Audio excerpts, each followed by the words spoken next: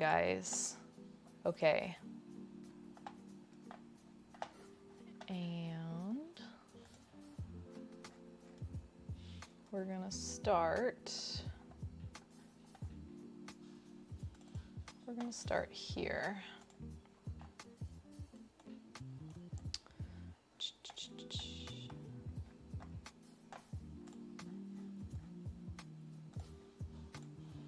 It's 4 at night, like 4 in the morning. What are you, crazy? Okay, so what we're gonna do is we're gonna open this up like this. Let me change my thingamabob because we're not making soup.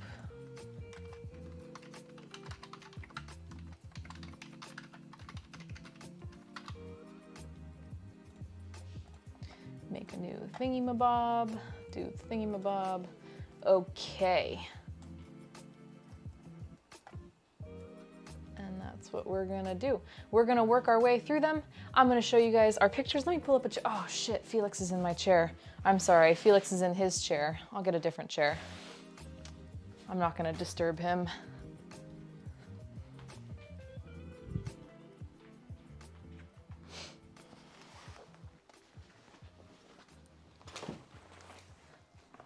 That would be rude.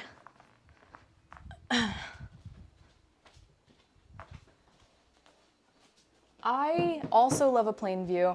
We left really late at night. We left around midnight. I think we left at midnight Los Angeles time. And so we departed and slept on the plane and then got there at like 5 or 6 in the morning. And so we tried to sleep on the plane. So I wake up and it is just beautiful. I wake up and this is what I see looking out the window. You know, they do the little announcement, oh, we're starting our descent into San Jose, blah, blah, blah, blah, like, and so I open up my shade and I look out and I'm just like, holy crap, it is the most greenest, like most green, beautiful, lush landscape I've ever seen. And yeah, I had a window seat. Our flight there was actually almost empty. I think there were about 20 people on it. So I was like totally freaking blown away. I've never seen anything like this before from the air. Everything was green. Like everywhere where there wasn't a house was green. You can see the mountains miles and miles away, all green. Clouds, beautiful. It's just like rolling hills, mountains, fog, clouds, rain. It was just gorgeous.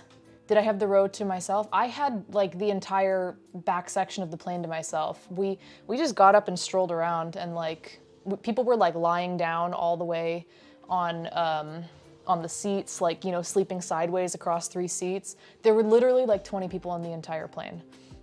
So we had plenty of room. Yeah, so we start kind of coming down and I don't know, but yeah, a lot of them have kind of that almost terracotta color. So it's like kind of starting to come down a little bit here. And you could see, sounds like not like a flight you've ever been in. It was the least crowded flight I've ever been on in my life. So I don't know. It was pretty cool. It was kind of nice actually, because we had a lot of space and you know, it was nice.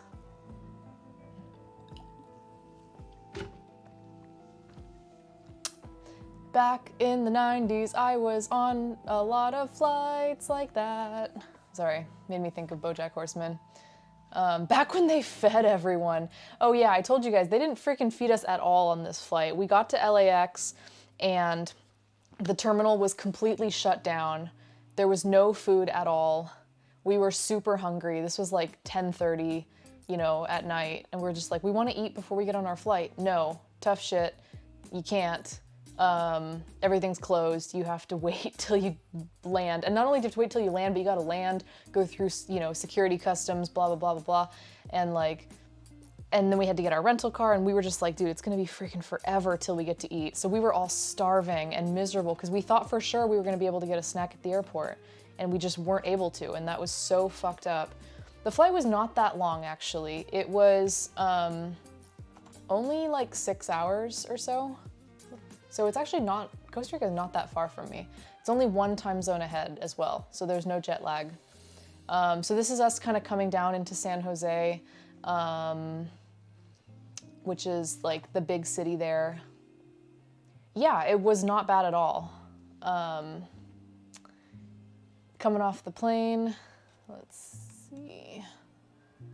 We're a little crooked, aren't we? Can I straighten this out? Hang on, let me see.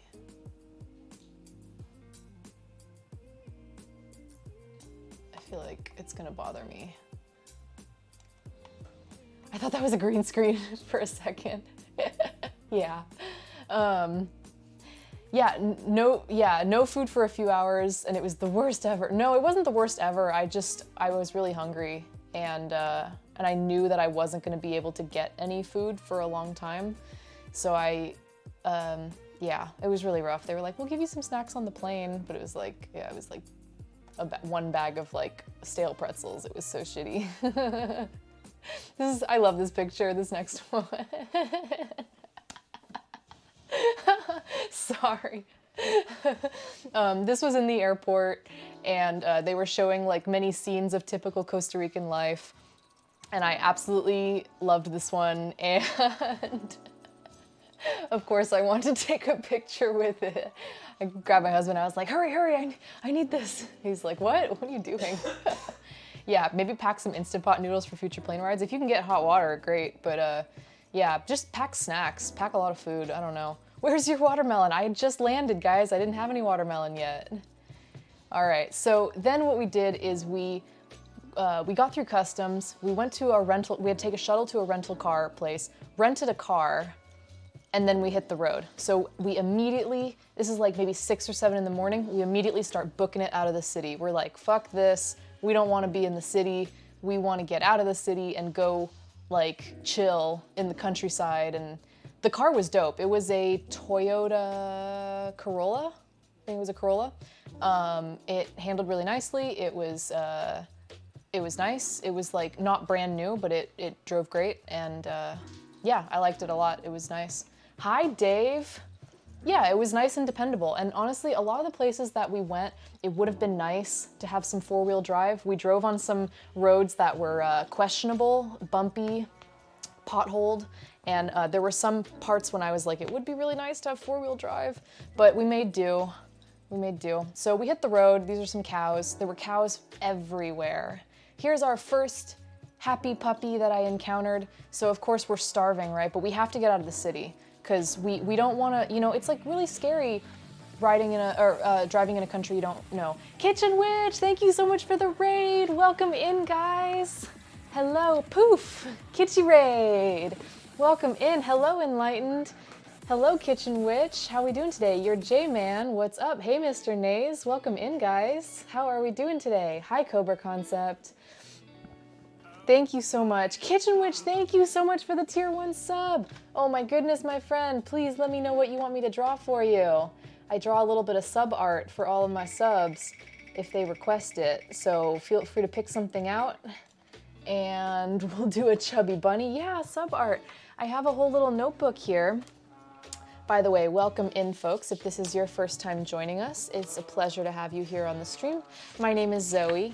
It's very nice to meet you. I am a streamer here. I do a lot of food, a lot of baking. I also do IRL, travel, like just chatting kind of stuff. Anyway, here's some of my drawings. These are just like, you know, like goofy stuff. If people have random requests, I take requests. We are also close to a hype train. Look out, choo-choo. Ah, Fresh, thank you so much for the Prime Gaming sub. I appreciate it, my friend.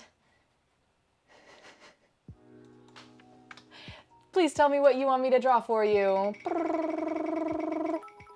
Mr. Nays, thank you so much for the biddies. J-Freak, thank you so much for the biddies. Hype train, choo-choo. All right, we got a moonshine cherry and a chubby bunny. A zip-lining turkey. Of course, of course. Kitchen Witch, if you have anything you want me to draw. Oh, there we go. A bear swimming with an inflatable flamingo. Yes, yes, definitely. Yes. Kitchen Witch, thank you so much for the 200 biddies. Hype train, we made it. Hype, hype, hype. Frosty, thank you so much for the Prime Gaming sub. You're the best. How have you been, my dear friend? How's the job going? How's life? Can you get the turkey? Turkey, we have a very special guest. His name is Turkey. Come here. Turkey, come. That sounded like a Holly hype train. Come here. Oh, he didn't like how I grab him. Oh, he doesn't like how I grab him. Oh.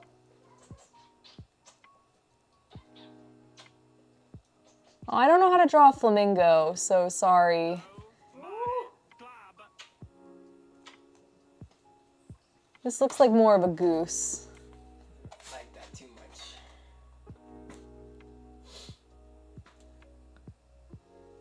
Thanks for the subscription. Thank you so much, Kitchen Witch. This one's for you. Sorry, it looks like more of a goose or a swan or something. I don't know, but it's a flamingo. Sleep, thank you so much for the, wait, resub, wait, what? Sorry, I can't even keep up. Shit, guys. My shirt's just like a picture. Sleep, thank you so much for the resub. Can you get me some maraschino cherries, please? The back of the car. Can you get me the cherries? We got so many like weird things that I have to eat on the door. Hey guys, I was thinking about moving to Moscow, but there's no point rushing into things.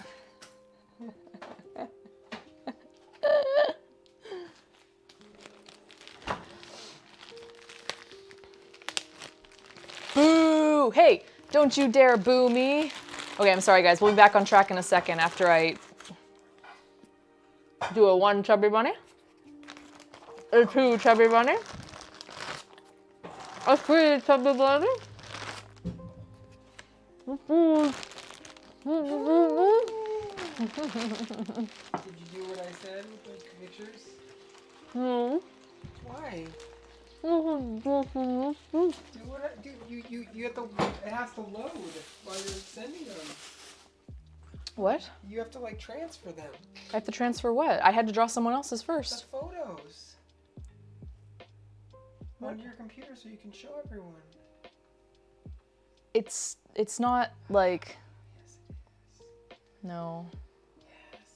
Yes, it is. I tried, it didn't work. No, I know, but we have so much better photos than just the ones you took. You know that.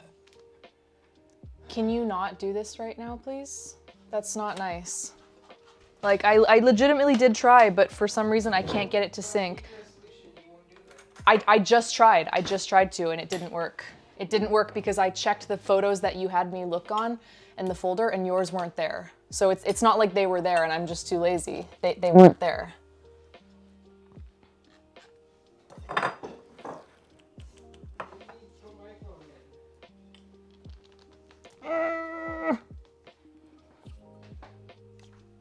Why is he so grumpy? Because he took good pictures and he wants me to use them, which I want to use them too. Here, put my phone in. And I'm sick. How is that going to help me? Plug my phone in, you can put my photos in there. You don't understand, they have to be in order, like...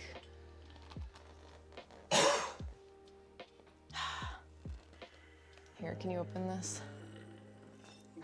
Felix. Okay, we're drawing a zipline turkey. Here, we're gonna do the Superman zipline, which is when you lie.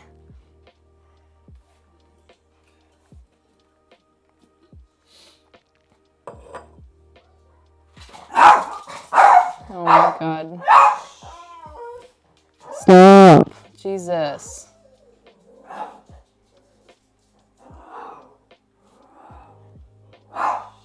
Turkey. Okay, this is his. That's Turkey on a zip line.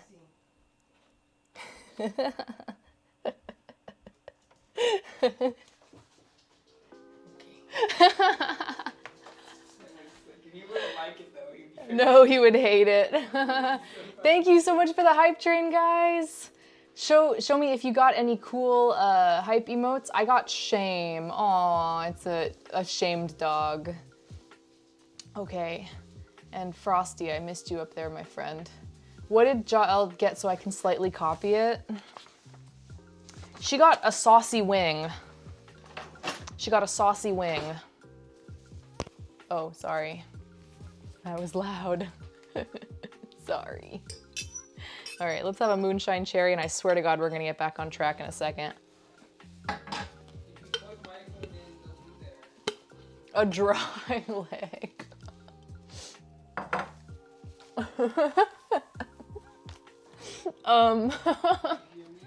Yes, but I don't understand I don't understand how to do it in like real life. Wouldn't that just give me your photos? A dry leg. Okay. Like a dry rub, maybe just make it lumpy. I'm trying to think, how do you do dry? Oh, it's dehydrated. Okay.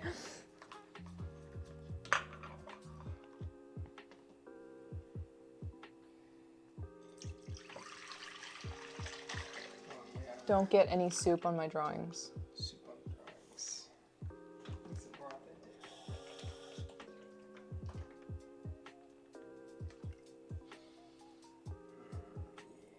Yes.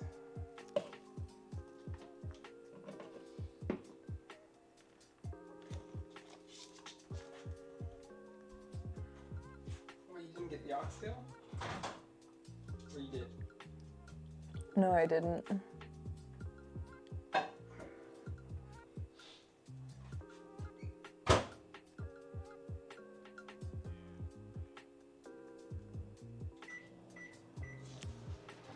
Okay. You know what? Just because I want it to be very clear.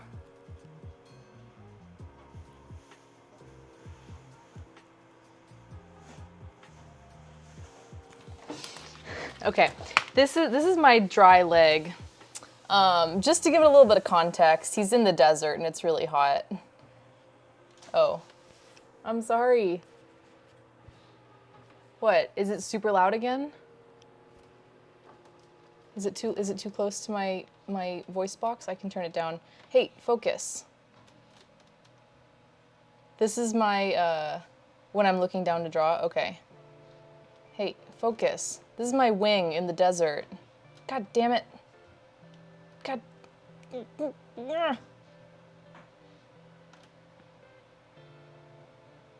Okay, well, everything's broken today. Fuck. Oh, Sleep. Hey, Sleep, if you're still here, let me know what you want me to draw for you. Okay, I'm sorry, I got totally derailed. He's also hallucinating, that's why it's blurry. He's hallucinating from dehydration. Okay, anyway, as I was saying, we got the fuck out of the city because we were like, we gotta get out of here. It's really stressful driving in a foreign country. It's really stressful being in traffic. There's also like, not really a ton of lights or stop signs in some places. It was just kind of like, not a free-for-all in the way that Southeast Asia was, but some parts were a little scary. So we were like, we gotta get out of here. Also, we were starving. We had about a 3-hour drive to get to our next destination. This was like about 6 or 7 in the morning, probably about 7 something in the morning by the time we finished picking up the car. So we're hungry, we wanna hit the road, but we're like, it's probably better if we just get out of the city and then look for food. So we just drive, going through winding mountain roads, and we finally go through like a small town area, and by the side of the road, we see what's called a soda. And a soda is like a small family-owned restaurant, and it's like what you go to in Costa Rica. So you want to go to, it's like they always have like some sort of name, like Soda del something, Soda la something, whatever, you know, I don't know. And it's like a small family-owned restaurant. They're usually like kind of like, it's like sometimes they can be a hole in the wall, like kind of junky. Sometimes they can be like really nice and cute. But in general, they're not chains. They're small, and they're almost always family-owned. S-O-D-A, like the drink. Yes, Bitter Dan, just like Dr. Pepper. Yeah, a soda.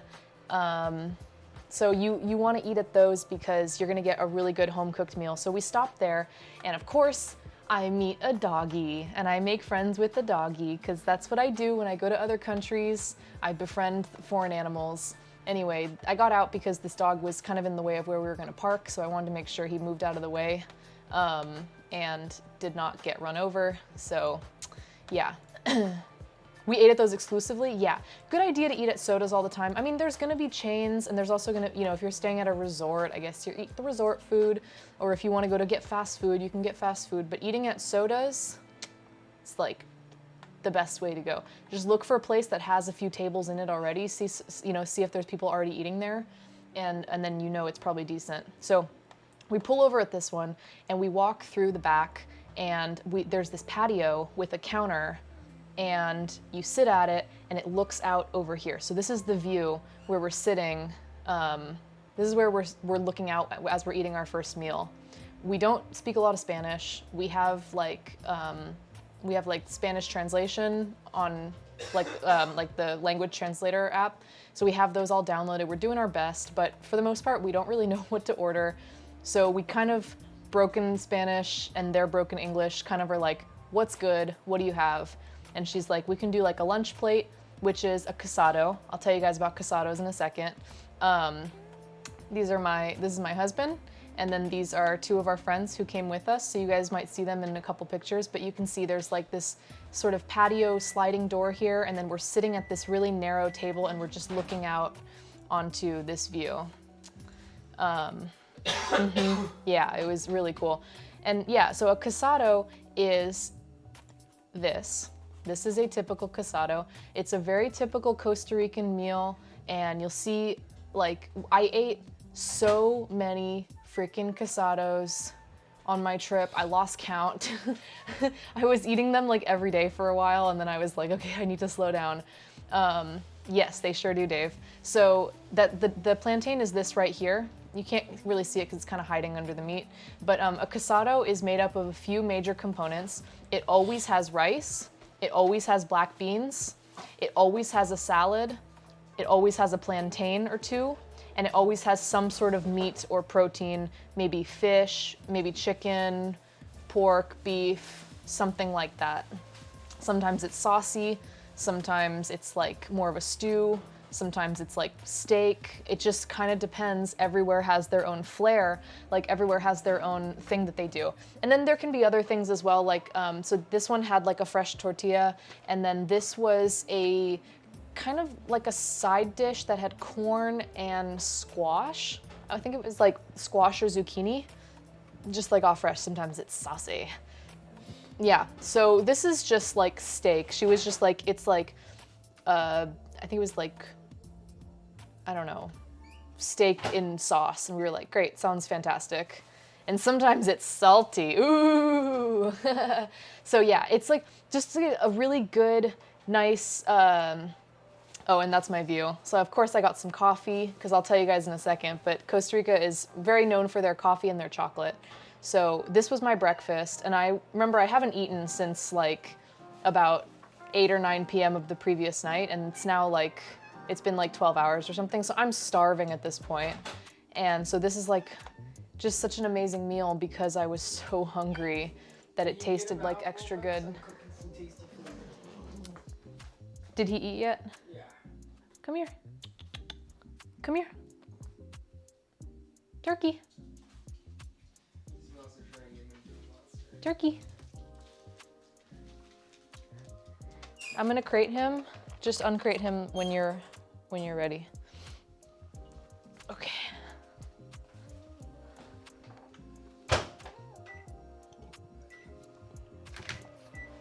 So anyway, that was our view, and it was an amazing meal. It was delicious, fresh. I don't even know if the food was that great. I was just so hungry and so happy to eat and so happy to be there, that it was just like music to my mouth. So then we drive. This is a grocery store. I actually took this picture for Noodle because Noodle told me I like to see the inside of grocery stores. You specifically told me that, and I took this picture for you, Noodle, because I was like, oh, this is the inside of a Costa Rican grocery store. So I thought you might want to see it. Yeah, I know it's super random, but yeah. Yeah, the ingredients are very fresh. A lot of fresh grown vegetables. If you like look at the The milk beans and all are the stuff, amazing. it has Yeah. like no shelf life, and it's like all on purpose. Yeah. Good stuff. All right, so then we have like plantains out here, bags of onions. The conversion rate, so, wait, hang on, I just spaced on what the currency is called. Cologne. Colones. Honest. Is it colones or colones? I've already forgotten. Colones. So the conversion rate is roughly like 620 colones to $1 US. However, a lot of places just do 600. And in my head, I kind of do 600 as an easy conversion. So, yeah. So, yeah, just if you're curious. This was so I didn't forget our license plate number.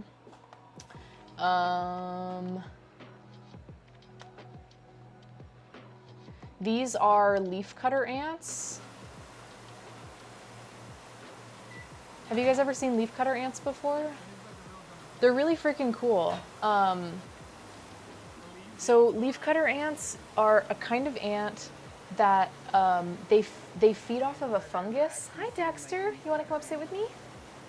Yeah, you do. So leafcutter ants they eat a certain type of fungus, and so what they do is they harvest leaves and cut them, like literally chomp them and cut them, and then bring these leaves back to their nest to feed the fungus, and then make more fungus, and they like spit on it. It's very cool, and they're kind of fun to watch. So when I see them go by, I don't know, they're sort of fun to watch. I got really good videos of those. Wow, thanks. I'll show them. Okay, great. This is at our hotel. You guys are gonna like this next picture. I don't know what it means. Don't ask me. I know what it means. So many weird things. He's the chosen one. It's the chosen Costa Rican child with his car on top. Nani? I loved this photo or this painting. It really made me laugh. I don't know what it is, but yeah. Anyway. Okay, wait a second. This is our first hotel. So you can see it doesn't look like much. It's not anything super fancy. You think it looks like Mike Pence. Gross. So it's like a pretty humble, it's a Costa Rican Jesus? Yeah, it could be. Pretty humble abode. I mean, I told you guys we weren't really gonna be staying in any extravagant resorts, and that's the truth. We generally, like, our travel style is more, like, we're not super budget, like, hostel, shared room kind of travelers. We do like to have a hotel, but we're also not, like, 5-star hotel, you know, full service. This is probably, like, how many stars do you think this hotel is? Like, what, like, like a 2-star? Like a 2-star or something? So the star system doesn't mean like how good of well, it does mean how good, but usually it means like how many amenities they have. So this hotel didn't have a ton of amenities. I don't. Okay, great. It literally shows up only right here, just so you know. Are you trying to? Oh, so there's probably better. Do you need me to do that? So that's one picture. Okay, look at the picture. You're showing them just a glare of light. Okay, see that, guys? See, he got it, Froggy. That's a poison dart frog. Okay, that's not really how I want to share photos, because that's like irritatingly small and doesn't really, isn't really that great. She loves it. That was at our hotel, so I'm trying to show. So at this hotel. Did you lick it? So just to the left of where that is right now, that's where that frog was. Yeah, so there's like, they had running water, I assume to like help with the mosquitoes, you know, because mosquitoes thrive in standing water. So if you have water that's moving, I think it helps cut down on that a little bit. It had like, I shared some pictures already. So it had like these like cute little fountains and stuff like that. Let's see. What is this? Oh, why is it being all weird? It's just me looking around. For some reason, it's like really jerky. What is that? Is that Zilopalo? It's still Zilopalo. Okay, here's the It's like loading. It's weird. No, I'll get there. I'll get there when I get there. Don't worry. Is that kitty? I'm not there yet. you have that picture? Yeah. Then there's like cool little mural on top. It was pretty cool. Pretty cool. That's me. Actually, I don't want to. Okay. That's me. And Zilapalo, I believe, means petrified wood. I didn't see any petrified wood though, but There were tons there. yeah, okay. Yeah, These are like a bunch, weren't these like a bunch of bananas or something? What the fuck were these? I can't remember. Why did I take a picture of this? I think it was of like a bunch of bananas. Was at first I afraid? I was petrified. It was. Okay, this is Mount Arenal. You can't see it because it's hidden in the clouds, but you can see the slope of the mountain right here, and it goes all the way up here into the clouds and back down. But this is like pretty typical weather. Trust me guys, I'm telling you the truth, it rained literally every day without fail. So this is the town of La Fortuna. Yeah, this one's volcanic. This is the town of La Fortuna. It's pretty chill, it's very touristy and very tourist friendly. A lot of hotels, restaurants. This was like a pet store where you could buy chicks for, you know, a chicken coop. They had also like an aquarium, well, for buying fish, not for looking. Here we have another casado. So I told you guys, all the casados have a couple elements in common, right? So we have our rice, black beans. Well, yeah, but I mean, it was a pet store because they also had like gerbils and fish and stuff like that. Hi, Rusty, how's it going? So I told you guys, casados. We got rice, beans, our meat. This one's chicken. Our plantain is over here, hiding over here. And then for our salad, we have like this cabbage salad. This one had its special touches. It had a cold beet salad here. This was like green beans, squash, and corn. This stuff down here was pureed yucca root. So it's almost like mashed potato, but a little bit different, almost a little bit gummier in texture. And then like a fried torta kind of thing on top. Okay. Careful you don't fall back, because just so you know, your chair's I know. No, don't do that, you're gonna fall. I know, that's why I need. Okay, just move the mat so that you're not crooked, because this chair is really fucked up and Felix is gonna be so upset if you break it. A casado, do you guys know what casado is? What a casado means? Okay, casado is Spanish for married man. So there's some uncertainty of where that name comes from, if it's because like all the flavors are married on the plate. No, I don't think so. I really think that, I believe in the other one that says the casado is like something that the married man would eat, right? So if you're a casado, if you're a married man, then your loving wife would make you this bomb-ass plate of food. And that would be different because your wife would make it slightly different. Yeah. But it would still have and it would be like a home cooked, like, you know, have its own touches, and it would be like very nutritious, very filling, like, yeah. So I think that makes more sense. Rusty, you're packing up, ready to go back home in the AM. Oh, where are you right now? Are you on vacation? Chef's choice, exactly.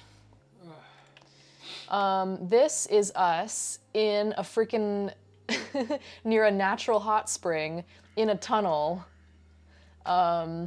Yeah, these pictures are all shitty because they were all taken in the dark, but this was really freaking fun. So we're by a volcano, so there's a lot of volcanic activity, or a lot of like geothermal water activity. You missed the cat. So there's another. No, I didn't. That was a different day. No. Trust me, I didn't miss. This is a different cat. No, I didn't miss the cat. Trust me. He's like super concerned. Go get your own stream, dude. I'm here to help. Okay, it was super spooky. We had like headlamps, but there were a ton of people. It was cool. And we had our cool ass shoes, our water shoes, so we just plunked right in. The water's only about 3 inches or so, 3-4 inches at this point, so we're able to walk through it, but the current is kind of strong, so you don't want to slip and fall. It's also pitch black, so we had to use headlamps. And so you can see there's like all sorts of graffiti and stuff like that, and we're just like exploring, and the water's warm. Yeah, the water's warm because it's coming from geothermal. No, it's not poopy water. It's a hot spring. This tunnel was just to get under like this. There was this overpass that you had to like pass under. There was like some really cool art on the inside. I don't have any photos of us in the hot spring. Do you? I think RJ took them. I don't think I have any on my phone. Doesn't look like he has any either. Well, we were all getting wet, so one of our friends like didn't want to go in. He didn't want to get wet, so we tasked him with holding all our shit. So I think he has the pictures of us in the natural hot spring. Here is a poison dart frog. Okay, I spoiled it. Yeah, you did. It's okay though. I already put it on Discord. This is a poison dart frog. Don't lick it. If you see it in the wild, don't lick it. It will make you sick. But yeah, this was just like literally right outside our hotel. This is, I don't know if you guys can hear, let's see. Can you guys hear noises? Let's see.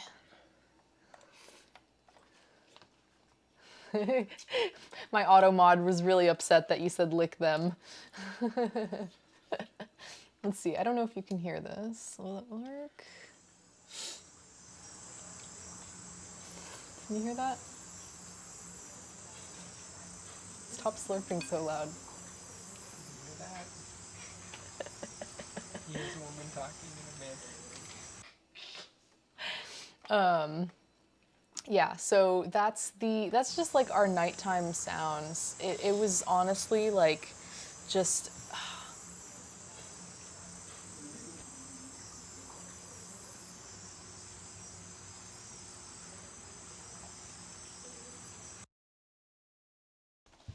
yeah, it was cool. It was really cool.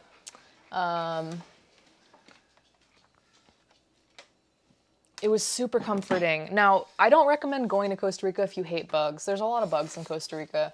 You just kind of got to deal with them. We brought some home. If you hate bugs, and you shouldn't hate bugs, because bugs are not, like, they're nothing to be super scared of. Yeah, there are some spooky bugs, but for the most part, bugs are super cool, pretty beneficial in many ways, and yeah, some are dangerous, but I'm just saying, if you have like a bug phobia, maybe don't go to Costa Rica because there are a lot of bugs there. Turkey. This was my view at breakfast. Sit. So this is the Sit. Good boy. Sorry. Oh, sorry. I didn't switch it over. This is my view at breakfast. Any mosquitoes? Yeah, we got some mosquito bites. In general, not horrible because we did use like a mosquito repellent on the daily. We had to remove a centipede from my room and a scorpion from the patio. Luckily, I didn't end up with anything spooky inside my room except for, oh no, there was like one kind of scary bug. And I had the spider in my pants. And he got a spider in his pants. But for the most part, dude, turkey. Turkey! Can you kick him out? Okay, if he does it again. I know. I didn't tell you that before your trip. I'll be honest, I'm not super scared of bugs. I don't like finding them in my room, but if I will show you guys pictures of bugs that I saw. So I'm sorry if you guys have a bug phobia. I'm just letting you know there are some bug and spider, insect and spider photos in this photo set. So I'm sorry in advance. Yeah, just put turkey outside and close the door. Those kissing bugs down there. Oh, we talked about this. Okay, anyway, this is my view from breakfast. Again, this is Mount Arenal over here, so you can see the slope coming up. Can you see my mouse? I think you, oops. You guys can see my mouse, right, if I'm on this page? It goes up all this way, and then it's hidden. It's hidden behind the fog. So yeah, we had breakfast included at this place, and it was bomb. Like, honestly, it was... yeah, breakfast is awesome. So coffee, fresh fruit. Well, maybe I'm exaggerating the peak. I think I have a picture of it naked, the naked volcano. I freaking got to read a book for the first time in ages. I finished a book for the first time in a long time. Come on, turkey. Anyway, coffee every day, fresh fruit, papaya, pineapple, watermelon, oranges. We had a few different options for breakfast. This is just like an omelet and toast. It was pretty decent. This is like a little hammock area where you could sit, there was like a little pond, and you could sit in the hammocks and read, and there was like a tin roof so you could listen to the rain. Yeah, on their postcards, come to Costa Rica, we have lots of bugs. I know, totally. How was the butter? The butter was good. So, yeah, the omelet was tasty. So you can see there's like these, like hammocks. You can hear that it's raining.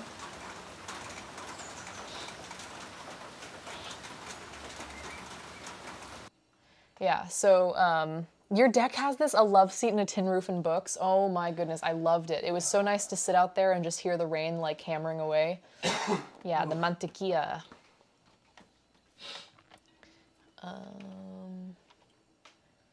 Those are my feet. Don't be gross. Okay, here is husband feeling better? Hey, Jeever, welcome back. I'm trying. He's trying. This is a local soda. Yeah, I love the sound of rain on a tin roof, totally. I thought this was so cute because they had all these amazing hand-drawn photos of people from all around the world, and I wish I participated. I wish I like asked for a paper to do it. I didn't though. Here's the boys. Who the heck made a Florida Gators design? Well, there's people from all over the world, so yeah. Here's the dudes. I took a bunch of pictures of them. Here's a kitty cat. We met a really friendly cat who was very frisky and was like all over all of us and just wanted to like make friends. I thought you were gonna save it for cocktails, but yeah, it's fine. Sure. This cat was so friendly. It was like really playful. Just wanted to like play with the cords on my bag and our zippers and like, no, it wasn't bitey to us. It was really sweet. It was like super playful.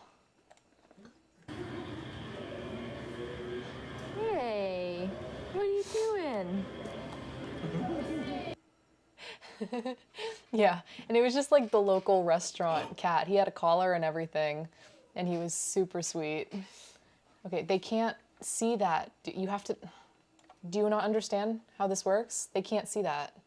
I have to do this, and then even so, it doesn't look so good. Yeah, but he sat right next to me and chilled. I have a better picture. Just wait. It's a good picture. A pretty good picture. I took that one. It's a cool one. Okay, here is my friend's. He got like tilapia, like a garlic tilapia. It was really freaking good. It was like smothered in butter, a shitload of garlic with like salad and rice. Yeah, it was really good. Fresh got another casado. Does the cat have a name? Yeah, probably Meow Mix. I don't know what it would be. Meow Meow White but Kitty. Probably. You told me. Another casado. So here we go. Rice, black beans, meat. This was, you said this was your favorite casado of the trip, right? This is the one. Pretty good one, yeah. Yeah. This was like a beef and some sort of chili sauce, salad, plantains. And then over here, I think this was like, I don't know, maybe potatoes or something, or squash, or I don't really remember. Yeah, gato. This is my friend's like seafood rice. So they do like arroz con pollo, but this one is like how do you say seafood? Mar something. Oh yeah, this meat was really good. Mariquesas. So maybe like arroz con mariquesas, maybe? No, it had a different name because it was mixed seafood. I don't know. I don't know. It was really good though. Okay. Look at how cute this cat is. Oh, I think it was Marisco. It is Marisco. Yeah. Look at how stinking cute this cat is. Look at its pretty little eyes. Isn't it gorgeous? Okay, do you guys want to see it? I love this picture. It's one of my favorite photos of this whole trip.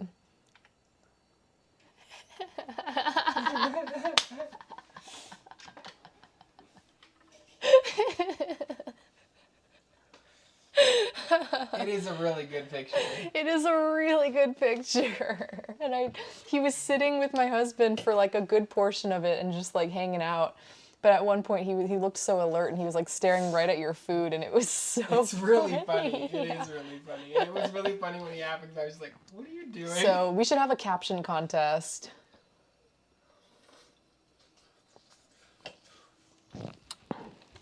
Oh, hell yeah. My husband opened up a can of Reed's. Have you guys ever had Reed's before? Can of whoop ass. A can of whoop ass. Reed's is like a ginger beer, but it's so nice and gingery and yummy. It's my favorite brand of ginger ale and ginger beer. Oh yeah, he was really clean. No fleas or anything, or if they were, it wasn't too bad. He was super cute. I'm gonna go a little farther than a caption on that one. Oh god. Fucking swap our faces. Please don't. You like Virgil's more? I'll try Virgil's. I don't know. Dave, have a good dinner? Gato says, hola. These are just some gorgeous flowers that I saw next to where we were eating. This is a chocolate shop in town. They had pastries and chocolates. I do have that here with us. So yeah, I thought you guys would enjoy seeing some of these goodies. We've got like croissants, focaccia, cake, some pastries. This looks like some sort of, maybe like a banana bread. This like cheese Danish. I don't know what this is, some sort of like crazy blondie or something like that. I don't know. They were freaking good. Okay. And this is what we got from there? No, we didn't. We bought that elsewhere. Wait. Oh, this is from this small chocolate shop. He's already forgetting the trip. I already forget everything. I do remember this chocolate shop. I forgot this was the first chocolate shop. Yeah, so we got some truffles and then ate all of them. So yeah, they're just gorgeous and everything looked so good. This is like a... Oh, I wish we came back for that. Excuse me. This is a passion fruit mousse. Oh, it looks so good. This I think is some sort of like custard or like a creme brulee type thing. Yeah. And then down here we have a whole bunch of truffles. You can see we've got bee pollen, pollen de abeja, and tequila rose, or tequila rosé maybe, I'm not sure. I'm not sure if it's rose or rosé. This stream should be named Reasons I Got Fat. Aw. Yeah, passion fruit. So it's got passion fruit seeds in it. That's what the black speckles are. Yeah, Jay Fried, we got a chocolate with them in it. Yeah, so we didn't get the whole mousse, but we did get a chocolate truffle that had, okay, so they had a whole bunch. Pineapple, soursop, blueberry, orange, passion fruit, guava, raspberry. So they have all these amazing ones, and so they have like milk, dark, white, and then they have whatever fruit filling on the inside. They also had ones that were like liquor filled. They had a really good selection, and the passion fruit one was just incredible. Yeah, coffee, Jägermeister, almond, Nutella, cinnamon, ginger, coconut, chili pepper, almond, mint, tangerine, lime, peanut butter, pistachio up here. Yeah, it was really, really awesome. Hello, Dexter. Caramel sea salt. Oh, that's Felix. Oh, Felix, what are you doing, buddy? That's kind of a dangerous spot to sit. He just really wants to be extremely Okay, close to both why of don't us. you come sit on me? Because I don't want you standing up there. You're going to fall. Why don't you sit on me? There we go. This is oh, wait, me? Or Yeah. what happened? Felix is being a daredevil. That's so weird. I hope my microphone isn't acting up. No, it's just because you're pushing it against your... I think it's because this shirt's just really tight. Okay, let's open a mannequin. Okay. This is a local swimming hole. Totally free. You just park by the side of the road and walk down. You guys know me and my husband. We're always looking for free and cheap stuff to do. So, Jeever says this place, it's a heaven. Yeah, this is Costa Rica. I don't know if you've ever been before. Jeever is from Brazil, I think. So you stop on near a bridge and then you walk down. There's like a little swimming hole down here. Whoop. Oh, I didn't have more pictures. There's a rope swing here, and this area is deep, and then you climb up these rocks here on the side, Really nice composition for this photo. Rule of thirds. Oh, thank you. Except for the composition's great. The exposure on the top is kind of. Okay, you don't need to. No, it's nothing to do with you. It's the camera. Yeah, I get it. I don't have the nicest camera. Sorry. But yeah, it looks good. Jeez. Okay, great. Like, what if you cut it to here? Wouldn't that be really nice? Thank you. He's like, actually, this photo isn't very good. I didn't, actually. I was going on a hike in the Poconos, and there was a spot like this, so I decided to get in the water. You're from Rio de Janeiro? Cool. I mean, that's pretty beautiful. Noodle, thank you for the clip. Yeah, I mean, a local swimming hole like this, and it had like a big old rope swing that was obviously like very well used. I watched people jump in to just make sure that it was safe, and they all went in without incident, so I was like, fuck yeah, I'm gonna do it too. So I did the rope swing. My husband was too cold. He didn't want to go fully in, so he didn't want to do it. But I did the rope swing, and it was awesome. And I asked him to take a picture, and he said no. I was worried about dropping her phone in the water.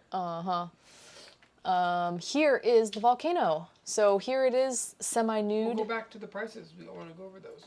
Okay, sure. I mean, we're still in our first location. It's already past 8, so I'm gonna try to pick it up a little bit. No, I'm going. Did you ever end up wearing socks? Nope, not once. I didn't pack any. So these are some of the tours. So, okay, Costa Rica is very, very, very much reliant on what they call ecotourism. Ecotourism meaning tours that are centered around like nature, outdoor excursions, stuff like that. So it's not so much about like, yeah, it's very much about like outdoor, foresty, ATV, zip line, hiking, wildlife. All of those things kind of fall under ecotourism. So, yeah, so these are some of their rates. A sloth walk, a night walk. Oh, need some regular water. Okay. Thank you. You're using the headphones from the... I don't know where I put my other headphones, and to be honest, the other ones are like kind of annoying because they're... This one, that way if there's audio on the video, I can just hear it real quick, I can just pop it in my ear. Sweet airplane headphones. Yeah, the free airplane headphones.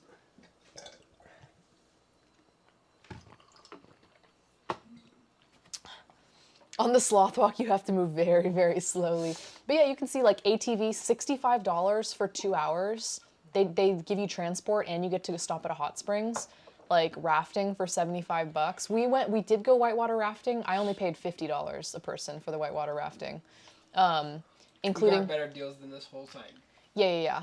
Canyoning, where they let you like rappel down a canyon. Zip lining for $45, or tubing. Like hanging bridges, waterfalls, so they have all this stuff, and everything's kind of negotiable. Like you can kind of be like, hey, I have a group of 5. Can I get a discount? Or like, hey, I'm gonna pay cash. Can I get a discount? They'll work with you. You can bundle things. You want to be like, oh, I want to do ATV today and do the night walk at night. Can you give me a deal? Yeah, they can give you a deal. So you just kind of gotta like shop around. But this is Mount Arenal, so you can see it's really, really tall. This is the town of La Fortuna. This is like kind of the main drag. It runs east-west, pointing west towards the volcano. And you can see like there's a bunch of tourists. It's super tourist friendly. Here's another view. It's like a pretty walkable town. It's very small.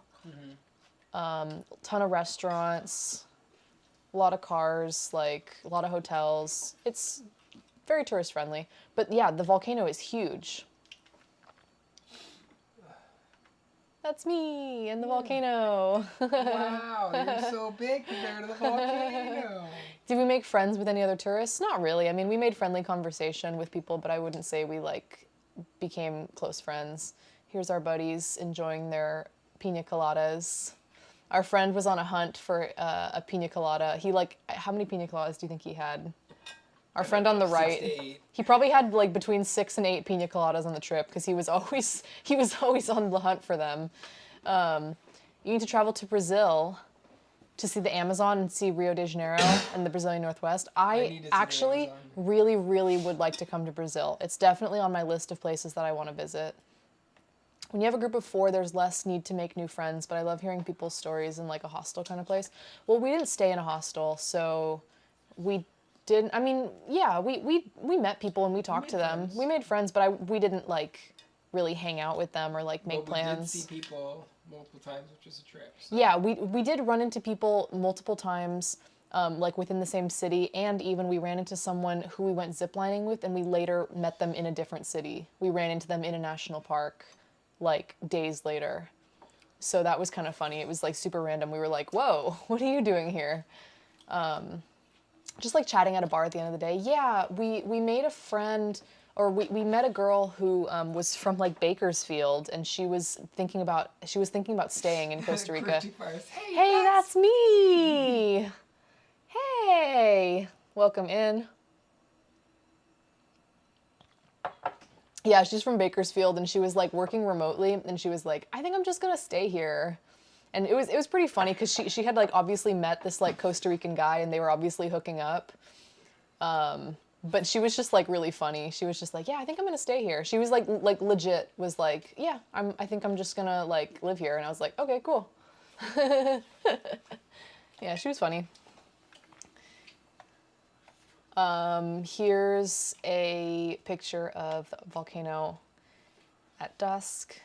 It was really gorgeous. I know it's like, you can't really tell because of all the power lines and shit. Like, it still looks really urban, but God, it was very, very beautiful. There you go. That's power lines. Yeah, so this is a little bit outside of the city. We had to drive to get here. This was a chocolate tour. So this was like early evening. Sun's kind of just gone down. We're outside the city. Yeah, so you can really see the volcano. It's super majestic and gorgeous. And we were out here to visit a coffee plantation. It was the right one. Guys, these are cacao fruits. Do you guys know how chocolate is made? Sorry, did I say coffee? If I said coffee, I meant chocolate. It was a chocolate tour, not a coffee tour, sorry. Have you guys ever seen like chocolate being made? Does anyone know the process? I didn't really know the process. I did say chocolate? Okay, thank you. Well, it's confusing because there's chocolate tours and coffee tours all over the country. Like, yeah. Yes. So these are cacao fruits. So this is how it grows. And he like cracks it open here. Oh, sorry, it's super fucking slow for some reason. It's not good. Oh, it was rotten. Never mind, that was the one. Why are my videos like acting up now? Let's see, let's close this. I need to keep, I guess I can close this one. I can close this one. I guess I can close this one too. Okay, let's try that.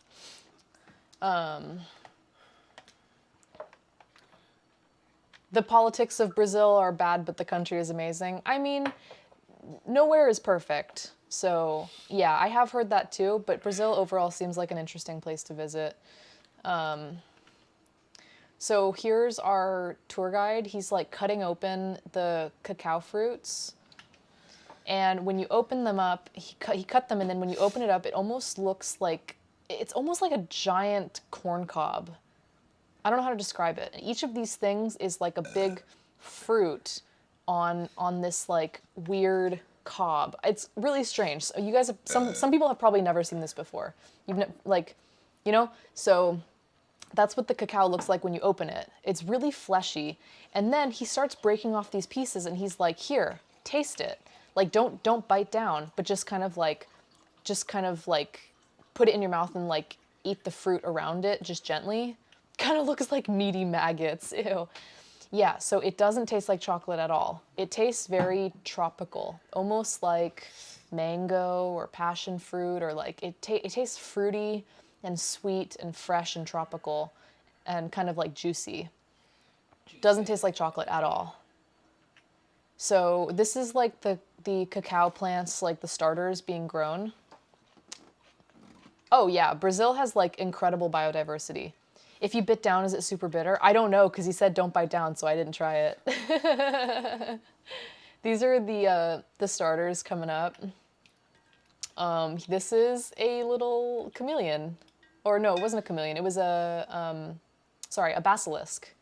This is a basilisk right here. Sometimes called the Jesus Christ lizard because it can run on water. Yeah, it was just chilling in the chocolate. He's cute as shit. Big cute man. Yeah. He's like, hey. Hey. This is a frog. Can I zoom in? I don't know if I can zoom in. Just Can I? right there. Yeah, it's just like a chillin' frog. Yeah, have you guys ever heard of basilisks? Yeah, Bitter Dan. They can they like swing their legs and they run really fast and they actually can run on water. He looks paranoid as heck. Yeah, I guess. This is another poison dart frog. They're real cute. You just, if you know where to look, you know. And the guides, so we were doing like a chocolate night walk, like kind of combo tour. So he was looking for wildlife and stuff like that. So they're very, very cute. And they're just around. And if you know, if you can, I don't know if these are the ones that make sounds. So I don't know how they find them. I don't know if they like chirp and the guide can hear them or something. But, but I, you know, they'll like kind of listen. Okay. Can you imagine if they were venomous dart frogs? They were just like shooting out. Like if they're like spitting or like biting. Yeah, so I mentioned that there would be some spiders. I'm sorry if you guys don't like spiders, but this was really big. I don't have a banana for scale, but it was a really big spider. Just trust me. These are the cacao beans after they've been like taken out of their pods and dried out. We talking like 2 inches big? Yeah, probably about like 2 inches or so. Small fist. It was large. Here's the, I mean, not the body, like, you know, the leg diameter, but still really big. Here's the fruit again, so you could see when it's blue cheese. Oh, you're right. This is the blue cheese fruit. Oh shit, I forgot about this. Guys, have you ever heard of the blue cheese fruit? Anyone ever heard of the blue cheese fruit? Yes. Hang on. It's a real thing. So I didn't taste it because he just found this one on the ground, but it's called a noni, N-O-N-I. Because when you look up blue cheese fruit, it gives you best fruits for pairing with blue cheese. And I'm like, no, the blue cheese fruit. Okay, yes, blue cheese fruit. It's a fruit. It's called noni, noni, N-O-N-I.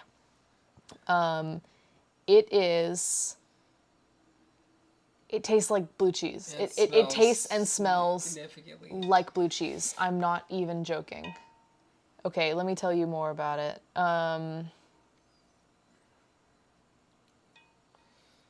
It's sometimes called cheese fruit or vomit fruit.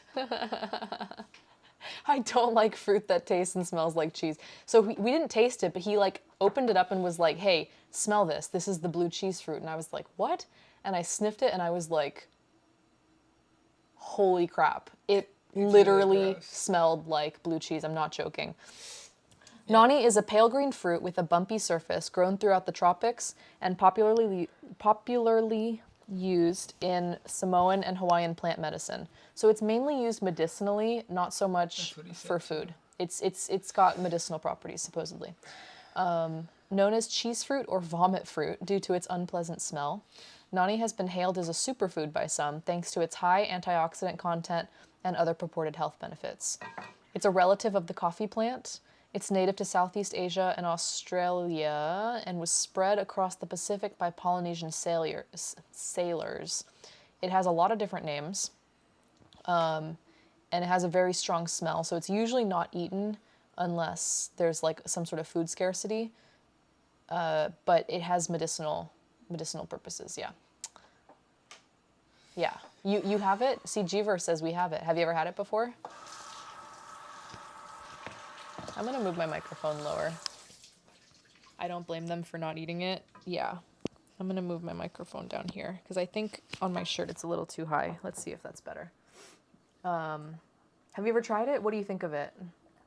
It was seriously bizarre. I've never heard of anything like that. It was, yeah, that's what it looks like.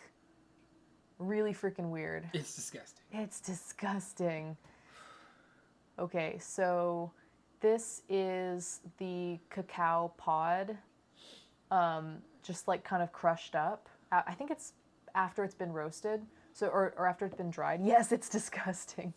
So I forget if this is at the roasted stage or the dried stage, but basically you get cacao, and he said nibble on this, and you nibble on it, and it does indeed taste like chocolate, but it's very, very bitter, not sweetened at all. It tastes like unsweetened, like baking cocoa powder. If you guys have ever like tasted that, if you're baking a cake and as a kid your mom said, hey, don't eat that, that's unsweetened cocoa powder, and you were like, nah, I'm gonna try it anyway, and you ate some and it was probably disgusting. Yeah. So I took a picture of this so that I would remember. So you have the cacao flour, then it fruits, then you get those fruit things, then you actually ferment them. So you take the white pods and you ferment them, then you dry them out, then you roast them, then you grind them, then you have the nibs, then you have the cocoa butter, and then you add the sugar and milk and all that kind of stuff. So this is how chocolate is made. It's kind of cool. I didn't realize that there was a fermentation step. So this is us doing sorry for the kind of blurry picture, but this is us doing, it's an action shot. This is us making chocolate in the jungle. So this is not my friend. This is some random person who was on the tour with us, but he was grinding up roasted cacao, like nibs, so unsweetened, nothing added, and he's like grinding them. Smells good. It smells so good. It does smell good. It smells like fresh chocolate. Pretty fresh. So he's like grinding it, and if you can see that all the cacao nibs are getting ground down, they're kind of releasing a little bit of oil. Getting good. And it comes out to like this kind of grainy paste. And the more you grind it, the smoother it gets. So like, Well, people do call me a crank. yeah.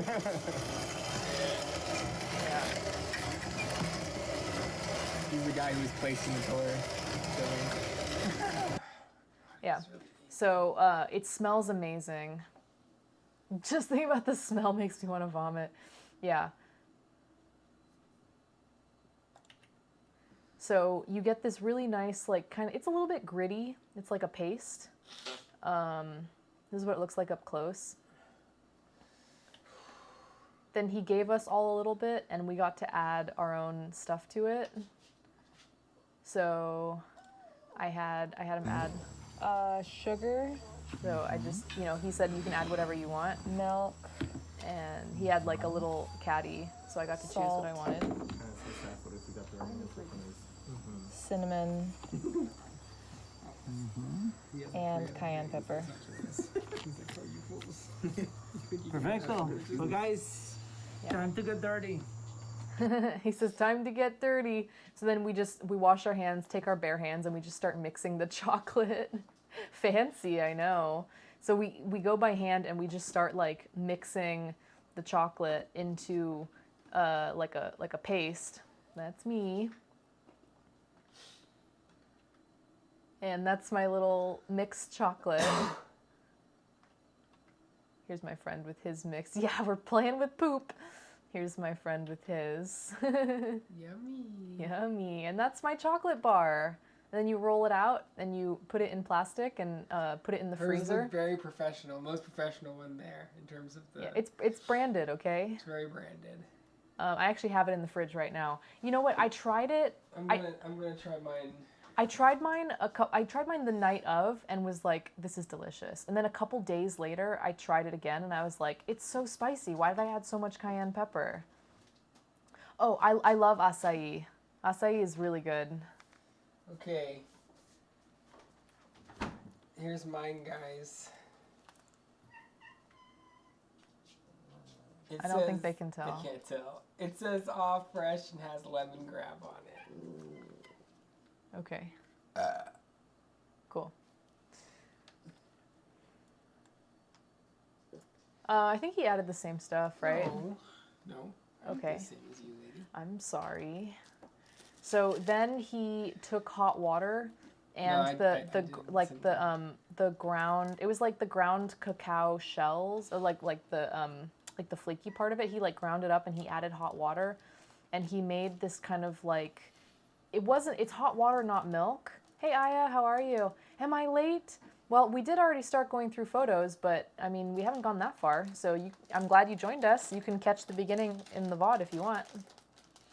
Okay, Maybe the cayenne like absorbed more. You guys saw the chocolate was made. Okay. I'm gonna try it. They can't see you. Okay.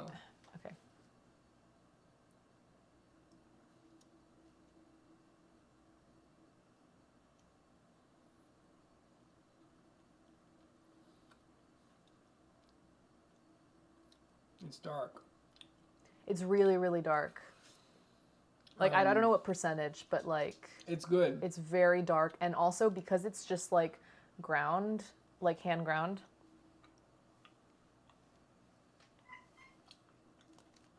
It's a little bit like... It's almost a little bit gritty. Mm-hmm. It's not very sweet. Mm-mm. And it's not very, like, milky. It's dark. But it's good. It has some salt in it. It's like, it's got spice from the cayenne. It's just, it's not what I would consider to be like a good chocolate bar, you know what I mean? Because of the grittiness. Because it's so like But you can natural. taste the complexity of the fresh cacao. There's not a lot of milk or sugar, you know, covering up the flavor. And so what you taste is very much like the cacao flavor, right? So this is, wait, I'm sorry. Did I stretch this thing out again? I would probably try making hot chocolate with this, yeah. Because he did say you could do that. We also bought the chocolate tea. Well, yeah, that's different though. That's Yeah. gonna be good though. So then this was kind of just like a warm beverage. It's kind of spicy. Yeah, it's spicy. Mine was like even more spicy because like I said, I added too much cayenne pepper. Anyway, then they gave us good chocolate. They were like, okay, that was cute. Here's the real stuff now. And so this was our plate. They have this like nice hot beverage. It's like it's almost like hot chocolate, but it's made with water instead of milk. And it's almost more of like, it's kind of like a chocolate tea. They call it like the drink of the gods or something. Mm-hmm. Yeah, and then we have bananas dipped in white chocolate and dark chocolate. We have sticks of white chocolate and dark chocolate. And then we have coffee beans covered in white chocolate and dark chocolate. So they were delicious. I still have a couple coffee beans left in the fridge. I've been snacking on them. I have like one in the morning, a little pick-me-up. This, you can't really see, and bless you. My zoom in, the resolution's not that great, booty. but it's a frog butt. Booty. That's a frog butt. Badonk-a-donk. Yeah, it's like super bitter, the chocolate. Yeah. Like it's very bitter. So I feel like what you'd want to do is mix it with hot milk and add a little bit more sugar. Edible arrangements. Who? This is another frog, also with a cute butt. This is I can't remember what the flower is. I actually posted it in Plant Hype. It was like a something ginger or something like that. I posted a picture in Plant Hype, and Adina Verde was like, "Oh, that's a blah blah blah blah blah," and I was like, "You're crazy." She knew exactly what it was. I just thought it was a cool looking plant. Yeah, she's a pro. This is a bat. I know it's kind of hard to see, but oh wait, can I move up like that? There we go. This little lump right here is a bat, just kind of hanging out. Can I share some of mine? I have a whole bunch from that night. Wait, hang on. How do I make this go live? Okay, hang on. No, this is, we got the video from the other person. Yeah, it's poopy time. Everyone already knows. Is this it? I think this is it. Trash, and he's got this white dog. Oh, he just...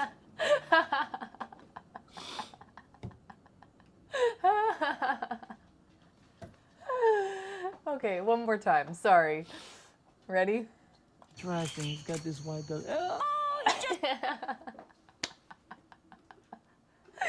I'm just so amused by this really cute bat who just took a poop while we were watching. It was just like, don't come any closer. I poop on you. Anyway, bats are really awesome, and I love bats, and they're so cute. These are just a bunch of plushies that I was very amused by. I thought they were cute. Here's our tour friends. So we went on the tour with these two. They were actually also from the U.S., I think from like Chicago area. So yeah, we hung out with, I mean, we didn't hang out with them. So this is the glass frog, and this is the one you can see the heart through its skin. You can also post these on Discord so people can get, no one can see that. Yeah, they can. Really? Yeah.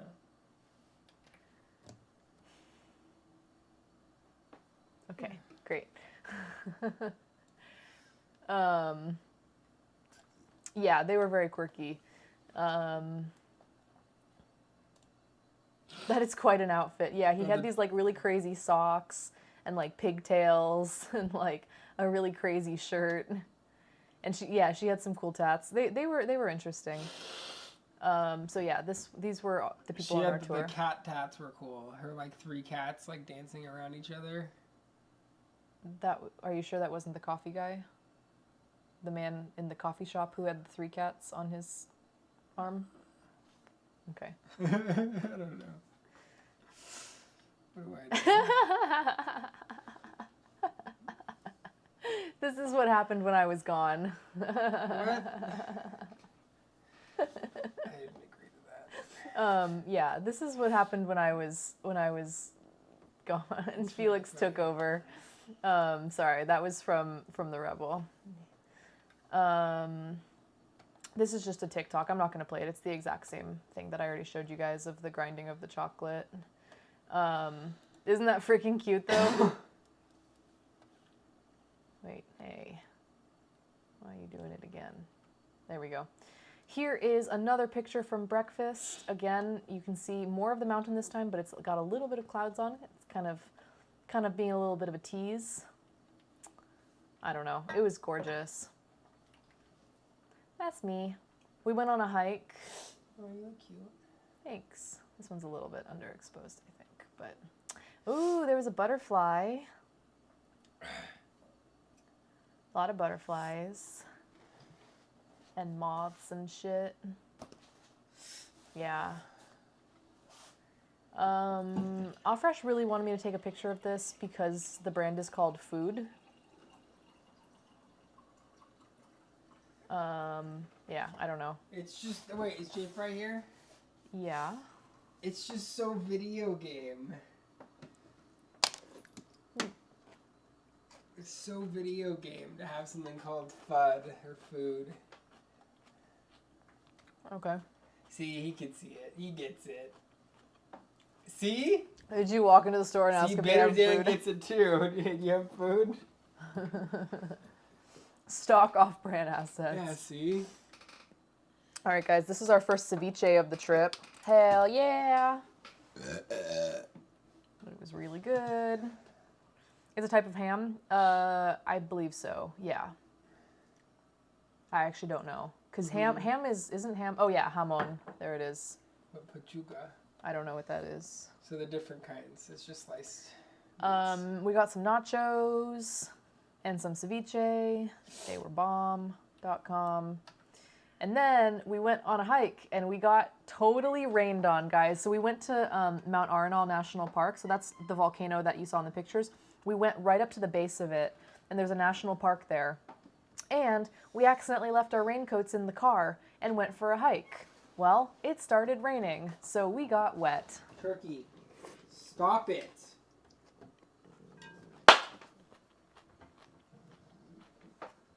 Hey, leave it. Okay, come on. Well, I had my raincoat on me most of the time. Come. But Turkey. because you do want a raincoat. It rains like without warning and it can rain very hard. Turkey. This was no big deal. Get out of here, bud. Go inside. Go This in was there. no big deal. Just a little bit of rain. Hey, Not too bad. Go in there. This is the mountain again. You can't see, but we're right up at the base of it. It was very, very foggy and like misty. So we got a little bit of rain, but it was like, why was Felix photobombing? That was just a joke. The Rebel did a Photoshop as a joke saying that he was streaming while I was gone. Stop.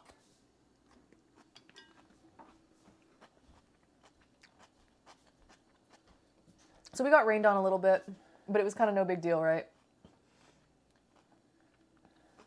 Ooh, spicy.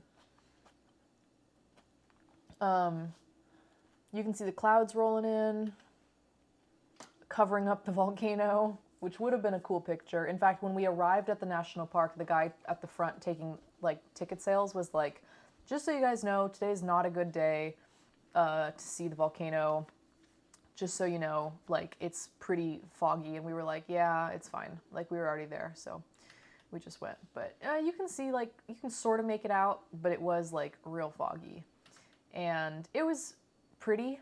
I was somewhat damp because it was, like, misty and raining. Just, like, this is all volcanic rock from a lava flow that happened in 1992. Yeah. It is, definitely. I just, like, you know, my camera's not as nice as his, so my photos aren't as nice, but it's okay.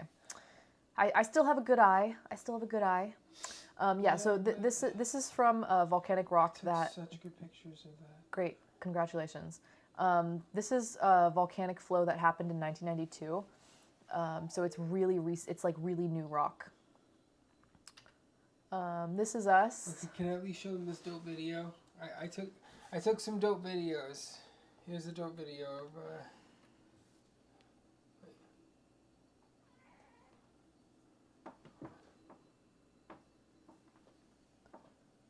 No, they can't see that.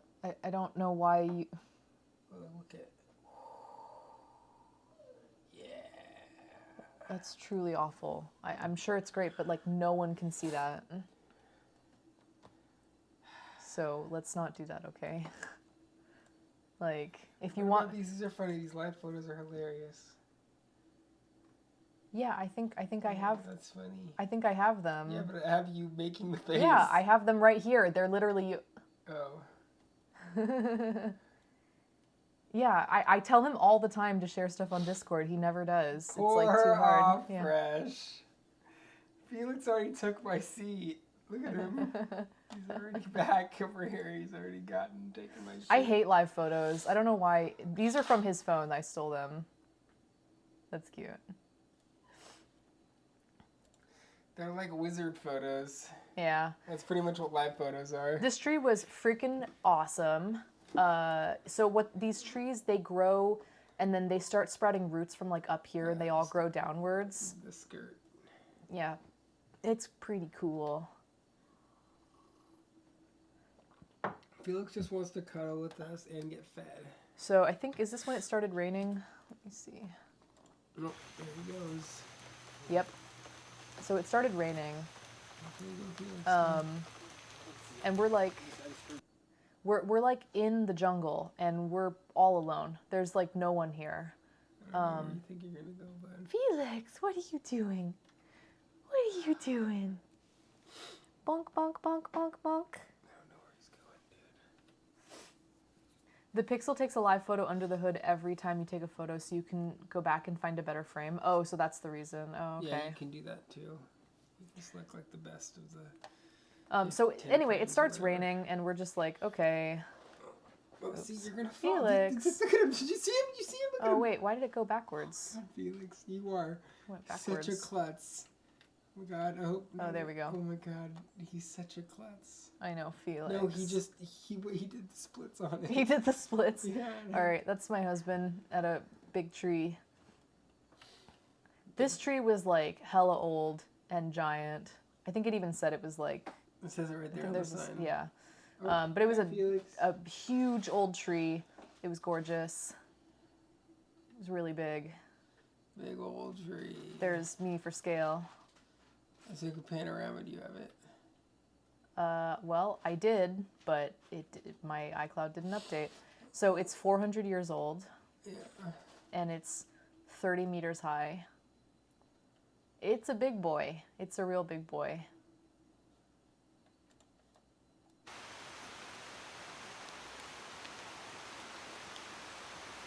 And at this point, it's kind of like started raining a bit more. Look at that. Oh, shit, Zoe. How do we miss this? You can hear him going, "Holy shit, Zoe! Holy shit! Look at this!" Like a fucking... Can you guys hear my husband freaking out in the background? It's you going, "Holy shit, Zoe! Look at this! Come over here! Look at this!" What? I don't know. We will never know. It's probably pretty cool. Probably.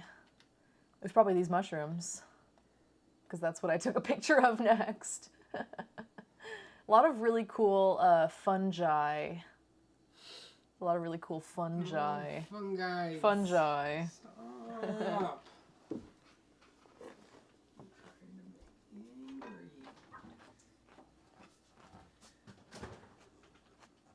Mm-hmm.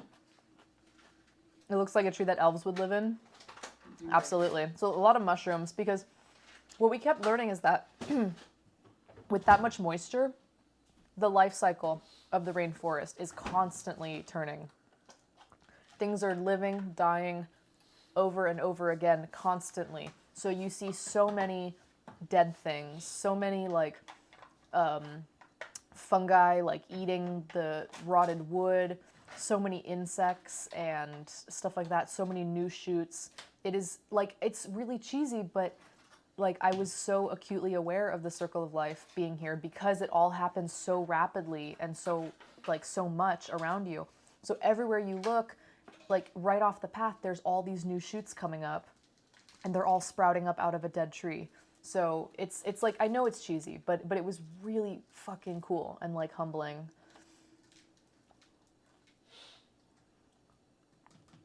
So it starts raining a lot harder. And we're still stuck. Sorry, my videos are like acting up a little bit. Sorry, I'm gonna let it buffer. I'll get you a spoon. We're still stuck on our hike without raincoats, remember? So, Very small one. Okay. That's too big. All right. Jesus. Okay, calm down, calm down, calm down. Okay. Jeez Louise. So it starts pouring rain. Pouring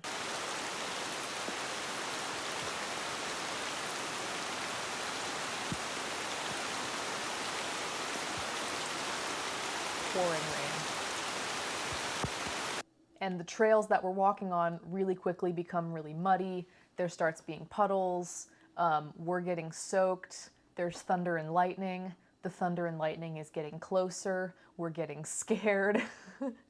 Because literally, you can tell how far lightning is from you, right? Because the faster that the thunder comes, the closer that the lightning is. So when you see lightning and you hear like, there's many seconds and then there's some roll of thunder, great, you're probably fine.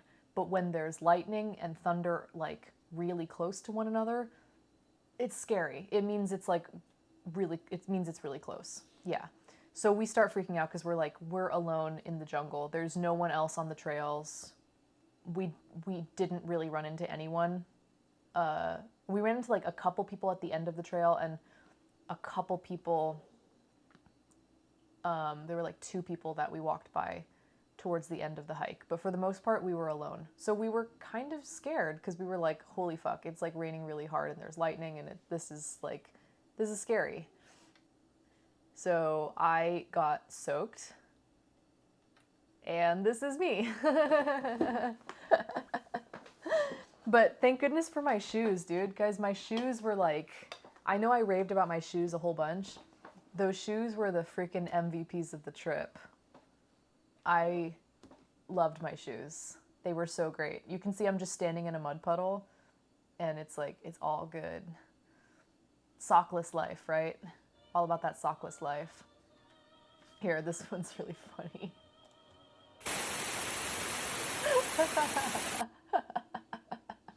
I'm like, soaking wet.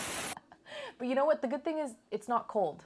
It's not cold. So I'm able to wear just a tank top and I'm totally sopping wet. But it doesn't matter. I'm totally comfortable. Yeah, I didn't break them in at all. And I didn't wear any socks and I never got a single blister. So I'm telling you guys, Keen, Keen, I like them. They're great. Anyway, lightning is basically almost on top of us. So we start getting really scared and we start kind of running because we're like, we don't want to get struck by lightning. Like literally, I know it sounds stupid, but it was very, very scary. The water starts flooding the trails. So the trails start having like 3-4 inches of water. And so we just start running, sloshing. So we had started over here by like number 3, and we had walked up here along this trail to the lookout point. That's where those rocks were. And then we came down this way and went around this way and then went back. So it wasn't crazy. So it's like, what is this? Number 4 is 2 kilometers. And number 3 is 600 meters. And this one is 3 kilometers. So yeah, overall, I mean, it was a few miles hike, but the water building up, it was like it was starting to flood and it was getting really muddy, and we honestly got quite scared because the lightning felt like it was on top of us. So we start running through the water and the jungle, and we're just like, we got to get back to the car. Like, never go into a forest with the wrong shoes. Do you need military shoes? No, my shoes were great. They held up perfectly. So here's a little bit about the area. Let's see. So we took number 3. Vegetation along this track begins its colonization after 1968 eruption. So the eruption was in 1968. This track owes its name to the presence of many helioconae, that must be the type of tree, a lot of ferns, orchids, and bromeliads. And then we took number 4. The topography is mostly flat and sandy, resulting from the 1968 eruptions of Arenal volcano. A very varied vegetation has colonized this sector, dominated by wild cane and wax myrtle, as well as abundant vascular plants that grow along the trail. Coladas owes its name to impressive lava flow produced in the 1992 eruption.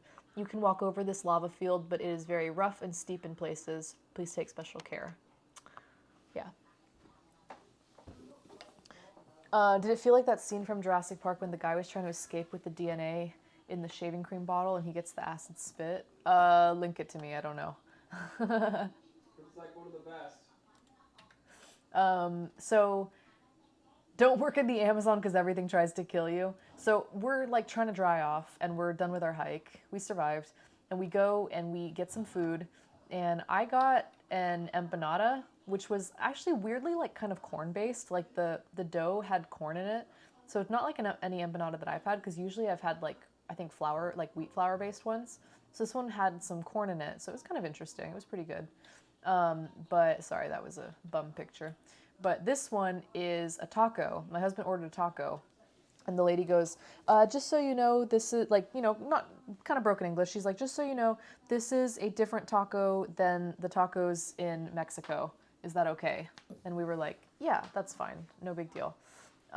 We didn't know what she meant, but we were like, okay, sure, no problem. It ended up being like a rolled taco, almost like a crispy rolled taquito, filled with meat, covered in cabbage, then covered in mayonnaise and salsa. No, it's like a ketchup salsa. It's like a ketchup salsa. So it's kind of like ketchup basically. Ketchup and mayonnaise and cabbage on top of one rolled taquito with French fries.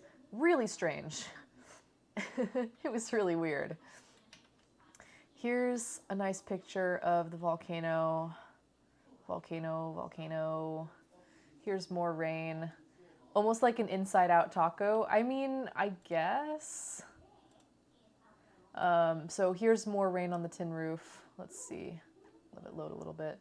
It was pretty good. I mean, the food there wasn't amazing, but we just like, we were so soaking wet, and we were like tired from our long hike, exhausted from running through like mud puddles and lightning. You know what kind of sauce I'm talking about? Yeah. It's a lot like ketchup.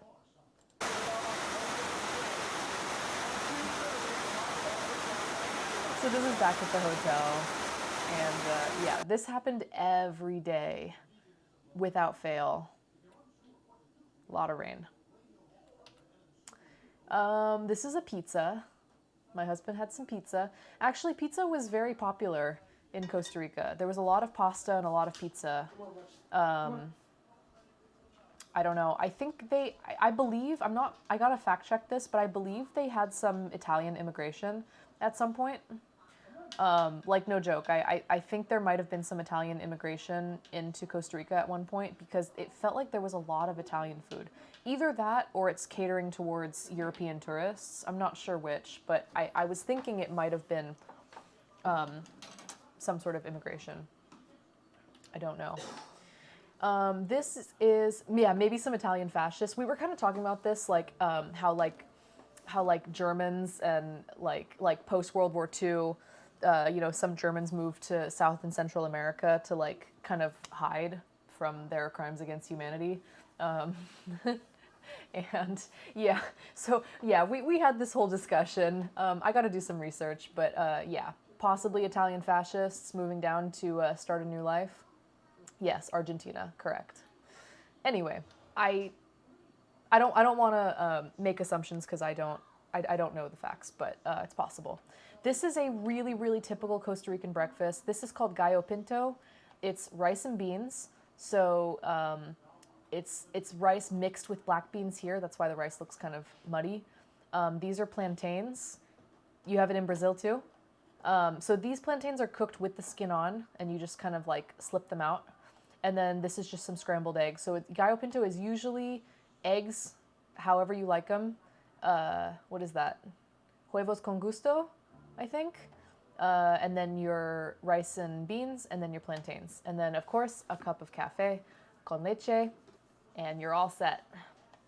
We're talking about their descendants. Yeah, exactly. I mean, at this point, like, you're many generations away, for sure. I'm not insinuating that that people, like descendants, did anything wrong. They just happened to be born. Yeah, I know what you're saying.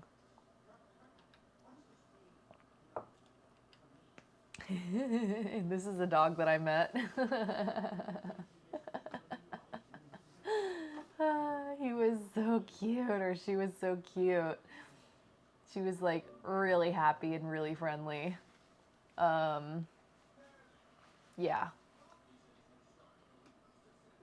They probably got there and they were like, hey, this is kind of nice. I sort of feel a little less pissed off at everything all of a sudden. Yeah, maybe. Or maybe they showed up and they were like, hey, this is nice. No one knows who I am. And I can, yeah, leave behind things that I've done. Sure. Jeever is 50% Jewish German. Do you know, for that side, do you know what brought them? Were they fleeing? Like, was your family German Jews fleeing Germany in World War II? It's very shiny, a shiny sausage. That dog is loving it, I know. Okay, so I wish I had pictures from our river rafting, but I didn't because obviously we got soaked, and so I didn't bring any devices with me. But this is us after. Oh, my friend closed his eyes. This is us after river rafting. It was like so freaking cool. It was whitewater rafting, and you're like riding on a big inflatable thing, and it actually was quite scary. Like, my husband got thrown into the water. Like, he fell off and got thrown in. And it's very calm at this point, but some parts were like somewhat scary. It was, so they have like different classes of rapids. It was mainly class 2 and 3. I believe they might have had a little bit of class 4, but for the most part, class 2 and 3. So they were like not insane as far as like gnarly rapids, but they were pretty thrilling. Like, Maria would love your top. Yeah, it's like kind of a vintage, it's like a vintage bikini. Your family came to Brazil in 1914. Oh, okay. Oh, yeah, it was so fun. We were like, afterwards, we were just like, yeah, we got to do this again, like in the US. So I wish we had pictures of us doing it, but they want you to buy the photo package, and like, it was kind of pricey. I think it was like, sorry, my picture's loading. I think it was like $40 for the photo package link, but it was for everyone in your boat. So it was the 3 of us, and then there were these 2 people from Israel, And weirdly, they didn't know each other. They happened to meet that morning at their hostel, and they were both going river rafting. But we said, hey, do you guys want to go in on the photos? Because we said, like, if you want to go in, we'll chip in money. Because they said you could do that. So, you know, we said, if you guys want the photos, we'll chip in. But if you don't, like, we'll probably not get it. And we discussed, and they were like, no, I think we're okay. So we didn't end up getting the photo package. But there were some pretty funny photos of us, like, you know, screaming and getting splashed, and my husband falling in the water. They got a picture of him falling in the water. It's like an amusement park of nature. It was very thrilling. This is another happy husband dish. You got it right. So this is another casado.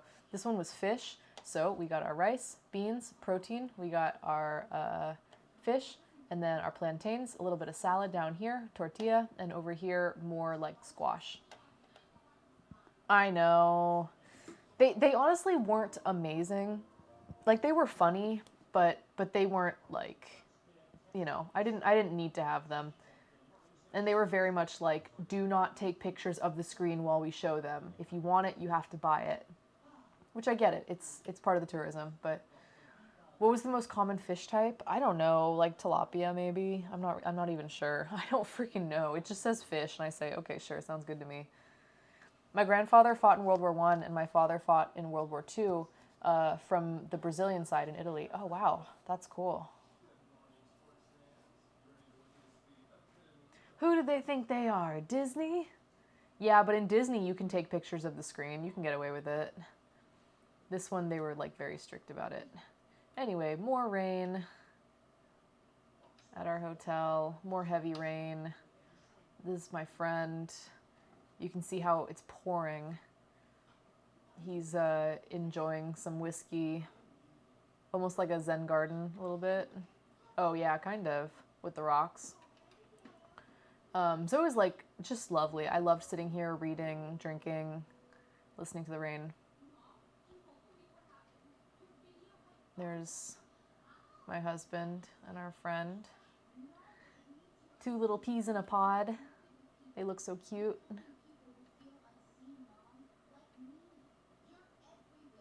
No, that was actually like Shiva's. Weirdly, they didn't have. They do have local whiskey, but I don't. Not a lot of it. I told you guys that I had guaro, which are the brand is called Cacique. So I drank 2 bottles of Cacique while I was there, and that is kind of like a rum. It's sugarcane based. Tastes more like vodka than like rum though. Honestly, not very good. Tastes kind of sharp. Don't drink guano.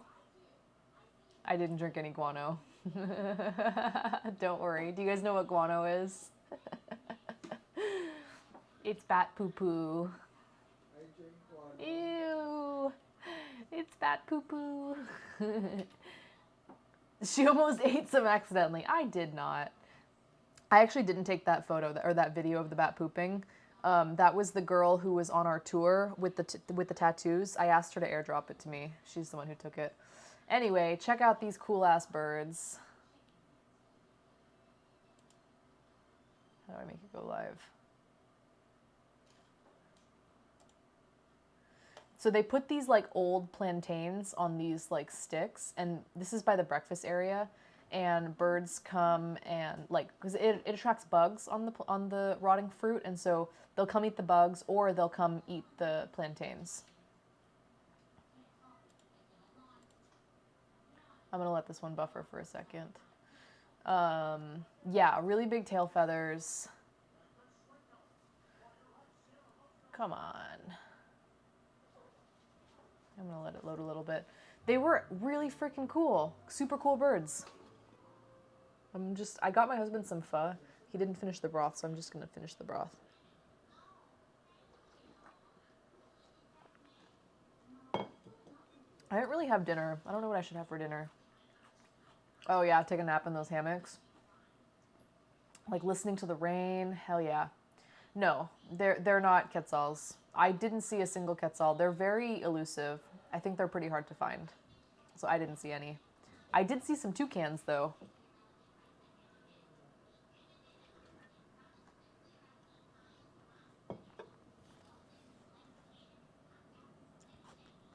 It's taking a long time to buffer.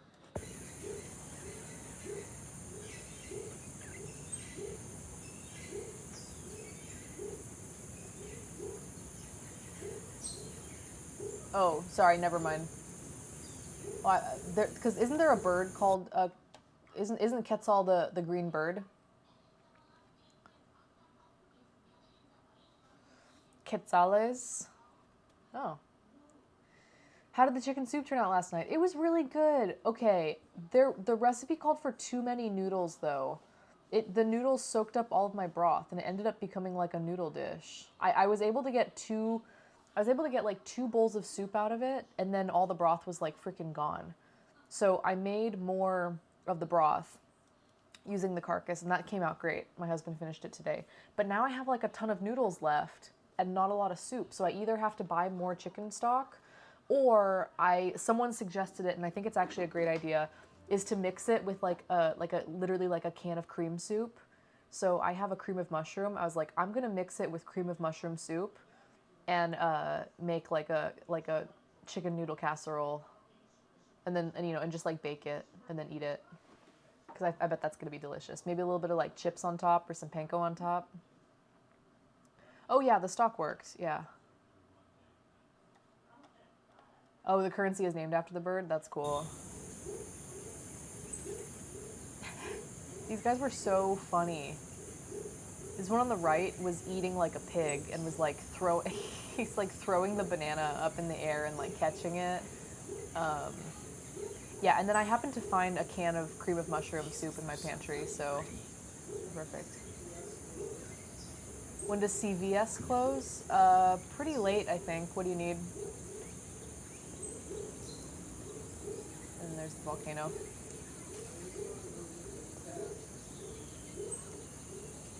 Oh, well, they probably aren't doing that at this hour. You should have done it earlier if you wanted to do that. I thought you just wanted to, like, buy something.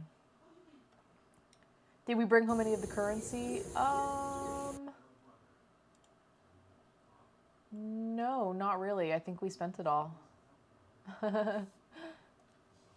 If I had some extra coins, I would have, but I think we spent it all. I bought some snacks. I got palitos, sabor queso. They're just like cheese puffs. Yeah, I know. Tostaditas de maize. They're just corn tortilla chips with a little bit of like lime chili flavor, onion rings, and chicharrones, except they weren't real chicharrones. They were wheat, like knockoffs. And I didn't realize that. I was eating them and I was like, why don't these taste like chicharrones at all? And I was like, there's literally no pork in these. He's doing the Italian fingers.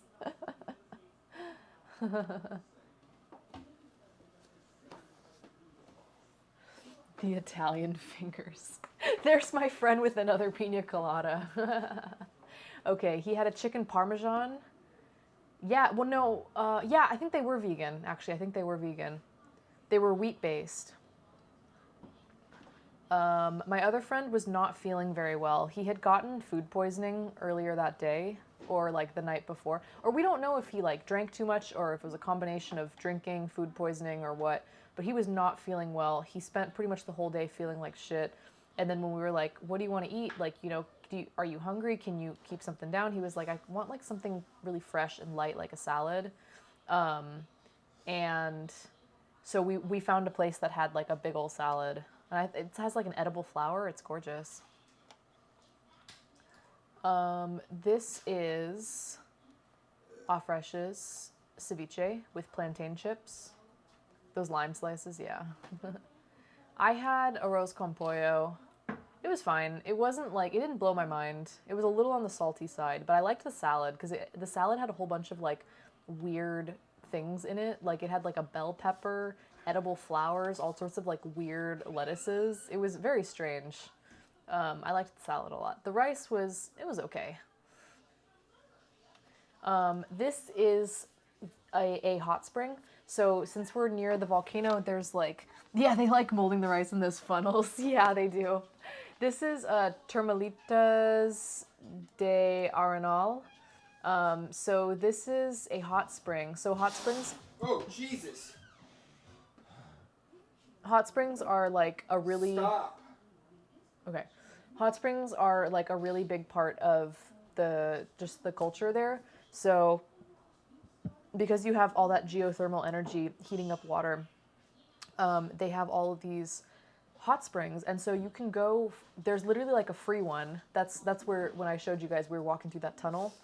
That was the free one where you just park on the road. Then you just had dinner and you're getting hungry again. I know. Then there's like really expensive ones where it's like, $100 a day to go to, or it's part of a resort or something like that. And you go and you have like fancy pools of hot geothermal water and blah, blah, blah. Is that real stone? Yeah, I think so. This one was kind of a cheapo one. This one was more of like a local spot, not very luxury. But they have all these pools. And it's kind of like you go and you stay all day. So they have a restaurant and like a snack bar there, and they have picnic tables and barbecues, and you're supposed to go with your whole family and like stay there all day and like just go in the water, and like it's just really fun. So they have water that's like kind of cool, tepid room temperature, and then they have water that was so hot it would melt your freaking skin off. Like we tried to go in the hottest pool and it was so hot I couldn't stand it. Like I felt like I was burning, so I couldn't go in it. But I went in like the almost hottest one, and that was awesome. It was really, really freaking hot, and it's all heated with like volcanic, volcanic activity. Pretty cool. Where's his bones? Anyway, you were saying that it was a sensual pool. They have a lot of rules at the hot springs, and they have a very strict rule against forbidden love scenes.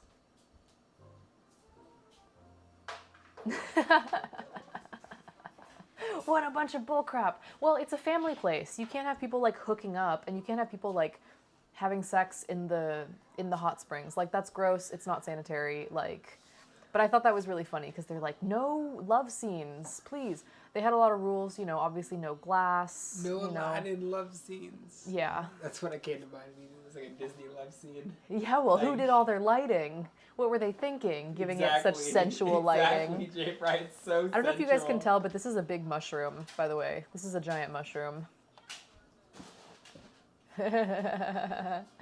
Yeah. Okay. Then we left La Fortuna and we hit the road headed to Monteverde. I was driving. I was in the car, and it was honestly kind of stressful. It was about 3 hours driving. Mostly pretty good. But we did hit some like potholy areas, and it was very windy mountain road, so I had to really be like paying attention. This is Lake Arenal. So Mount Arenal is the volcano, and then there's a lake right next to it. You mean mushroom sculpture? Yes, I'm sorry. I should have been more clear. It's a sculpture, not a real mushroom. I'm sorry. Back from Girl Guide's daughter in bed. I'm back. Can we start at picture number 1? No, that's what the VODs are for. But we're just on the road to Monteverde now. So here's the lake. It was beautiful, just beautiful. But yeah, welcome back. These are coatis. Yeah. I think that's how you pronounce it. Coati, coatis. We thought they were monkeys at first. They're not monkeys. They're coatis. They look like a monkey. I don't know if that's a prehensile tail. I think it might be, but I'm not positive. They're actually kind of more closely related to raccoons. Anyway, they're really stinking cute, and they were all up in the road. So I had to stop the car because I was afraid of running them over. And then we wanted to take pictures, but then they all wanted to like come check out our car. And like my husband opened the door to get out and like get a closer picture and also make sure there was none under the, in front of the car, just to make sure that we were clear. And they were like getting really close, and he was like, dude, they're gonna jump into the car. Here in Brazil, we have a saying: if there's a sign, there's a crazy story for it to be there. You know what? We don't really have an equivalent saying, but that is pretty true of a lot of places. Yeah. Oh yeah, people probably feed them like crazy, but they're super cute. They're coming right for us. Aren't they adorable?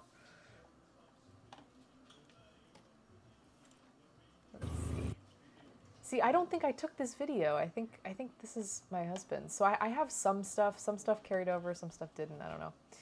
You got to play with baby howler monkeys at the rescue center? That's so cool. Trying to let it buffer a little bit. Ah, they're so cute. Look, he's like coming over to inspect the car. Wait a second. They're in the road. I don't want you to kill them, please. You can hear my husband saying, they're in the road, I'm going to get out because I don't want to kill them. Because, yeah, I was parked there so we could take photos, and they obviously started coming closer, and then I was like, dude, if I drive, I'm afraid I'm going to roll over one. So he got out of the car to, like, make sure that everything was clear. It was so cool. I actually didn't get out. I can't tell if there's anyone in front of us. There's so many, and they're like a whole troop of them. Stop. Yeah, that's turkey. This is a German bakery. Yeah. German. We were driving through this town. This is what I was talking about with like the German stuff and like, you know, German immigrants and stuff. This is like a very legit German bakery that had been around for a long time. I don't know exactly when they started it, but you know, it's been around for a long time. Is that turkey whining? Yeah, sorry.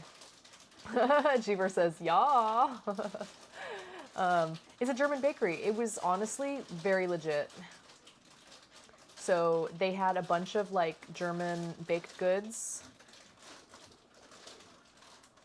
They had imported salami, Leberwurst, Frankfurters, Weisswurst, Bratwurst, and all of these were sourced from a German butcher in San Jose. They were all like delivered regularly, so yeah, legit German stuff. My friend got meatloaf and a fried egg. So this under here is meatloaf. This is fried egg on top with pretzel, with a pretzel. He actually said the pretzel was disappointing, unfortunately. He said the pretzel was not amazing, but yeah, I don't know. My husband got a schnitzel with a very weird potato salad. Jeever, no spoilers. Shh. Yeah, maybe it needed some more mustard. I did ask for mustard. We had a sweet mustard and a spicy mustard, and they were really good. So this was like a giant schnitzel. My other friend had a goulash. Is that goulash? No, wait. Yeah, I think it's goulash. It's like a beef stew. I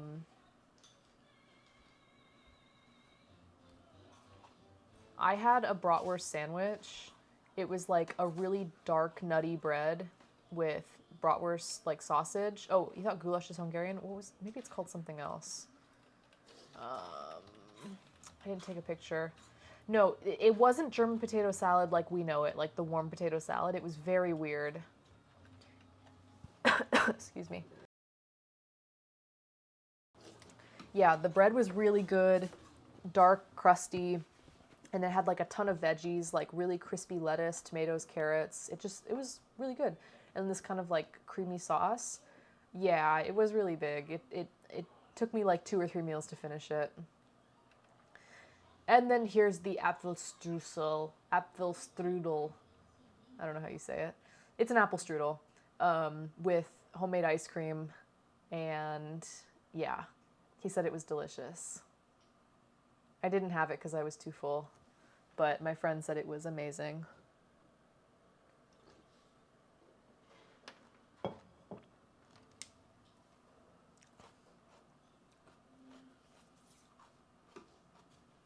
This was just a different German potato salad that I'm used to. Did you put jalapeno in this broth? It's so spicy. Is that a big enough bowl? Yeah. It's for the pho. Okay, then we moved on. And it's actually a mixing bowl. It's like one of my baking mixing bowls. You know what though? When you're making a big bowl of pho and you don't want to slosh it, this one's good because it has handles from the pour spouts, so you won't burn yourself. And also, like, you can kind of move it around and you're not going to lose your soup.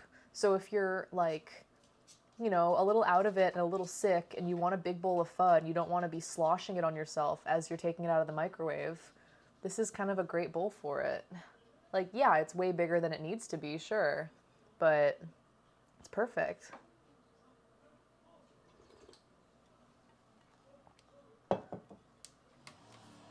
Oh, it's not perfect? Uh-oh. Jeever does not approve. Oh, he approves somewhat.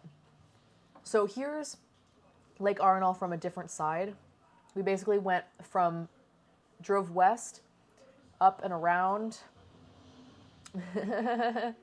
and went around the lake. So here's a view a little bit higher up. Very beautiful.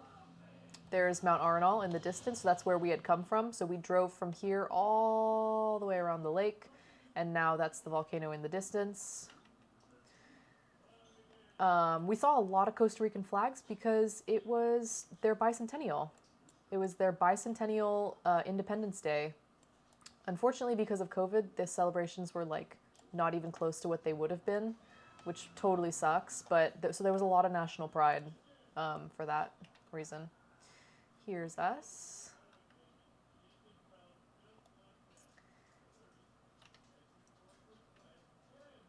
That's me with the butterfly wings. They have a nice flag. Yeah, it's nice. We saw a lot of patriotic stuff. I took a picture of this so that I had their phone number in case I needed to be airlifted somewhere. Not even joking. I was like, I'll take a picture of that just in case. Another pizza. Pretty decent. Had a lot of veggies on it. I think it was pretty good. This is like some sort of weird cricket thing. I forget. I don't know if it's like a cicada or a cricket. You always do that? I don't know. I'm just like, literally, it was like a clinic that we saw in town, and it just had like, I don't know, it said we accept international insurance, and it basically said that they cover all sorts of stuff. And I was like, okay, that's probably good to know. Like, the highly deadly barking cricket. I do it with parking spots too. Okay, yeah, so we got some bug pictures. Okay, so we went on a night walk. This is like just a really, really large, I don't know if it's a cricket or a grasshopper or something. It's big as hell. This is a frog. Isn't that so cool? I'm pretty sure, I think my husband took these on his phone, because I don't think my phone could get such a good picture. No, he's got some really freaking good ones. Oh, it doesn't look like your mother's. Well.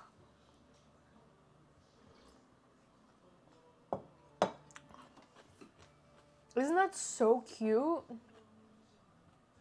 It's like such a beautiful animal.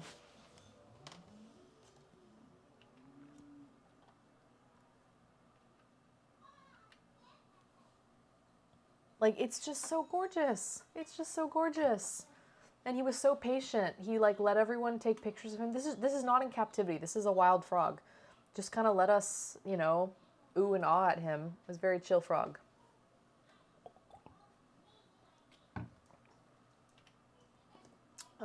This is like some sort of butterfly. Some of these pictures are meh. This is a giant cockroach. It was really big. It was like the size of my thumb. National Geographic calling? Probably not. Oops, sorry, accidental picture. But you can see it was in the dark. It was in the dark and we had like flashlights and we're just like traipsing around on a night hike. Oh yeah, that's a roach. La cucaracha, la cucaracha. Yeah, it was a big boy too. Oh, this picture's not so good. My husband has the good ones from this night. Mine aren't as good. He has all the good ones from this night. Mine doesn't like autofocus as well. But we did see a tarantula in her little hidey hole. The frog had red eyes from fumaring too much cucaracha. We did see a tarantula. Again, this is in the wild. This is not in captivity. Our guide found this, and we got to like sneak a peek at her. This is a chocolate cake. We told, you know, when we booked our hotels, you can give them some extra instructions, and we said we're celebrating, you know, my husband's birthday. If there's anything special you can do, blah blah blah blah blah. Like, we'd really appreciate it. And so yeah, they literally bought us a chocolate cake and left it in our fridge for us, or like left it on the table for us. It was very sweet, and it was delicious. I thought this was really funny. So in Costa Rica, everyone's always like "Pura vida," and that just means like this sign is kind of accurate. I think they play it up for the tourists. I was asking my husband, I was like, do you think they say Pura vida to each other? Or, yeah, kind of like aloha. I was like, or do you think they play it up, like, only for the tourists? And we kind of decided that it was somewhat both, like, that it is said, but it's mainly said because of the tourism aspect. That's what we think, anyway. But everyone always says it. On the Caribbean coast, no one says it. Interesting. So it's, yeah, if you say like, if you bump into someone and you're like, oh, I'm so sorry, they'll just be like, Pura vida, and you're like, oh, okay, great. Or if you like thank someone, you thank your server for your meal, they'll say, Pura vida, and you're like, oh, okay, great, thank you. It's like everyone says it, yeah. I don't know, it's like aloha, kind of. It's like I just thought this was, yeah, it's nice. It's just, it's probably somewhat cheesy and played up. So I'm not going to pretend that it's like super authentic, but I like the sentiment. Just the idea of like pure life, life is good, enjoy it, it's all good, like be happy. Kind of like it's that kind of vibe, you know? So here's where we were saying C'est la vie. C'est la vie is a little bit more resigned for me. C'est la vie kind of means, for me, is a bit more painful. Like when something bad or when something unfortunate happens and you're like, well, c'est la vie. Like, what can you do? Life is pain. You know what I mean? No, it means such is life, but I usually feel like it's said in a negative connotation where something goes wrong, you don't, something doesn't happen the way you wanted it to. And it's not the end of the world, but it's not like, and so you just kind of shrug and you say, oh, c'est la vie. Like, that's life. Yeah. Hey, Sammy's cat. Yeah, c'est la vie means, like, it's life or such is life or whatever. That's life. Pura vida means pure life, if that's what you're asking. You gotta take the good with the bad kind of thing. Exactly. But what I'm saying is I think Pura vida is a little bit more positive than C'est la vie. I feel like C'est la vie is a little bit more talking about something not so good. But maybe I'm just misusing it. I don't know. This was where we were staying in Monteverde. It was kind of like an Airbnb. So it was like these apartments, these stacked units. We actually were completely alone in the whole place until the last night. It was basically like an Airbnb, not a proper hotel. In Portuguese, it's é a vida. Yeah, it was a really nice building. Beautiful view. Like this is where you guys heard the cow. I was sitting here on this bench, streaming here when you guys heard that loud cow. So the cow lives somewhere out in this jungle. This is just, it's because I uploaded the TikTok a few days later, but this is the rainy video. I guess I can show it.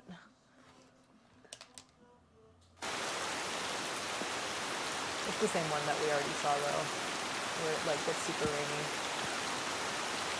I said it perfect. Hey, Avita. Oh, goodness. And I just got like super soaking wet. It was so fun. You get a full hour break? Nice. This is a weird statue. Don't ask me. I thought it was funny, okay?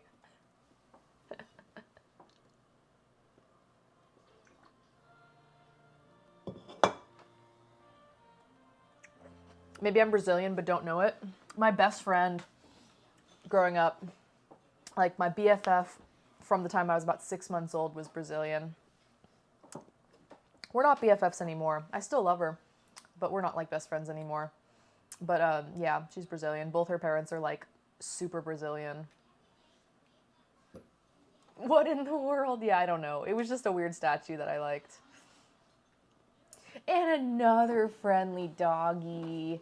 This dog was so friendly. We went to a Soda La China. It was a Chinese restaurant, and it was Chinese and Costa Rican food, and we were like, hell yeah, let's try it. Oy.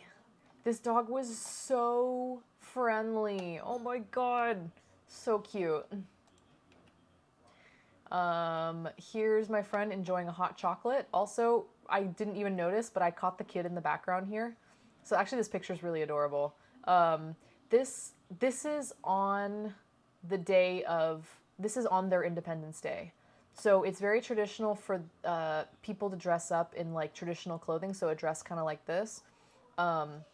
Adults do it too, like especially for like parades and stuff like that, but the kids especially do it. So the little girl, it's like very common for the kids to dress up in something like this. And those are like, you know, kind of like the flag colors. And my husband says, you could have got one. Geekhorn fan, welcome Raiders. Hello, welcome in. How you guys doing today? Welcome. Woo, vacation photos. Yeah, you guys are just in time for Monteverde. Yeah, she's wearing the national colors.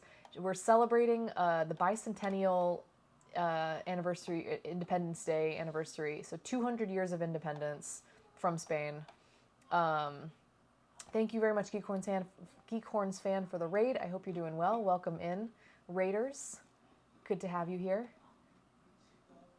I was trying to take a picture of my friend, but she happened to be like running around the restaurant in her dress.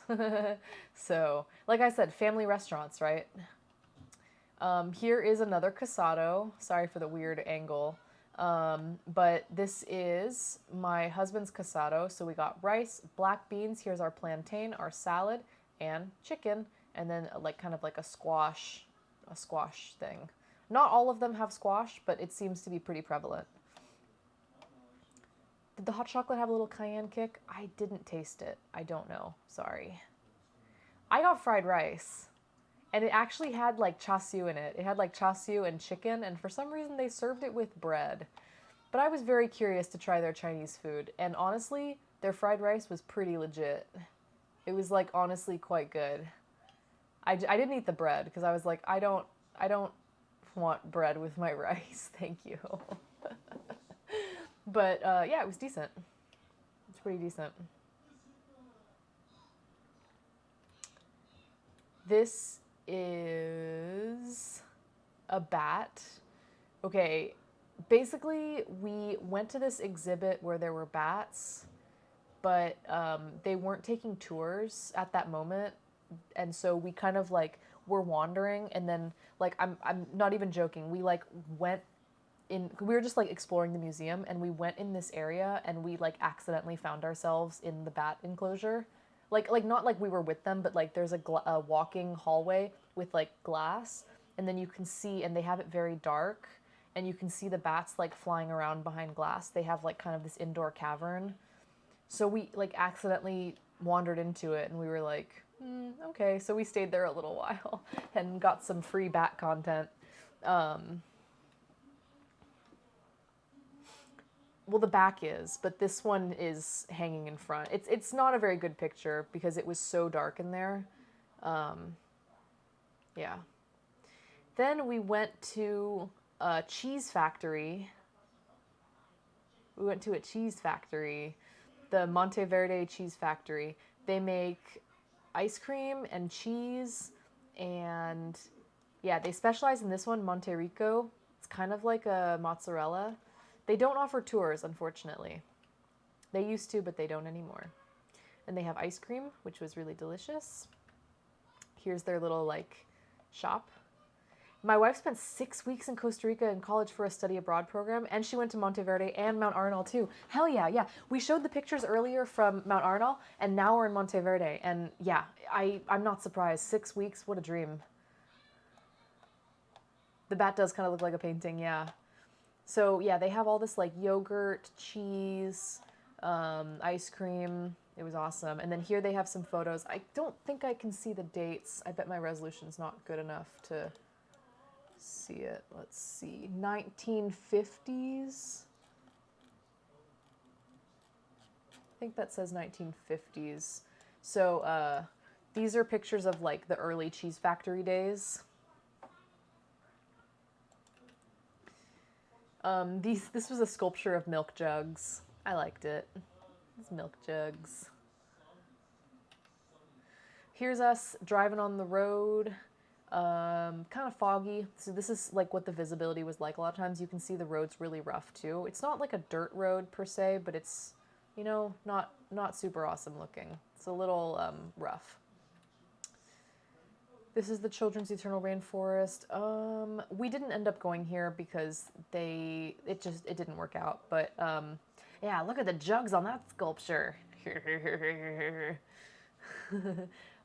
This is a rainforest that you can visit where like ticket sales benefit programs for school children, and they do a lot of like conservation, a lot of education. It was super cool, and we were gonna do a tour there.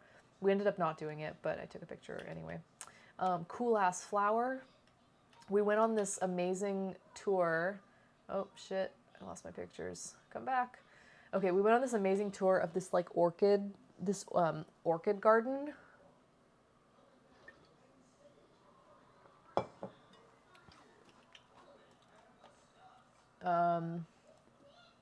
Where they have like an insane variety of orchids, which sorry, I almost said Costa Verde. Costa Rica, Monteverde has a lot of orchids, a lot of different varieties of them. So we took a tour, and it was just us on the tour. Am I eating ramen? I'm eating leftover pho broth. I don't know if you've ever had pho before. It's like Vietnamese noodle soup. My husband ate all the noodles and the meat, and I'm just kind of finishing his broth. So these are all orchids. They're just lovely. Our tour was really informative. Like, the guide was incredible. He knew a lot.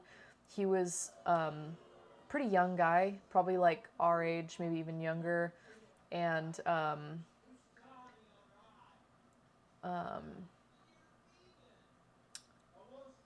yeah, he said his dad was like a really well-known botanist. Was he a fun guy too? No, he was really cool. I guess his dad was like a pretty well-known botanist, and so he was like had been studying orchids, and so the kid had been studying orchids like a lot of his life too. It was just pretty cool. It was like all in the family, you know. So these are like kind of the orchids that we're used to seeing. Like these are the ones that we see like at the grocery store or whatever. We don't usually get to see really cool ones like these. The orchids, if there was any takeaway that I learned, it's that orchids are extremely finicky, fascinating, just like delicate and just wild ass plants. Like, yeah. This is not an orchid. This is not a pitcher plant. It's not carnivorous. It is a pitcher plant, but it's not carnivorous. It's a pitcher plant that uses bugs to pollinate, so it does smell kind of like rotting meat, but it doesn't trap and digest the bugs. It basically lures them in to get pollen, and then it lets them fly out. Have you seen Adaptation? No. Yeah, so it looks like a pitcher plant, but it's not carnivorous. And I did smell it, and it does smell like stinky meat.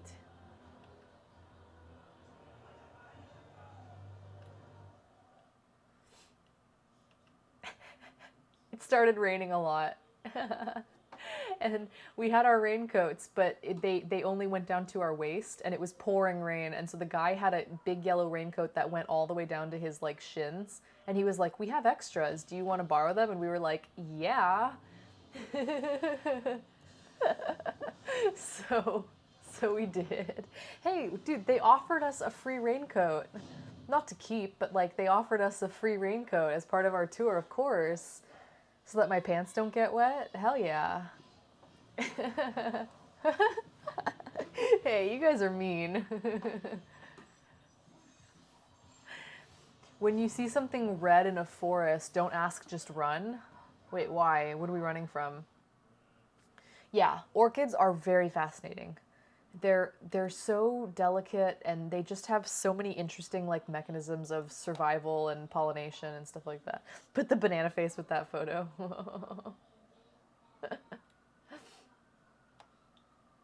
Yeah, plants and pollinators evolve together, and it's very evident, like a lot of the evolutionary stuff. It's just really cool. They're super neat. Most of the things in the jungle that will kill you, you will never see. All red is danger in the forest. Okay.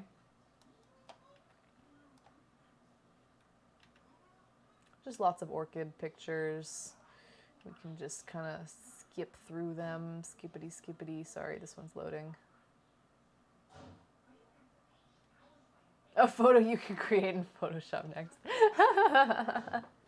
I know we look stupid. I totally took that picture knowing that you guys would like it, okay?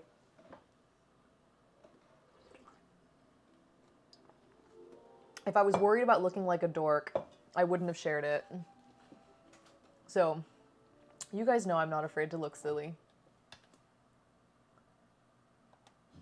This is me as an orchid.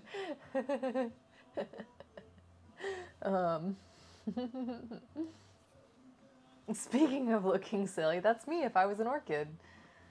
You would probably enjoy adaptation more after having this orchid tour. Nice. Sorry, I must have taken an accidental photo. I don't know what this is. Oh, no, I didn't actually. Oh, I know what I did. I accidentally had the flash on, and it was so misty that it illuminated the mist instead of the photo.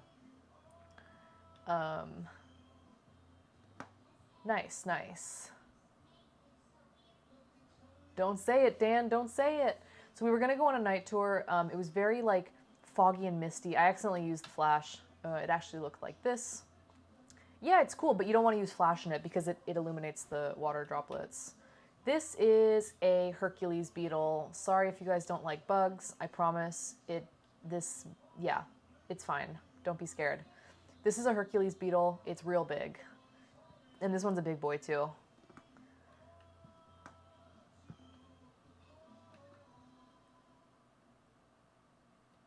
Pretty large.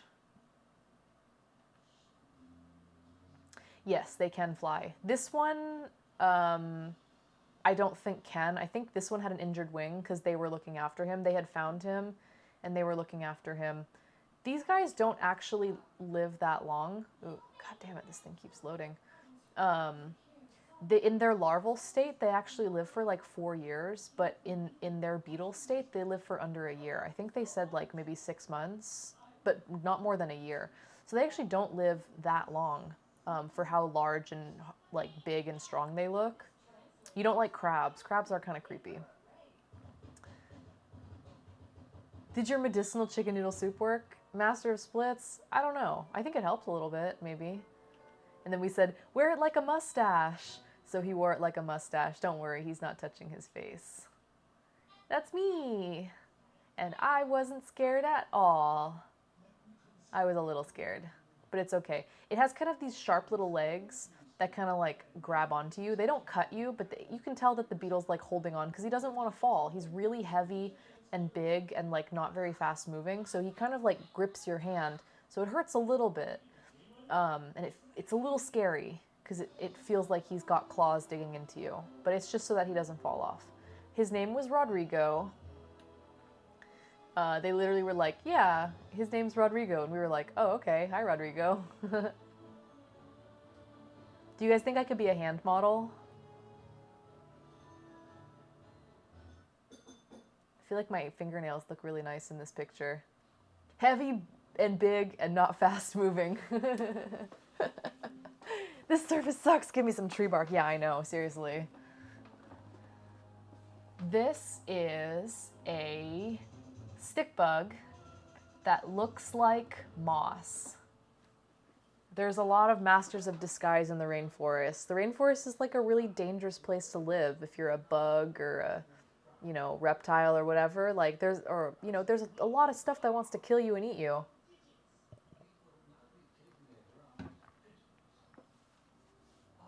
So our guide found them and was like, okay, see if you can find them. And so we looked and looked and we were eventually able to find them. But if you don't know where to look, you would think that this is just a piece of like moss. Yeah, put it in a glass chamber. I love that. I love Zoolander. I've told you, Zoolander is one of my favorite like dumb comedy movies. It's like, as far as stupid comedies, it's like up there as probably my favorite. Sorry, if you guys don't like spiders, these next two are spiders, sorry. This is a spider, and it is having a snack. Sorry if you don't like spiders, I'm zooming in. Don't look if you don't want to see it. Nom nom nom nom nom. He's snacking.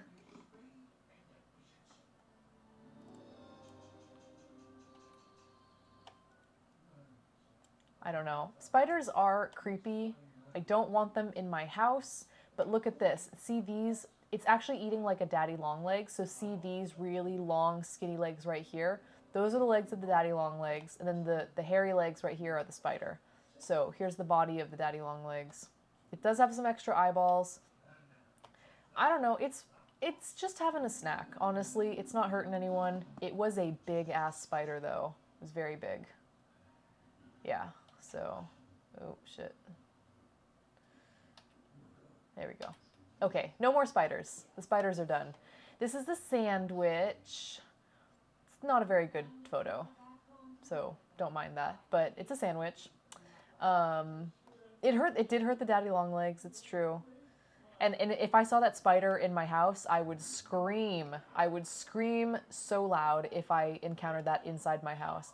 But when I'm out in the jungle, you gotta have some respect, you know what I mean? Like, you gotta understand that you're in their territory and you just shouldn't touch anything because there's lots of stuff around you. Okay, this is the butterfly garden. This is cool. This is birds, moths, butterflies, invertebrates, mammals, reptiles, and amphibians of the butterfly garden. So I believe, I'm not positive, but I think these are all species that have been seen at or near the butterfly garden. So you can see that we have like all these different, okay, so these are all dragonflies, damselflies, these are all grasshoppers, katydids, crickets, reptiles and amphibians, cockroaches, termites, mantids, walking sticks, earwigs, and then mammals over here. So it's like a very comprehensive list of stuff. Yeah. And then I don't know what the hell's going on over here, but yeah, as long as they're not on me, it's cool. I just thought that was kind of neat. It looked cool. So this was the butterfly garden. They have wild butterflies, and then they also have like covered atrium gardens where they like breed and release them. There's a type of spider in Brazil. If it bites you, you die in 10 minutes. Fuck that. No, thank you. I'm happy that I didn't get any spider bites. I did get bitten by an ant, and it did hurt a lot, but nothing happened. And I did get some mosquito bites, but I didn't get any spider bites. So yeah, these are really freaking lovely. These butterflies, they're so cool. You can just go to this garden. They had a tour, really informative tour guide, who was a volunteer visiting from the UK. So she was very knowledgeable, and she was like there to study insects. Sorry, my stuff is slowing down for some reason.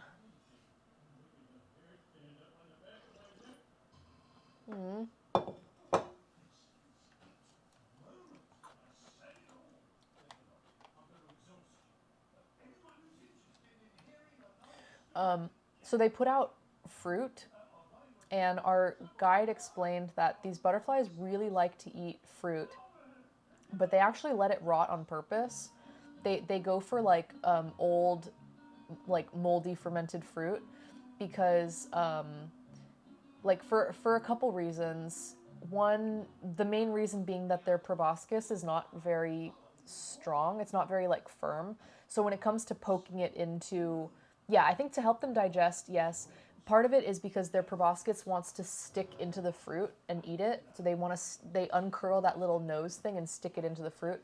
And if it's a fresh fruit, it's kind of hard and they can't really get in. When it's a really soft, kind of mushy, like spoiled fruit, the proboscis sticks right in and they can do it. Also, yes, butterflies can get drunk. According to our tour guide, the fermented fruit actually can get them drunk.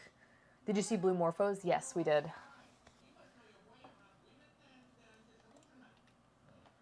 So they are just supposedly getting drunk on fermented fruit. How crazy would it be to have a straw for a mouth? Pretty inconvenient, I think. So lots of butterflies. One landed on my friend. God, why is it like slowing down? Come on.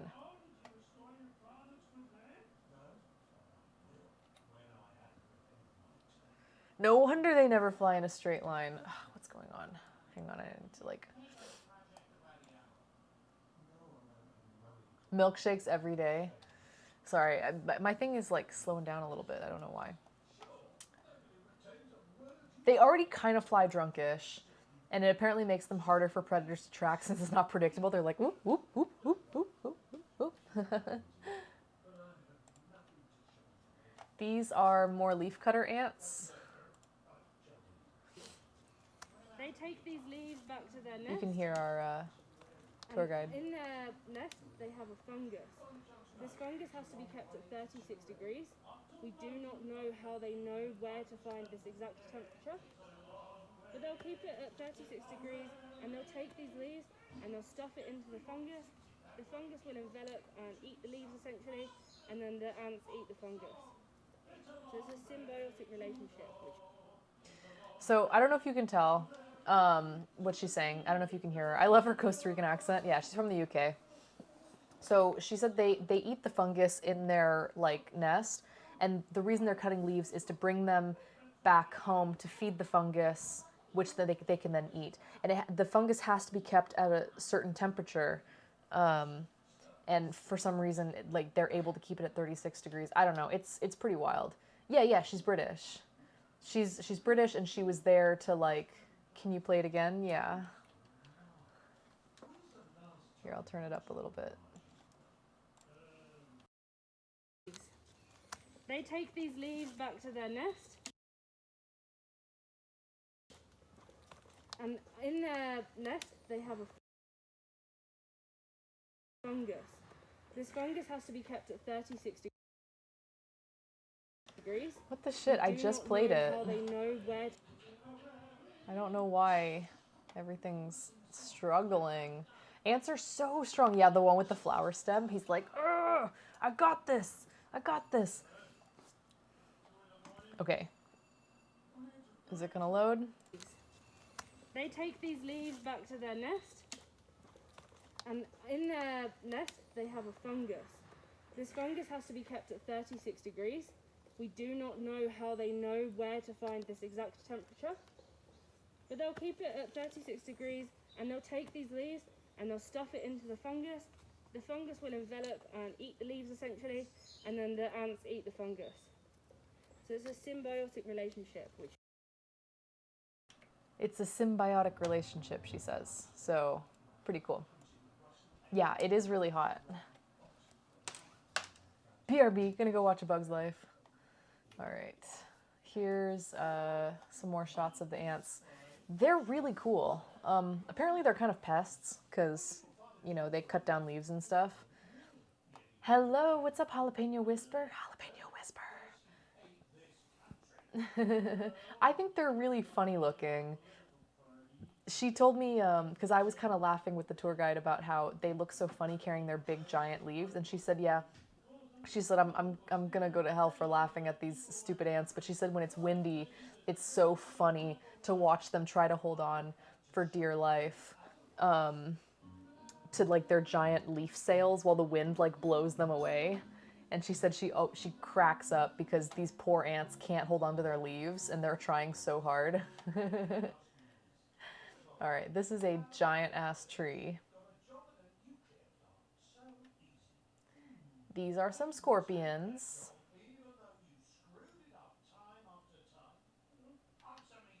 This is a tarantula. These are all in captivity. The windy rum got me. These are all in captivity. This bug is scary as shit. It's actually not dangerous though. It looks horrifying though. I can't remember what it's called. But yeah, it's actually, I think it's harmless. A cave scorpion? I don't know, maybe. The guide was specifically like, I know it looks freaky as heck, but like honestly, like they probably won't hurt you. I don't know. I just thought it looked crazy. Here, should I zoom in? Nom nom nom nom. Scary. This is a scary bug. I've never shown so many bug photos on my stream. Okay, cave scorpion. These are all cocoons and chrysalises.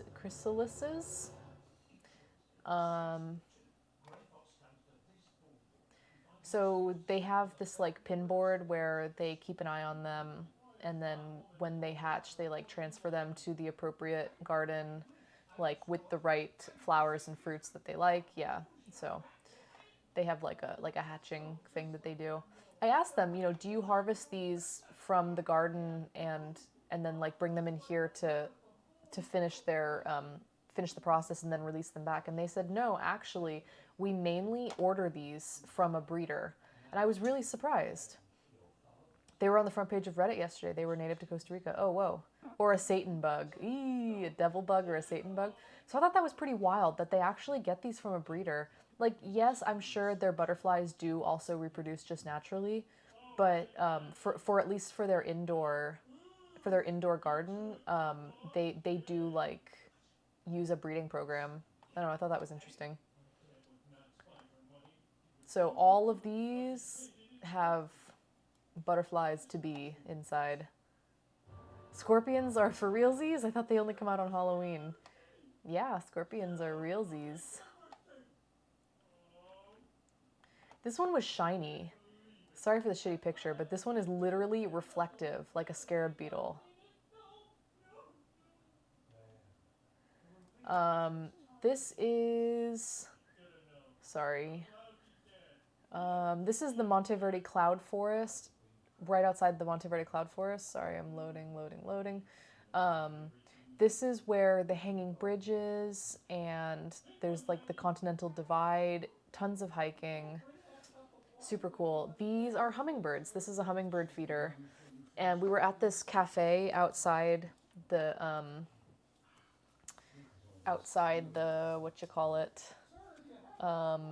entrance to the national park. And there was this cafe, like the hummingbird cafe. And so they had all these hummingbird feeders hung. The motto for the Costa Rica subreddit is Pura Vida. I'm telling you, that's the phrase. So these are just like different species of hummingbirds, and they were going freaking nuts. There were so many of them. I was wrong. I was thinking about trapdoor spiders. Oh, trapdoor spiders are very cool. But how gorgeous are these hummingbirds? They like, the photos don't do it justice to being there and listening to them like humming and chirping, because their wings make like a sound, like a whirring sound. Let's see if I'm gonna let it buffer for a second. I love hummingbirds. I love hummingbirds. I have a tattoo of a hummingbird.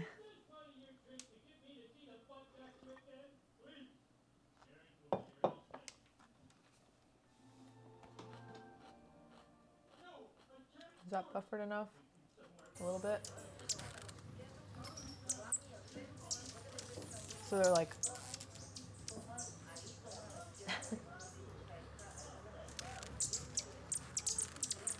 It's so fun to watch. Oh, that's so awesome. I love hummingbirds. I love watching them. The dive bombing sound.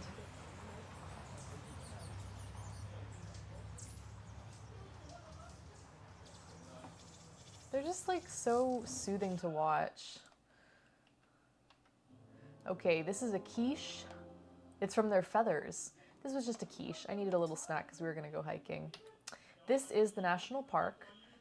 This is the Cloud Forest National Park. So we start here at the entrance, and you tell them how much time you have, and they will help you plan a route. Like for some reason when you pay, that's how they do it. They tell you where you should go. So we went up to this waterfall and then back down, and then he recommended taking the Sendero Wilford over here. The hanging bridge, the really famous hanging bridge, was closed. So he said go this way, around this way to the Continental Divide, back, swing back around this way. We sort of did that. We did the waterfall and we came back here. Then when we got to this fork, we went up here on the Sendero Chomogo and the Sendero Roble. So we did the longer hike. No, bridge not closed for COVID. Bridge closed because a tree fell and broke one of the cables, and they were still repairing it. So we took the longer hike this way to the Continental Divide, came back, and yeah. Cool mushrooms, cool flowers, cool waterfall.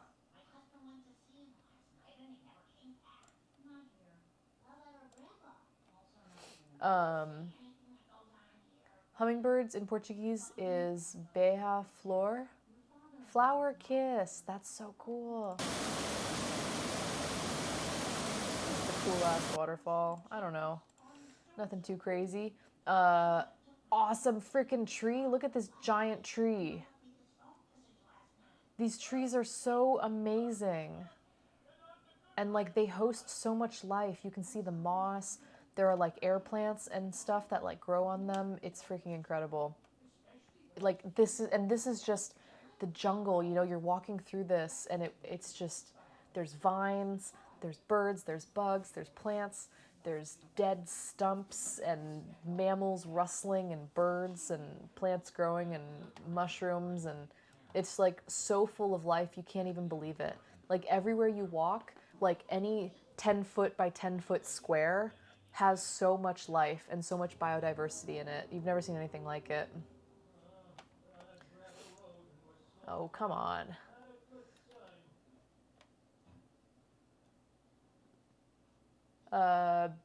Beija-flor. This is... that was a millipede or a centipede. I can never remember which. Anyway, it's the non-poisonous one. Beija-flor. That's so pretty, a flower kiss. This is a millipede. Well, I don't know. A guy we talked to said if they have 4 legs per body segment, they won't hurt you. But I mean, I didn't want to test it, but I thought it was kind of cute. When I went up to inspect it, it got scared and it curled up. This scares you? I'm sorry. We'll skip it. Do I speak Portuguese? No, I don't. These are what the trail was lined with because it rains so hard. They can't maintain regular trails because since it rains daily, okay, centipedes are mean, millipedes are nice. Yeah, so millipede. Oh, thanks. So because it rains so hard, they can't maintain trails because they would get muddy and they would flood instantly, like all the time. So they have to have these kind of like weird steps to maintain the trail. So it was like this. And this part kind of floods out, I'm sure, but you just have to walk here. And it's actually really difficult because there's all these holes in the ground. Like these are all like really uneven. And so you're walking super carefully. Like, yeah, you can walk on the side, but it's a little bit slippery. And yeah, it was actually like I've never been on a trail like this before. It was really difficult. It's very roughly 100 legs versus 1,000,000 legs. That's my mnemonic. That the millipede just has way more legs. That's me.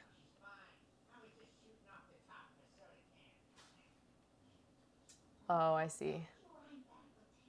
That's us. We look like we're on a green screen for some reason. Yeah. That's my husband in the jungle. That's my jungle off fresh. I've been on lots of trails where the middle is a log over the squish. Yeah, so get a load of this. Here's the fog. Yeah, it kind of looks like a green screen. Something about the photo, I don't know. But this gives you a little sense of just how lush and misty. And this is like a photo that you can smell, right? So just imagine that you're here, and it smells kind of like rain and dirt, and it smells like things that are rotting, but in a good way. It doesn't smell like gross rotting. It smells like rotting wood and rotting leaves, and like you can imagine the smell, right? Send me that pic so I can edit it. What, this one?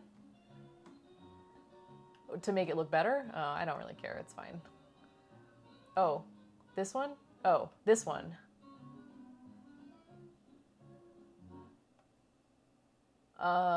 Send me a message because I'm going to forget. Okay, let me remember. So that's... Here, let me just do it now because I'm going to forget. Can I just put it in Discord? Is that okay quality, or do I have to send it? What's the best way to send it? No, if I literally don't do it right now, I'm gonna forget. I have to literally do it right now.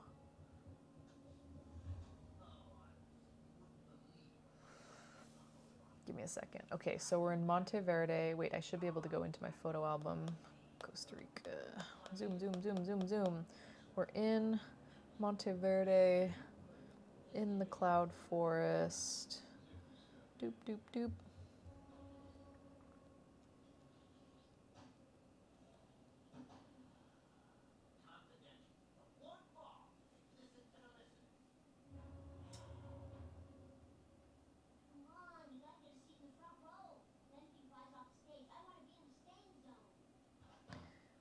Don't know if the quality's good enough, but I put it in my Discord. Discord doesn't compress? Oh, really?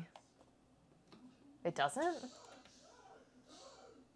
Oh, this version looks better. Oh, that's the HDR version. Shit, hang on.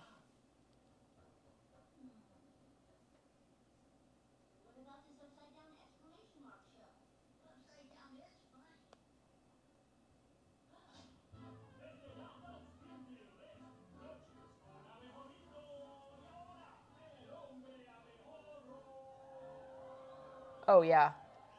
The second one's better. There we go. Okay.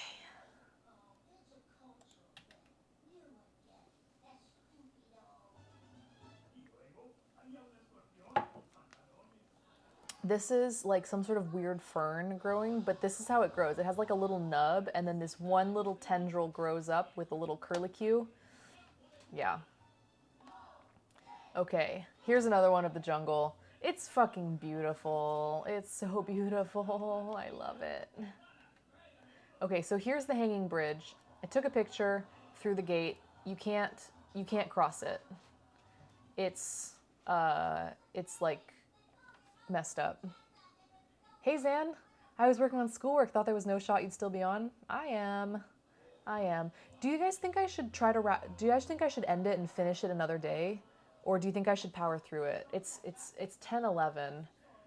I can do this maybe tomorrow if you guys want me to do the rest of the trip tomorrow. Or I can just keep powering through because I know it's going to start getting late for some people. What do you guys think?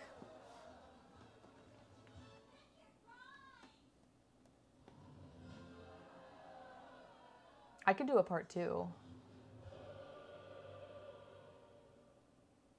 It's 1:11 a.m. I don't know what you're going on about. I think one shot is best, but I could see either. Okay. For a VOD purpose, I like a one shot, but all right, let's pick up the pace a little bit. I feel like I'm going to start losing people, which is... okay, let's keep going a little bit longer. See how it goes. So this is the bridge. The cable was broken from a tree falling, so we weren't able to cross it. This is like a really famous bridge. So you can see I'm kind of on it, but you couldn't cross it. This is just a little thing off the trail that we jumped down to get our feet wet. That bridge is a whole lot of nope. Have you guys ever heard snakes being called nope ropes? I thought this was a beautiful little secret garden passageway. Yeah, I enabled my HDR, and it's kind of interesting to see what it does to the exposure. Very mystical looking. So went all the way, nope rope. We went all the way out here and we made it to the Continental Divide. Like Trash Panda, yeah. That's me. That's my husband. I like this picture a lot. This whole series of pictures is very cute, actually. I like this one a lot. I think this one's my favorite. Ah! Okay, so this is the Continental Divide. It says, the Continental Division is a geographic line drawn over the Earth that marks the boundary between two hydrographic watersheds on a continental scale. In order to understand this, the water that falls on your left hand will lead to the Atlantic Ocean. The water that falls on your right hand will lead to the Pacific Ocean. The water that falls in the same place will travel hundreds of kilometers in opposite directions. So it's the Continental Divide because Costa Rica is literally a country between two oceans. So you have Pacific on one side, Atlantic on one side. Costa Rica has ocean on either side. So there is a midpoint in the country where when the same rain falls and it hits that point, some of it will go to this ocean, some of it will go to this ocean. It's really cool. So it's like the Continental Divide. Yeah. And this is it. We're standing on it. Ta-da! So yeah, it was really pretty. And it wasn't raining at this point, thankfully. So we took some pics. And you can see the fog rolling in. Monteverde is really freaking cool because it's so high up. It's high and the altitude is very high. And so you have a lot of fog and a lot of mist. Same thing in Guatemala, exactly. Yeah. Just some cool pictures of the fog rolling in. You can see the rain's coming. Just a cool mossy tree. I don't know. We'd be like, hey, that's cool. Let's take a picture of that. Here's my husband being a dork. Climbing on things that he shouldn't be climbing on. He saw someone else doing it and was like, I want to do that. That looks like fun. And I was like, you best be really careful. Oh, I like this one. That's a nice picture. So you can see the hills kind of rolling through in the background.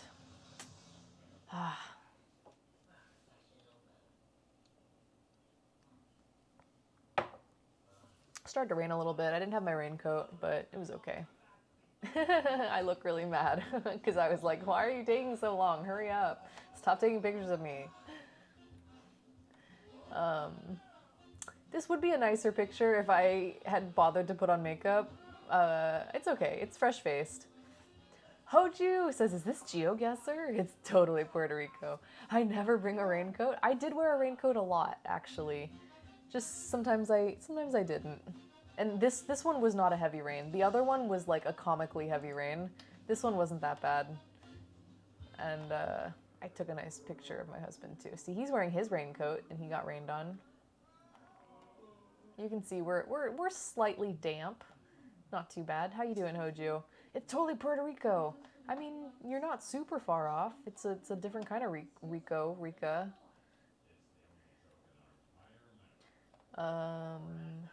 More pictures of beautiful running streams, clear-ass cold water. You could probably drink it. I wouldn't. I would still filter it, but... Yeah, see, he's wearing his raincoat.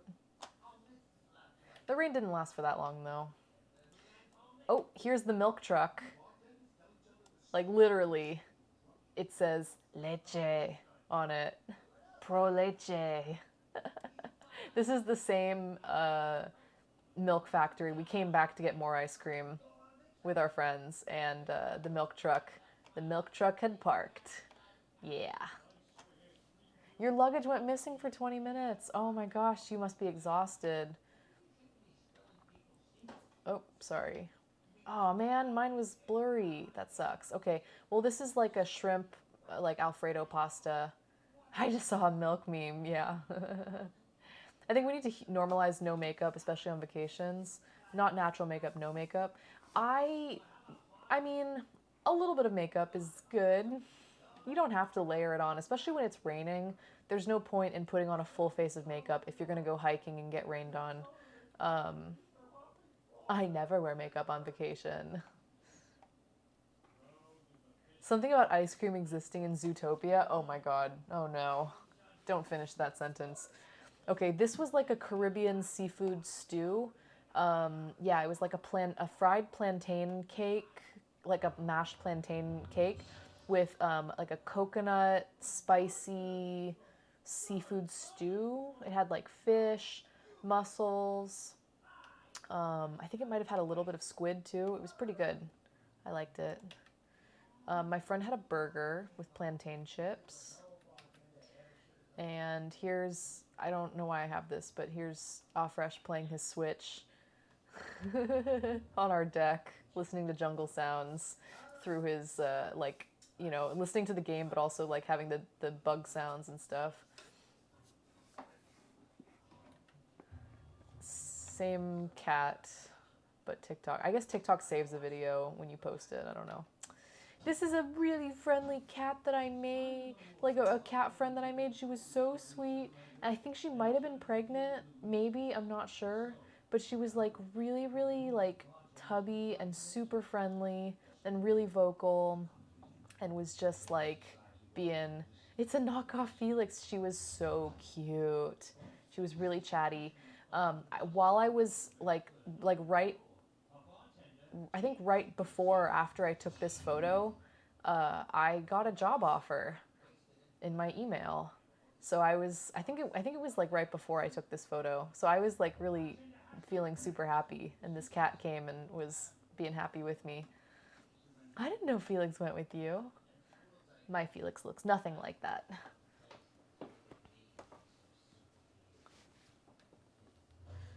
Yeah, did I tell you guys that they sent me my work device? Here, this is what Felix looks like. He just came. He's like, I heard my name. I heard my name. Oh. Hi. This is what Felix looks like. This is what this kitty looks like. I want to hear more about this job offer. I'm happy about it. I'm also, I mean, whatever. Beggars can't be choosers, but it's a full-time job with the federal government, but it's temporary. Reminds me of Copper Confetti's cat Murphy. I don't think I've seen her cat before. Felix does not like the picture. Yeah, it is. It is a federal job, but it's a 3 to 6 month assignment. So obviously I'm gonna do it, but I'd be like way more stoked if it was permanent. Oh my god, she's a spy. I wouldn't tell you if I was.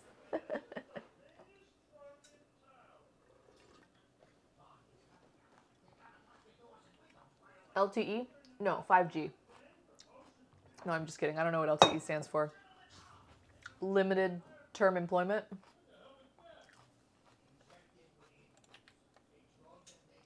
More Gallo Pinto? You're cheating on me. I would never, Felix. I love you so much. I love you so much. Giving him some noogies. This is another Gallo Pinto. So we've got our rice and beans. We got scrambled eggs, toast, plantains. Okay, guys, this is mayonnaise. I'm not even joking. This is mayonnaise. You work for the federal government? I recently got a temporary job offer.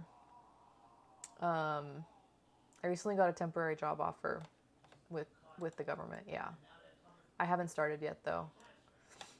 I still have some stuff to do, but today I received my laptop from them. So I guess it's happening. Anyway, this is a big piece of cheese. And yeah, this is mayonnaise. We were like, what is the mayonnaise for? Do you put it on your eggs, your rice, your beans, your bread? Like, what purpose does the mayonnaise serve? Okay, guys. Okay, so the photos did come through. For some reason, the iCloud did sync, so we're good, because these are pictures that my husband took. I didn't have my phone this day. You would need like 3 vaccines to get it. Yeah, I don't even have 3 vaccines. I guess I'm the loser. Okay, these were all taken on my husband's phone, so that means maybe my iCloud did finally sync. which if that's the case is fucking fantastic. So this is my husband's birthday. So, sorry, happy belated birthday to Aw Fresh, my husband, this guy right here. We went ziplining for his birthday and it was so much fun. Z-double-O bow. Can I send someone to jail? No, I can't. So we went ziplining. This is just like going up the stairs.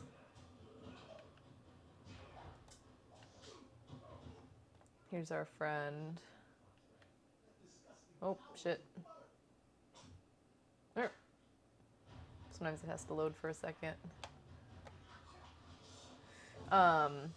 Yeah, this was fun as hell. Happy birthday to Vigo. You really think he looks like him? I mean, I kind of don't. I don't know. I wouldn't be opposed to it. I just don't really think he looks like him.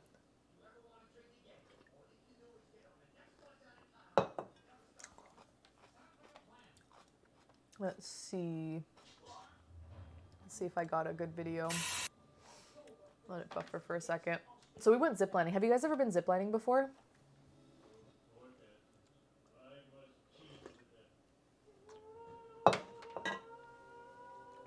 There's a big bowl of soup. And it's really cold.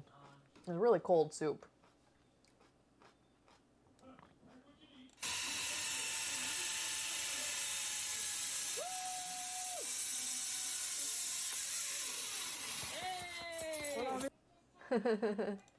It's really fun. So here's these guys, and then this guy, his name was Krishna, and we literally ran into him several days later in a totally different city. I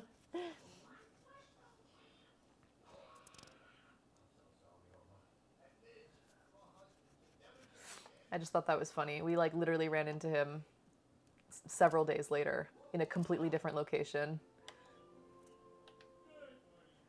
So yeah, they have people manning the takeoff site and the like landing site. So they have people all throughout the course. I finished my edit of your photo in Discord. Oh gosh. Okay.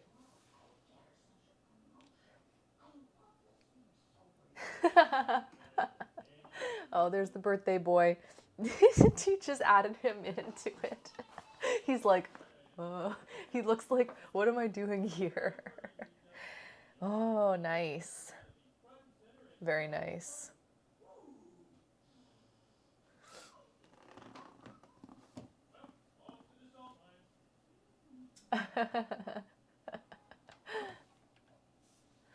I thought you edited the raincoat one.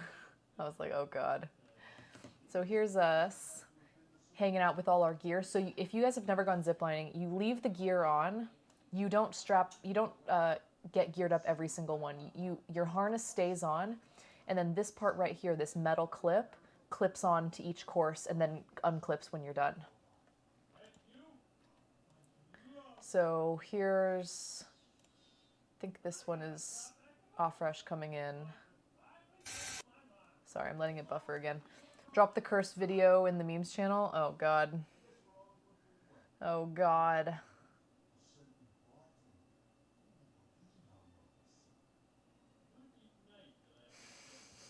He's like reading the letter. Oh, geez, that's disturbing. You have 2 clips and you do one at a time? No. You have 1 carabiner and then 1 that actually like rides the cable. It is cursed.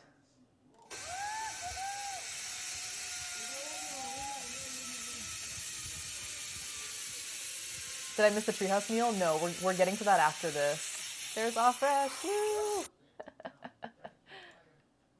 This is our other friends coming in. This one was cool as shit. Let it buffer again. This one, you come across the whole freaking canyon. I swear to God, it was insane. Because they have ones in the trees and they have ones that you go across the whole canyon. It's not dangerous. It's fine. It's so cool though. Look at him.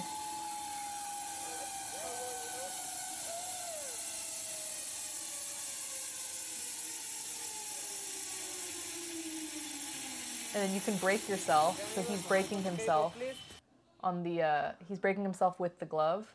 Yeah, and you can hear me going, woo! I got all of them coming in. And then I was like, I want one coming in. Hang on. Is it this one? Let me see. I came in like a wrecking ball. You're like, it sounded like a scene out of a Goofy movie.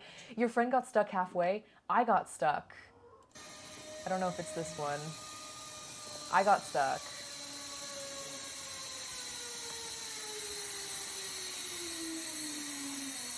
No, that's my friend coming in. Hang on. I got stuck. I think, is it this one? I think it's this one. Hi, Wiku. Yep, me too, if it's this one. Because if you're not heavy enough and you don't have enough momentum, like if you don't have enough momentum, you get stuck. And so what I was trying to do is I was kind of turning too much. I was spinning. So I was trying to like just right myself and keep myself from spinning.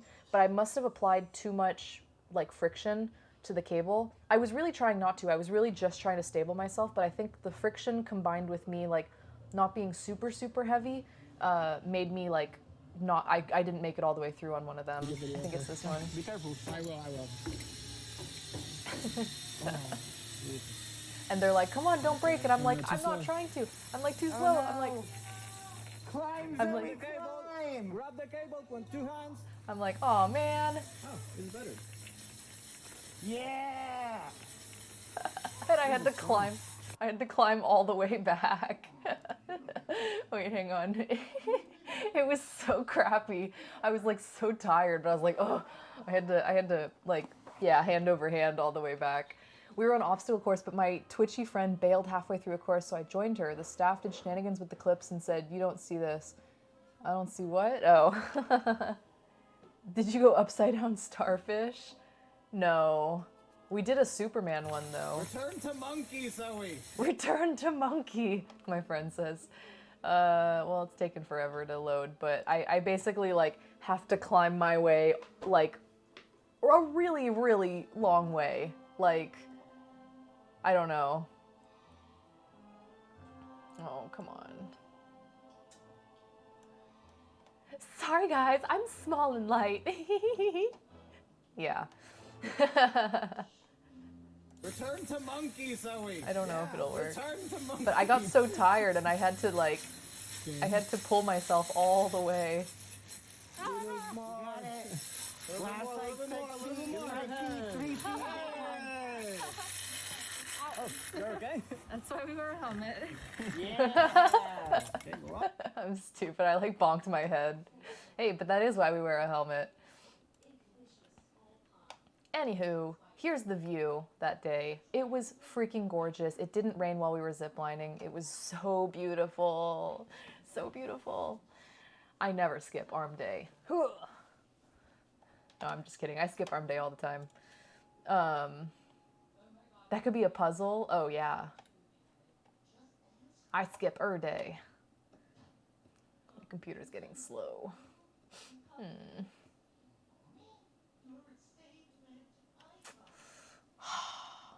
Every time I do that, then it comes back. Okay. Yeah, it was just gorgeous. Gorgeous, gorgeous, gorgeous. And we're like ziplining through all this crap. It was so fun. So freaking fun. This is our crew going up, getting ready to do the Superman zipline. The Superman zipline was freaking awesome. They hook your feet in so you're face down and you're like Superman flying. And my friend here, he's kind of scared of heights. So we were like, you can do it, you can do it. He was like pretty nervous, but we were like, you totally got this. And he totally did it. It was awesome. Weirdo. So this is the other Superman. I didn't get pictures of this Superman. It was really high up and you get to go across the whole valley lying on your stomach, just face down, and like it's like you're flying like Superman. It was seriously the coolest. But this one was a Superman through a tunnel, which was scary in a different way. You're not very high up. You're like, as you can see, you're like not even 10 feet off the ground. You're like, you know, you're like right above the ground, but you're in a dark tunnel. and you're just like shooting in a dark tunnel towards a pinprick of light at the end. And so it's really scary because it's like loud and fast and dark, and you're just like, ah. But so that was me coming out at the other end. It was super fun. But you see how they like hook your feet in like this?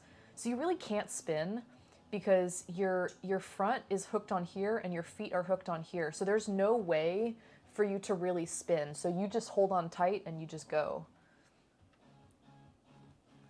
You can also see the gloves have this like leather pad so that you don't, so that you can like slow yourself down. It's pretty cool. This one was the rappel. I thought this one was like really, really goofy. Basically, it literally just like lowers you down. It wasn't super exciting, but I was like, it's included in it, so I'll do it. But basically, they lower you down, and sometimes they kind of like let go of the rope a little bit, and you like fall a little bit. But it's kind of they kind of just lower you. It's not super thrilling. I just balled up, so my fluffy ass got some speed. Yeah.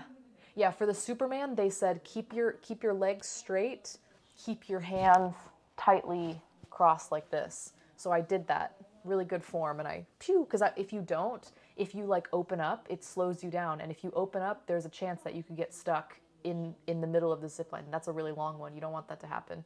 So I was like super tight. Let's see. Ready? He just like lowers me down, and I'm like, what? It's like really anticlimactic. Ready? Kind of like a figure skater, sure. But yeah, they just lower you down on this rope, and it's pretty silly. And then there was also like a Tarzan swing. I think I showed you guys the Tarzan swing video in Discord. The edited version, at least. Oh, come on. This one's really long. There's a shorter, because this is like almost 2 minutes. This one I cropped. Doesn't sound like a good idea? Okay. This one's freaking great. I uploaded a good edit. They had a Tarzan swing at yours? Oh God, it was so fun. Where did you do it, Bitter Dan? Were you on the Caribbean side?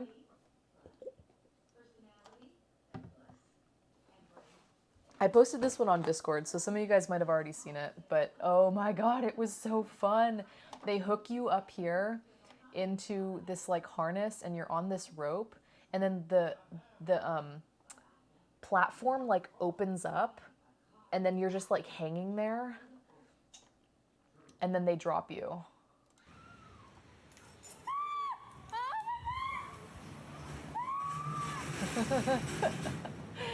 And it's like, it's super scary because it's just a free fall.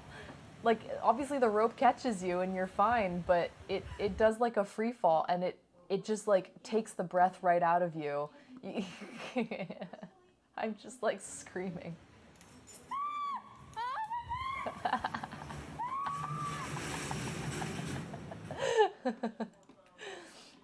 Yeah, that's how I sound when I'm scared.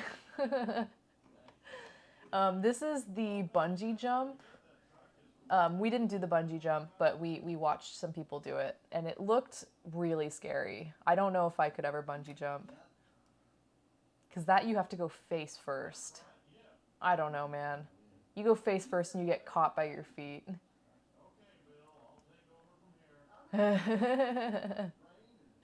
Anyone here, would you guys, I can't talk. Would you guys try the Tarzan swing? Does it look like fun or does it look scary?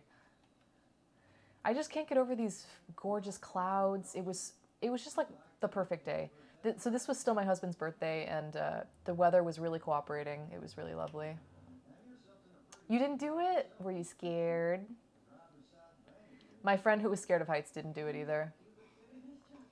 Your friends made fun of you all day. See, I didn't make fun of my friend. He did really good on the zip line. He just didn't want to do the Tarzan swing. And at first I kind of gave him shit. And I told our friends, I was like, let's just have him do it. Let's not tell him that it's scary. Like, let's just have him do it. Like, it'll be awesome. Like, he'll feel good afterwards. But then after I did it, I was like, oh, good thing he sat it out. He would have hated it. Kind of like Daredevil Dive, but taller. No, I did something like that swing a long time ago at Six Flags. Yeah. Yeah, okay, we were just at Six Flags a couple days ago, and I was looking at it, and I was trying to gauge if it's bigger than the Tarzan swing, because I had thought being at the Tarzan swing here in Costa Rica, I was like, this is bigger than the one at Six Flags. Like, I literally thought that. But being at Six Flags and looking at it, I was like, I think the one at Six Flags is a bigger swing. You would do the Superman and the parachute, but not a bungee. Daredevil dive, yeah. Yeah, because I literally was trying to gauge that, which one was bigger, and I think Six Flags is actually like a higher starting point and a bigger drop. Yeah, the weather really did cooperate on this day. Yeah, the size is smaller, but the setting is just so great because you're like falling into a jungle. Oh my God, hurry up, load. Come on. Yeah, the Six Flags one is like kind of boring concrete. Yeah, but then you also get to like, oh my God. You also get to like kind of like go out over the walkway so you can like wave to people. Are these people afraid to die? Okay, it finally loaded. Here's my husband enjoying his favorite thing, bubbly water. He's having like a mineral water drink. It's just like fresh fruit and mineral water. It's just him pouring it. We got wings. They were actually hella good. We went to a place that like seemed to specialize in American food. Honestly, it was really good. This is just like a little snack. Then we went to the fancy restaurant. It's time for the fancy restaurant, guys. I've been waiting so long to show this to you guys. Yeah. No, we want plates? Okay, yeah. We were talking about we want plates at this night. So these were just in a bucket. It was no problem. It wasn't really that big of a deal. This place was the fucking fancy meal, guys. I'm so excited to share this with you guys. Okay, I'm like sitting up. I'm ready. Okay, so here's us walking there. Sorry, don't mind this. Bad picture. Oh, there we go. Sorry, these are bad. Okay, those are accidental pictures. Here is where we had dinner.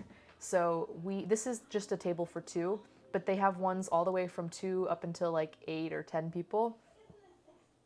Actually, I think 8 might be the biggest party you can have. And you're in this like platform on stilts, and every single thing is like a glass box. And so you get all the views. It's extremely gorgeous. And each one has its own like private dining area. And then it comes out onto this walkway. And then you go down to the next one and the next one. And I believe each box also has only one waiter. And I think each waiter only does one box for the evening. Like they don't like serve all of them like a normal restaurant. Like you have one waiter, and I believe they only look after you that night. Fuck. Stop doing this. Okay, I'm gonna try reloading.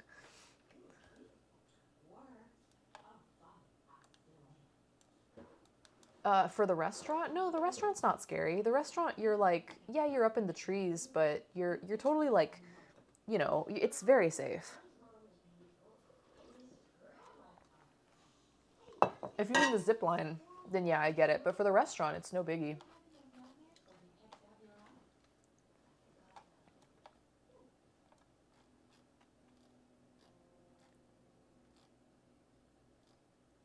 Sorry, going back to find it.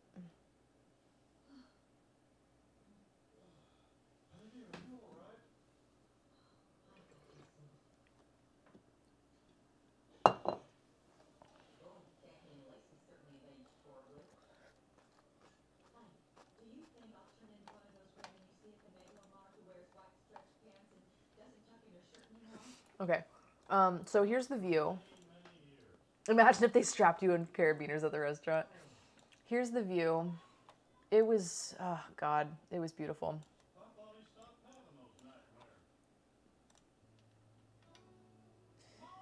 Here's us in our glass box.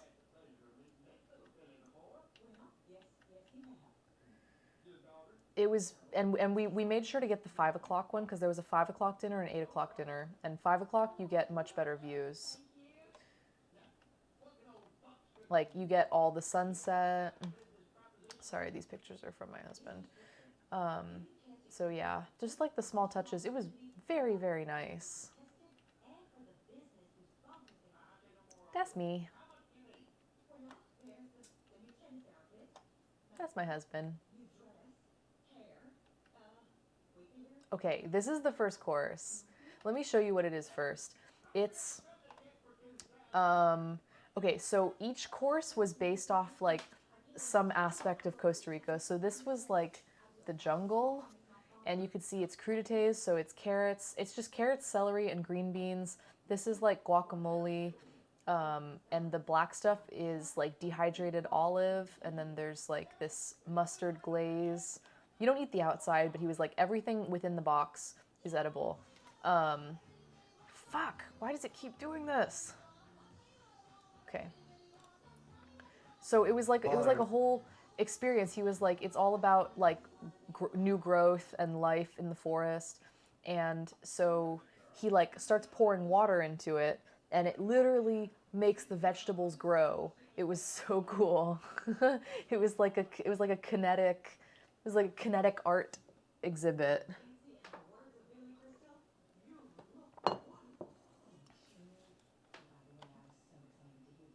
Sorry, letting it buffer.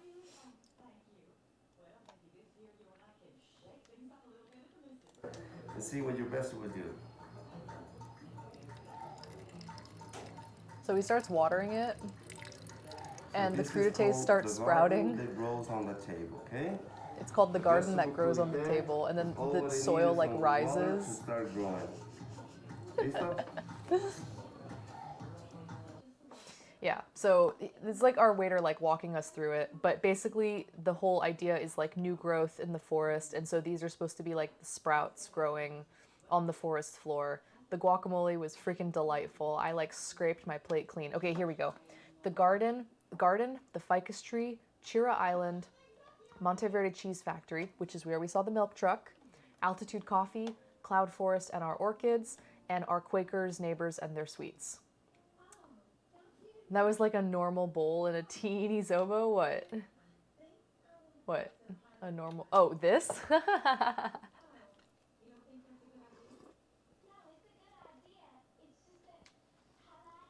Are there Quakers there? Yes, there are. My friend had an old fashioned.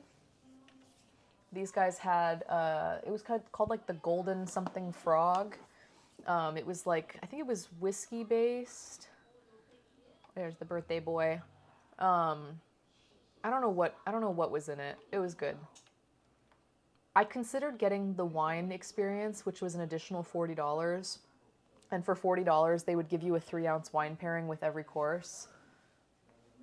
Which I thought, like, I mean, was a decent deal, but I was also like, I don't really know if I want to drink all that wine. I'm glad I didn't, because I got quite full. And I think if I had to drink 3 ounces of wine with every course too, that would have taken up precious space in my belly. So I honestly just sipped on water. I was the only one who didn't get like a fun beverage. Son of a bitch. It's like if I linger on a photo too long, it doesn't work. All right, it was a delicious drink though. All right, so then we took some pics as a group, sunset pictures. Yay, happy birthday. And us. You can tell they didn't have a dress code. There's a separate wine stomach for all that. Is that how it works?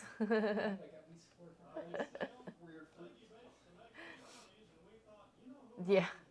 I called them ahead of time to make sure there wasn't a dress code, and there wasn't.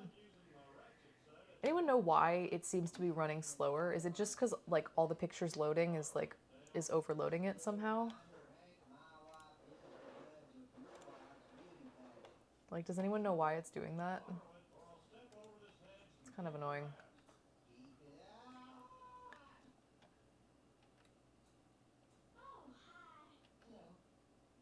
Running out of RAM? I don't know, maybe. Okay, so then the sun started setting, and you could see the town of like Monteverde down here. I mean, other than like literally like upgrading and replacing my like RAM sticks, is there anything I can do right now to make it better? I only have 2 Chrome windows open, and then OBS, and that's all.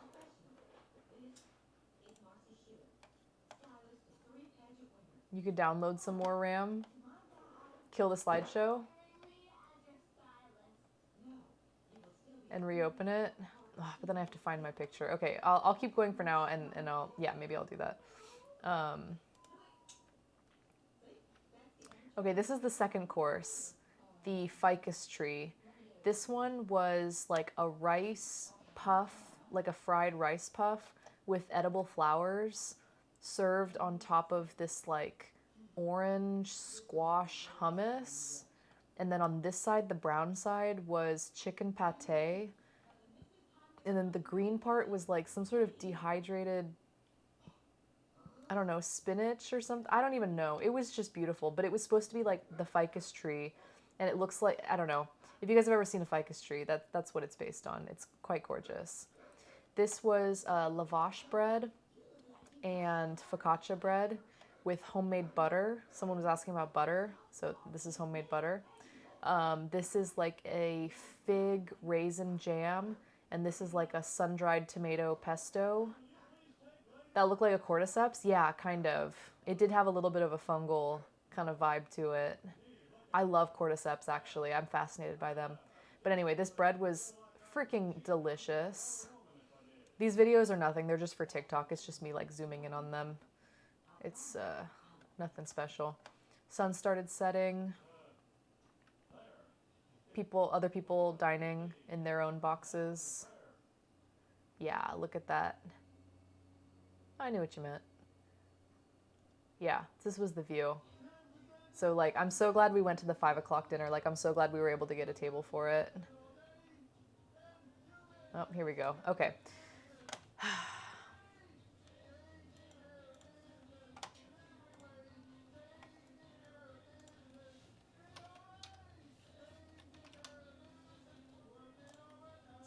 It's a rich people place. It actually wasn't, to be honest. So the whole meal experience, like not including the drinks or whatever, but just the meal, with the taxes, tip, and fees and everything, came out to about $100 per person, which honestly is not a lot. For a fancy meal like that, not a lot. I need to go faster. We're getting late. I gotta hurry. Ugh.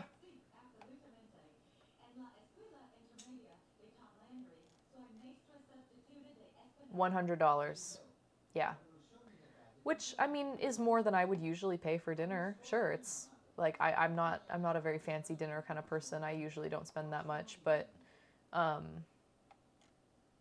like $100 for this experience, you would never get that, you know?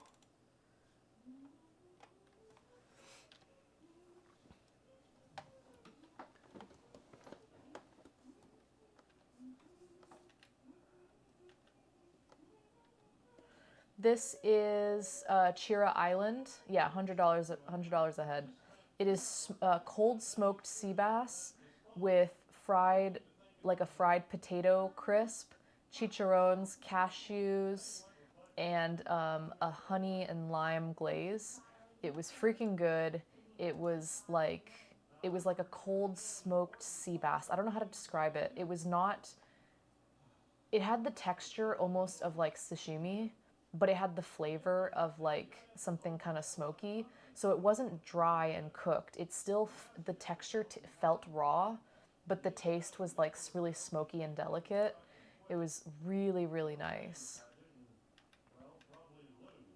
Then we were given a quiz partway through. I just paid $38 for Taco Bell again the other day. Well, there you go. Like 2 or 3 of those and you're on your way to this meal. Okay, they gave us a quiz, literally. And we were like, we could look it up, but we were like, we suspect he's going to tell us everything over the course of this meal if we just pay attention. So it was called the jail escape. So we're like, okay. So he gave us a box and was like, you have to figure out the code to the box and then you will unlock the 7th course. And we were like, interesting. Okay. So we were like, okay, these are what we have to pay attention to. So the Quakers settled in Monteverde in the 1905 blank. Release from jail represents course number. That one was 7. We knew that. And the number of species of orchids in Monteverde is 60 blank. This was delicious. Sorry, the picture's not that great. We started losing some light, but it is a like a, I don't know if it was broiled or what. This octopus was fucking phenomenal. It was so tender. These are like this crisp made out of, I don't even know what, some sort of crisp.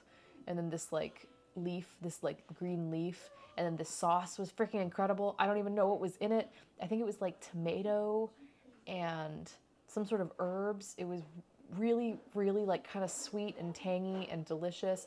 Underneath here, we have like this puree. I can't remember what everything was. It was all so good. I can't even remember. And I asked, I kind of knew the answer, but I asked anyway. I was like, do you guys have like a list anywhere of like what the meal was? Not the recipe, but just like, do you have a list of what it was? And they were like, no, it's an experience. And I was like, yeah, I figured it was, but thought I would ask. This here is like a cheesy mashed potato. So remember I showed you guys that Monte Rico cheese? This is the Monte Rico cheese from the cheese factory. So like made right in the city, and then they melt it down with like a potato puree until it basically becomes like, we were trying to wonder what percentage of this dish is cheese versus potato, because it was gooey and stretchy like cheese, but it had like the smoothness of mashed potato. The octopus was really nice. It was very tender, yeah. This was the coffee, the altitude coffee was the name of the course. This is course number 5. I went for lamb. My picture doesn't do it justice at all. The lamb was fucking perfect. It was so tender and it was so juicy, and it like was infused with all these amazing flavors. It was served with this kind of like green leaf. I forget what he called it, but to me it tasted kind of like chard. This is the dish you would pick if you could only pick one. This was my favorite dish. These over here are like, this is some sort of like pickled fruit. It almost tasted like an apple, but I think it was something different. And this was like some sort of pickled squash. So they were like kind of like sweet and crunchy and a little bit vinegary. And then down here, this was like a weird granola, but it was sort of sweet and sort of savory. It was made with oats, lentils, and seeds.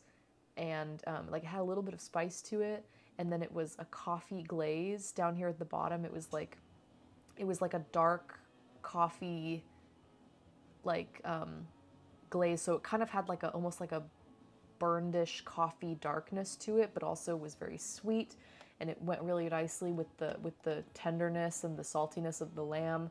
It was really, really good. So they gave us blankets. That was part of the experience. They were like, if you get chilly, let us know. We have blankets. And so, of course, we were like, we want the full experience. So we were like, we're cold. Let's have some blankets. And they were so cozy and, like, comfortable. Then we have a little birthday candle thing. Okay, this was the dessert. This was the we want plates thing, Dave, that when you said that we want plates, this is what we were talking about literally this night, because this is 3D printed, and we were like, is this food safe? Because you can tell it's 3D printed if you look closely. You can see the filament. So we were like, wait a minute. This is us solving the code, by the way. The Quakers arrived in Monteverde in 1950. The jailbreak represents course number 7, and the amount of orchids in Monteverde is 600, so the code was 070. We didn't have to look it up. We did solve it. Lucas, And so we unlocked the code. you got there? What is that? Okay. Christian, feliz cumpleaños. Feliz That's a cumpleaños! cacique. You know cacique? That's what you get. That's what you get. They gave him a shot of Costa Rica, cacique. we love cacique. Yeah, we've been drinking. And then they also gave us some homemade jams and pickled stuff, which I have the jam with me. My friend has the pickled stuff because it was liquid and he brought it in his carry-on, so I have to get it from him at some point. Sophia only prints with food safe filament. Well, I would hope that's what they used, but who knows. It was very beautiful. So it was like this nice little dome, and then you open it up, and I kind of fucked up the light here, but Special gold dome. yeah. You have this like lovely panna cotta with, this is like a very dense plantain wafer. It was like a little hard. It was like a little too crunchy, I think. It was just like a very thick, dense wafer. And then this was some sort of like berry sorbet. It was really freaking good. And then fresh berries. Super refreshing, super tasty. And that was course number 6. And then course number 7 was the jailbreak. Also, they gave us photos in the box, like in our locked box, were photos that they had sneakily taken of us. Basically, they said, at the beginning of the meal, they tricked us. They were like, okay, now is the time when we have some good light, let's go take some photos of you guys together. And so we're like, okay, great. So he's like taking our phones and taking pictures. And then sneakily, our waiter took his own phone and took a picture of us without, without me noticing. Well, I think maybe, I think Afresh said he noticed, but I didn't notice. Or they noticed, but they thought it was just for like a guest book or something like that, or, a Facebook page or whatever. I didn't notice at all. And so then we open the box and there's like photos of us inside. We're like, what? This is a cute dog at our Airbnb. I think her name was like Bali or something like that. She was super, super cute and playful. Did you guys know that dung beetles save USA cattle ranchers $380 million annually in poo removal service? And that's from 2006. I feel like that might even have changed. I saw this in a bathroom and it made me laugh. Because the beetle's saying, just roll in my poo. Okay, we went back to the butterfly garden because they said if we went there and took the tour, they said we could come back anytime after on our trip and just show our ticket and say that we already took the tour and we could come back anytime just to like look. And so we were staying basically just down the street from it. So we walked there another morning because we wanted to go again. And so we just enjoyed some more butterfly time. Oh, look at this one. You can see his little proboscis.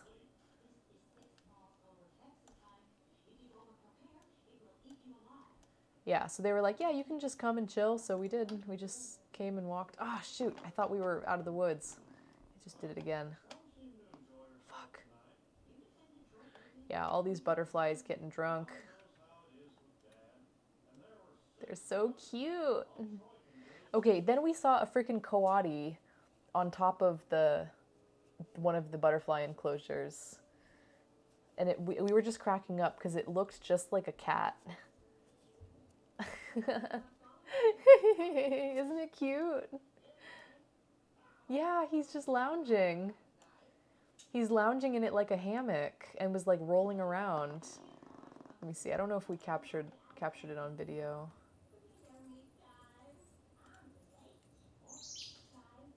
Yeah, he was just sitting. Hey. Yeah. Just kind of lounging. Super cute. This is a snake. We saw a snake. Don't know what kind it is. It was just kind of, I don't think it was a poisonous one. Yeah, so we walked up the road and there was a guy on a motorcycle and he was stopped and we walked by him and he was like a Costa Rican guy and he was like, oh, hey, do you want to see a snake? There's a snake right there. And we were like, oh, you're right, there is. And the snake was like already kind of peacing out. But then the guy was like, we were like, oh, thank you for pointing it out. And he was like, have a great day. And he got on his motorbike and he probably said Pura Vida and biked away. I don't know. Let's see. Some seafood. This is like a seafood stew. More ceviche. More ceviche. More ceviche. This is, we left Monteverde now. Now we're heading towards the coast. This is Punta Arenas. Why did he say Pura Vida with such a strong American accent? We stopped in Punta Arenas. Did I have the ceviche? Of course I did. I had so much ceviche.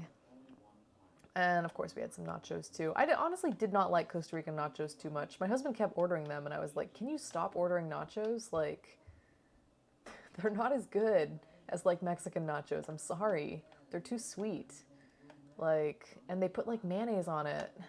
It's like, I was just like, stop ordering nachos. This is something called a Churchill that we stopped at, like we literally stopped in Punta Arenas to try this. I haven't heard the word ceviche enough. Keep going, guys. Yeah. Hey, you want to see a snake? I mean, yeah, of course I do. I'm sorry, Jeever. So we literally stopped in Punta Arenas. We made probably like a 15-minute detour, like 15 minutes out and 15 minutes back, just to try this dessert, which we could have stopped, I think, somewhere else. They had another area that we could have stopped, but whatever. We went to Punta Arenas because we were like, might be interesting. It's like this little town that kind of sticks out on this peninsula, and it wasn't too far out of our way, so we said, oh, fuck it. So it's kind of like a shave ice with like a sweet syrup, almost like a grenadine, condensed milk, and milk powder, like literally like powdered milk and sprinkles. It was really sweet. I don't know if it was good. I honestly don't know if I liked it.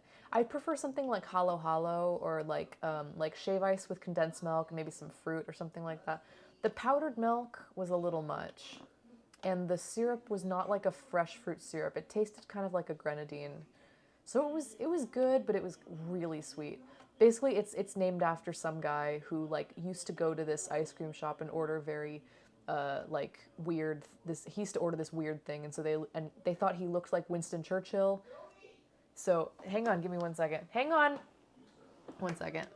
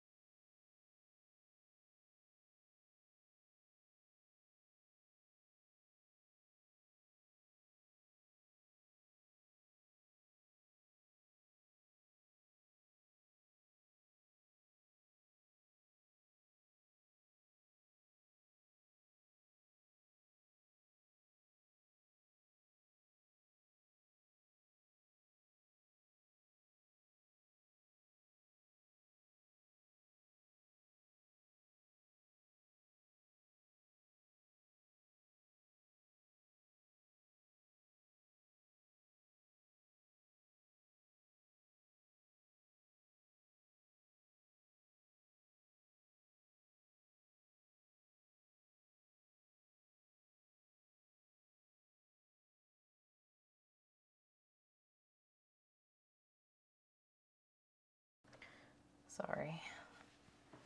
Am I bringing him some TP? No, he's in bed and he's not feeling well, so he was like, I need water. And I was like, okay, I got you. He's like already tucked in bed. I get it. When you're not feeling well, I get it. So he was like, I need a cup of water. I was like, okay, I got you. I got you. We're good. The real MVP. Okay, so where was I? We were talking about Churchills. So this guy apparently looked like Churchill, and so they named it after him, but like not him. I don't know. Now he's gonna need to go potty. I don't know. Well, then I'll bring him TP if that's what it comes to. So now we have arrived in Hako. This is Hako Beach. I know, true love. What was that? It was called a Churchill. It's like a shave ice with sweetened condensed milk and powdered milk. It was very, very sweet. Don't know if I liked it. This is Hako Beach now. Now, this is like a super... so this is like on the Pacific side. And it's beachy. I mean, like, this is our first time being on the beach on this trip. You had Korean shaved ice. Nice. We went here for dinner and had more casados. So remember I said it was called soda? So this one's called soda garabito. So they're always called like soda something or soda la something, soda de something. Yeah.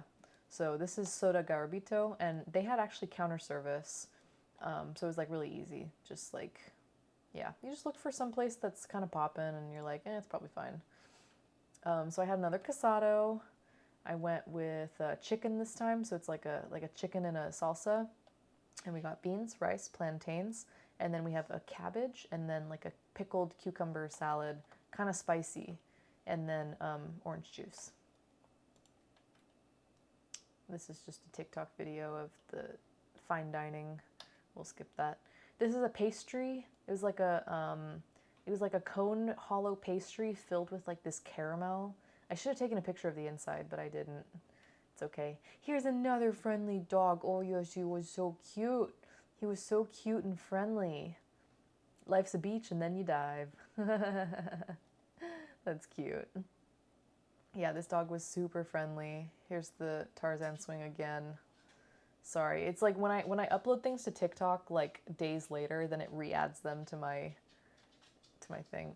More ceviche. I'm telling you guys, we went ceviche crazy, especially at the end when we were like near the ocean.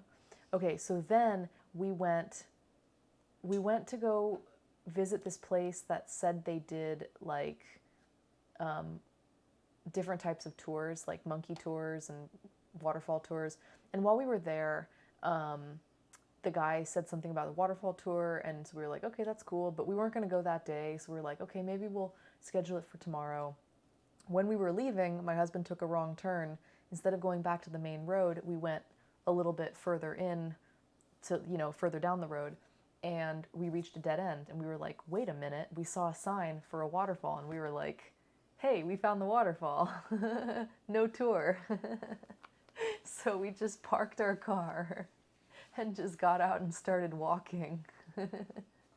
Because they charge you to do the tour. And what they do is they load you into a Jeep, and the Jeep can drive through the water, because this isn't too deep. So they can drive through the water and up on the banks and stuff like that, and they'll bring you. But we were just like, let's go check it out. So we parked the car, got out, just started walking. That's me. And just started going upstream. And it was gorgeous. We just kept following the water. Saw some cool mushrooms.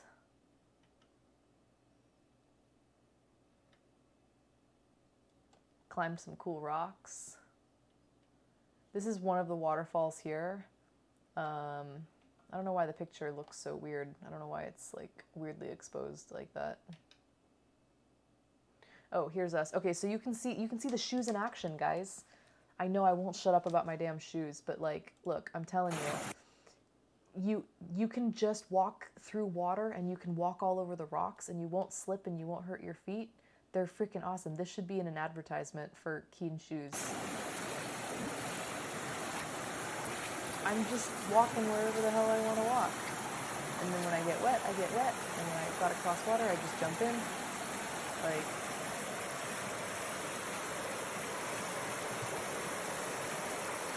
post it on Twitter and tag them. Yeah, I should, because that was just it. We were just going through water, going upstream, and some parts got a little deep, but nothing got too deep where I had to swim. I could always just walk. Oh, that's a cool picture.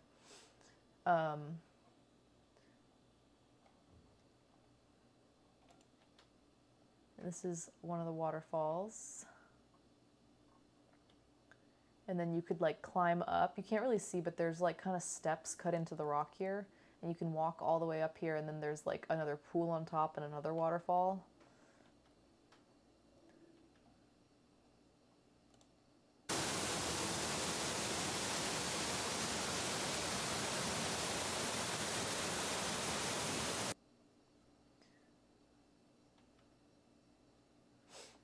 Yeah, it was awesome and very secluded. And then weirdly, when we were about to leave though, a whole bunch of people showed up. I don't know if they were like on the tour or what, but yeah, so you could just swim and like stand under the waterfall. It was nice. Ah, there it is. Did you guys bump into any tours? Yeah, we did actually. Well, I don't even know, because 6 people showed up and none of them seemed to know each other, but they all kind of showed up out of nowhere. And I'm kind of confused. I'm like, did you guys come on a tour? Like, where's your tour guide? We did see a Jeep while we were walking, and we were like, are they going to be mad at us? But like, how can they be mad? There's no ticket required. Like, what you're paying for is you're paying for the tour and you're paying for the Jeep to take you. It's not like we weren't on private land. There were signs while we were walking upstream that would say, don't go over here. There'd be a fence. It would say private property. No problem. I don't walk there. Okay? Like, obviously, if it says private property, I don't go in. But where we were was not private property. So yeah, I don't know. But we were kind of laughing. We were like, "Ooh, they're gonna be so mad at us for not paying." Mic up a little bit. Felix, no cry. He looks like he's about to do some sketchy stuff. Well, we climbed up here and went to go look at it. I didn't really feel like going all the way in, but he did. He did. He's goofy. Yeah, that's my husband.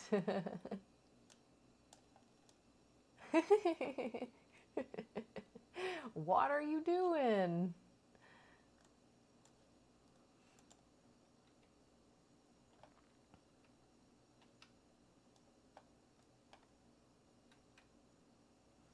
Took a picture of this just in case I want to buy any land in Hako. You never know. I might. Just kidding. Not really. Maybe. You like my smile? Thank you. This is crossing on the beach. So I don't know if you can't tell, but to the right, here's the ocean. So all of this is ocean over here.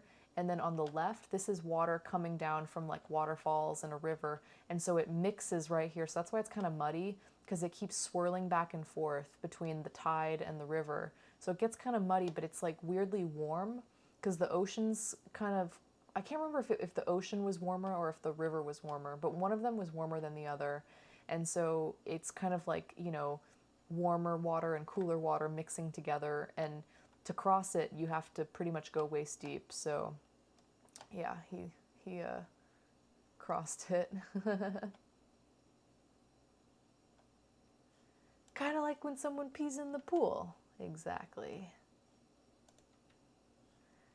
These are more tours just to show you guys some of the pricing of it. For our zip line was, I think 45, 50, something like that. Our whitewater rafting was $50. This is like, what is that? Does that say 95 or 45? That looks like 95. Damn. We did a night walk for way less than 75. I mean, it was kind of expensive here. We were just, you know, looking for research purposes. This is just the name of the tour. We didn't end up doing it though. This was like a famous, not famous, well, self-proclaimed famous, like burger place. But I just thought it was so crazy because they had these like insane drinks, like this giant pina colada and like these, I don't know, they were just like all about like, oh, big food, big drinks. It was kind of like ridiculous.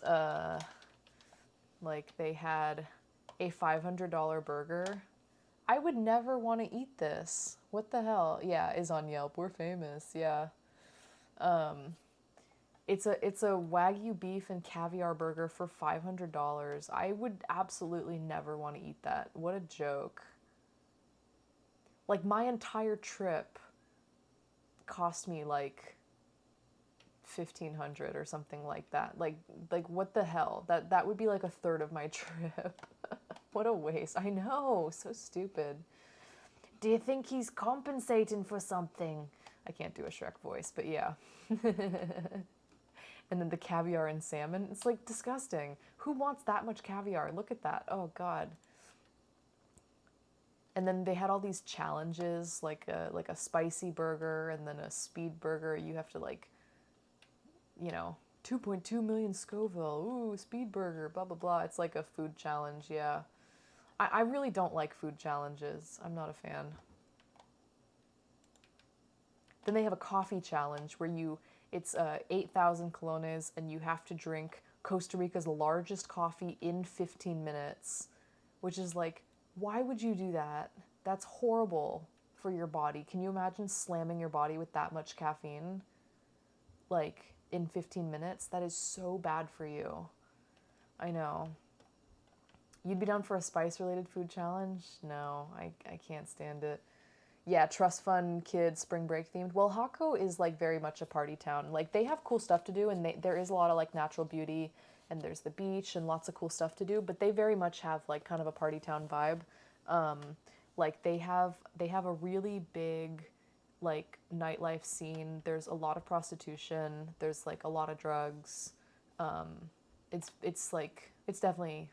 a party town. Yeah, you get horrible acid reflux. You'd be very bad for your blood vessels. Anyway, we went across the street and got a burger, a much more humble burger. Bye, Jeever. Sleep well. It is already 3:14 a.m. Oh my gosh, yeah, you should probably go to sleep. Yeah, I hope he feels better soon too. Thank you so much. I would love to visit Brazil someday. Maybe one of these days I'll be showing a slideshow of my travels to Brazil. Wouldn't that be cool? Anyway, you sleep well. I'll see you around. Yeah, there's some Coke right here. Did anyone offer you guys Coke? No, but I could have asked for it and I could have gotten it, I'm sure. We just had a burger and it had like ham on it. It had like ham and bacon. It was like literally like a slice of ham. It was honestly a delicious burger. This is literally across the street from the Burger Challenge place. And the fries were decent, and for some reason, I don't know what it is with Costa Ricans and their mayonnaise, dude. I don't get it, but okay. Yeah, see, here's ridiculous burgers across the street. We literally were like, let's not eat ridiculous burgers. Let's go to the little shack across town. Good night. We kept looking for weed in Guatemala, and everyone was like, nah, but I got some Coke. Oh, really?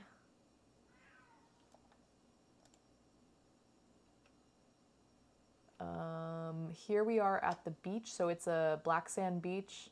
It's chill, it's nice. We scored weed and Coke in Costa Rica. I didn't do Coke. This was like back in 2008, yeah. Yeah, it was really beautiful. It's like a really, really gorgeous black sand beach. Super pretty.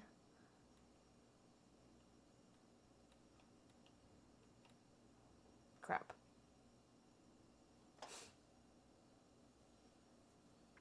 Prime growing conditions. I talked to someone who said he was like a week and a half clean off of crack. And he was, and I was like, hey, that's really great. I told him, I was like, I hope you keep it up. I said, I know it's hard, but I hope you stay clean. And he was like, yeah, I hope so too. He's like a local guy. I don't know. He was telling me his life story. And he was very recently sober, and I was like, yeah, you know, do your best. Try to keep it that way.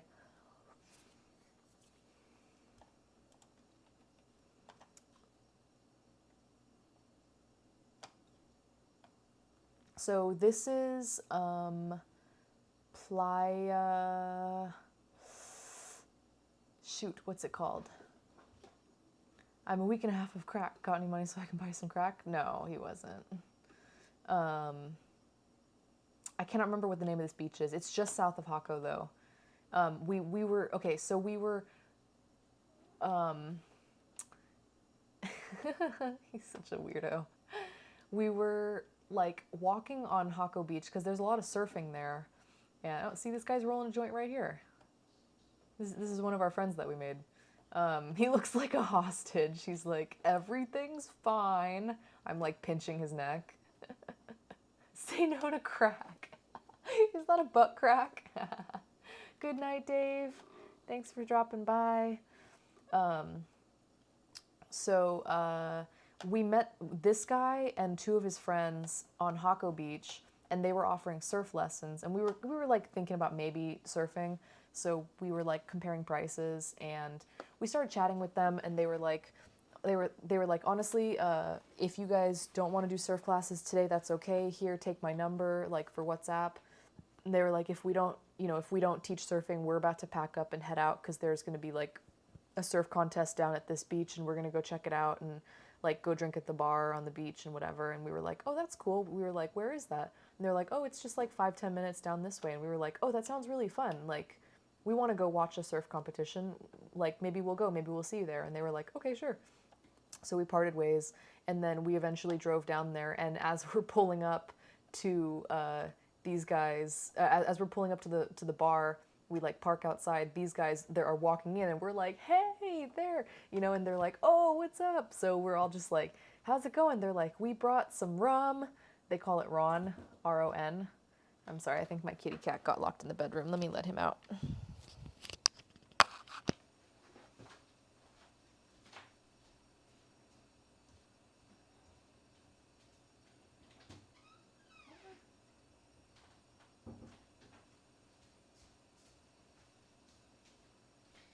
Dexter. Naughty boy Dexter. Sounds like a fun way to live. Who, these guys? Yeah, so we show up and we're like, hey, we made it, you know? And they were like, oh, it's so good to see you. They're like, we brought rum, we got weed, come on, let's go party. We were like, okay, sure. So we went to the bar, got a couple beers, shared some of their alcohol, just like hung out. Yeah, just surfing, teaching people. I asked this guy right here, I said, do you have other jobs or do you just teach surfing? And he was like, right now I just teach surfing. And if I just get like, you know, a couple classes, you know, 1 or 2 lessons a day, like it's enough for me to live and I'm pretty happy. And then I mean, it's not like he doesn't do anything else. Like, you know, I'm sure he does other like odd jobs from time to time if he needs the money, but he was basically like, yeah, it pays the bills and I'm decently happy and then I get to hang out. And so here he's like hanging out with his friends and yeah. So maybe he sells weed to tourists, probably. But yeah, they were super cool. They like shared their rum with us and we just like kind of chatted. Someone built a bonfire later. We were just hanging out, drinking beers on the beach. It was nice. Yeah, someone made a bonfire. And then we had more ceviche. Oh no, wait, what was this? No, this was not ceviche. This was something different.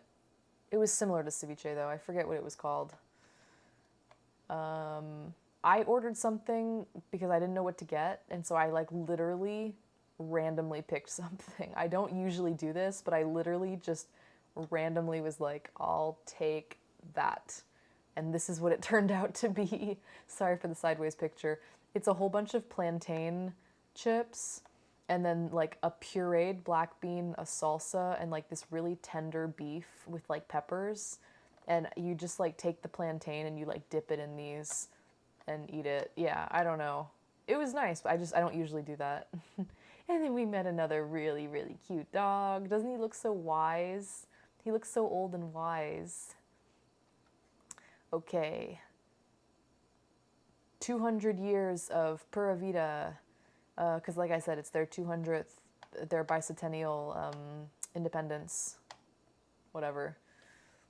Some cool art. Okay, so now we're in Manuel Antonio. This is called Manuel Antonio National Park.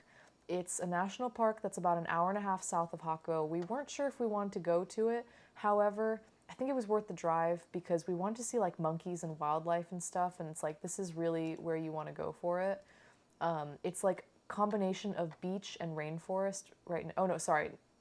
Oh wait, hold up. We're not there yet. This is on our way to Manuel Antonio. We're not there yet. Okay, now we're there. Okay, now we're there. The other one, we weren't there yet. Poisonous plant, don't touch. Okay, so here's all the hikes. You show up here, up here at number 1, and then there's all these hikes you can do. There's like a waterfall over here. There's this area where you can go around the point. There's a lookout over here. There's a lookout over here. I swear to God, we like completionist did this national park. We walked almost every trail. We did the waterfall and came back. We walked this route, we went this way, we went this way, came back, we went this way. We skipped this lookout, so we skipped this part, but then we went this way, then we went this way, then we went around the whole thing, then we went this way, this way, this way, this way. So we did the entire national park except for this little arm right here. I think we walked about 8 miles that day. This is a sloth. We saw some sloths. Oh no, maybe this is the monkey. Wait, no, I think this is the sloth. We saw sloths, and I love sloths, and I was really hoping to see some. So he's right here. It's not a good one. Well, there's a better one coming. This sloth was pretty cool. Oh, this is a crab. How many miles? Well, I checked my health app because I had my phone on me and it said I walked about 8 miles. This is like these crazy like red crabs, but it's weird because they're like in the jungle because you're right next to the beach because the jungle is right next to the beach. So there's like these weird little crabs. You can't really make it out, but this is a sloth. I have a better picture of a different one later because spoiler alert, we saw another one. It was freaking gorgeous. Blue water, beautiful forest that leads right up to like white sand beaches. It was absolutely stunning. It was like something out of, I don't know, it looked like it was something out of a movie. It was just gorgeous. And then apparently you can see whales migrating sometimes. I looked, but I didn't see any.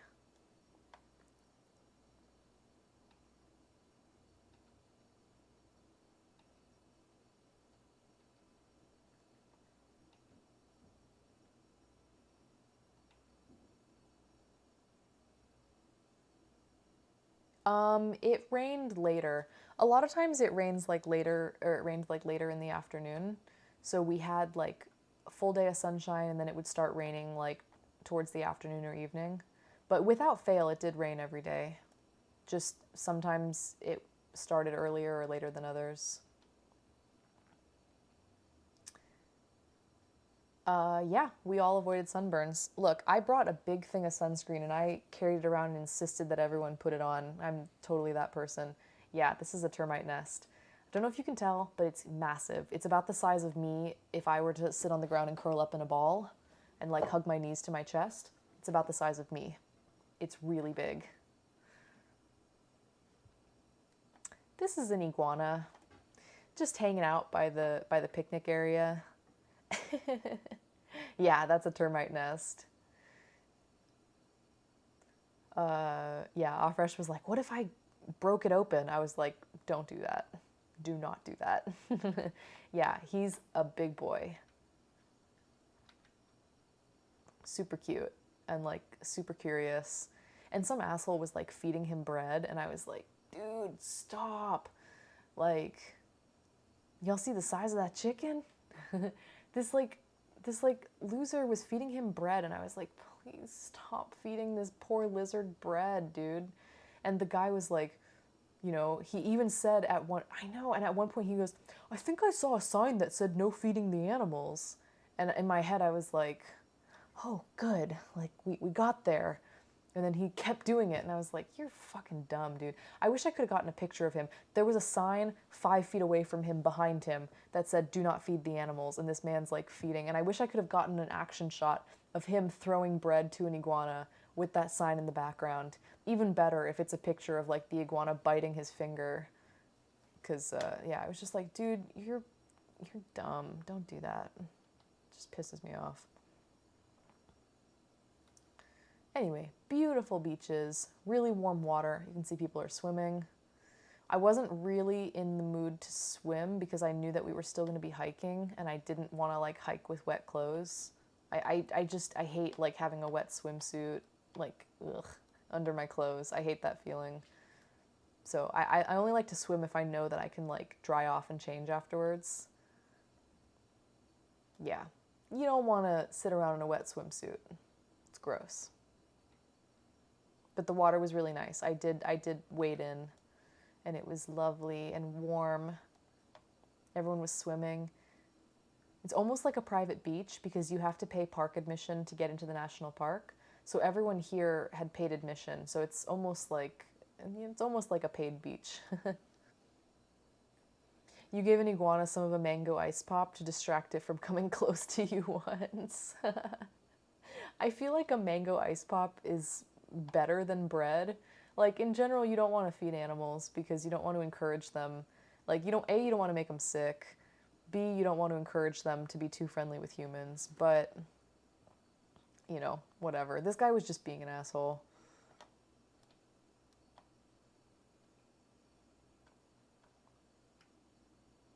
And there he is. There's my guy swimming in the Pacific Ocean. I don't think he's swimming, I think he's standing.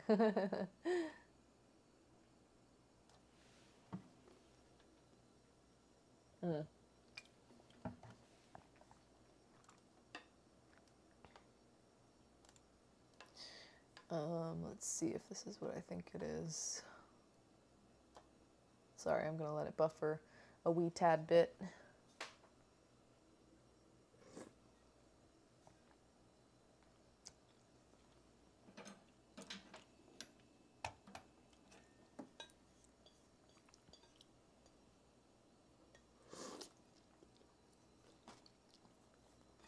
I just realized I didn't have dinner.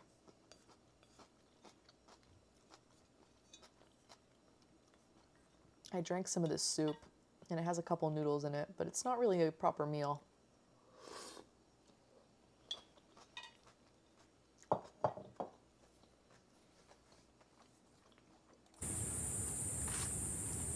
don't know if you can tell, but that is a monkey with the baby on its back.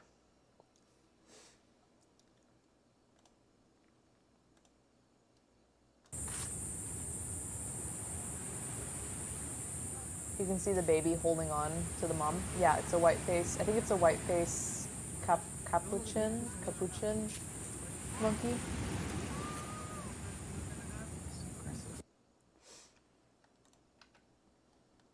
I have a whole bunch of them. People were like going nuts for these guys. They're really freaking cute. You can hear a bunch of people like chattering though, because everyone's trying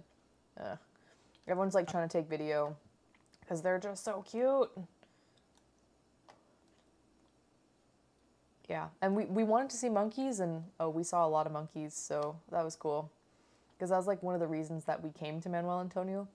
Excuse me, was we wanted to see some monkeys.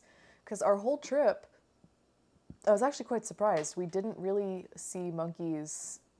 We didn't see any monkeys in La Fortuna or Monteverde, and I was very shocked. So you can see they're just like chilling. That's my husband going, please be quiet, because the guy was being so loud. He's like, please, shh. This guy was like FaceTiming with his like friend and was like yelling about the monkeys. Fresh was like, can you please be quiet? You can see there's the baby.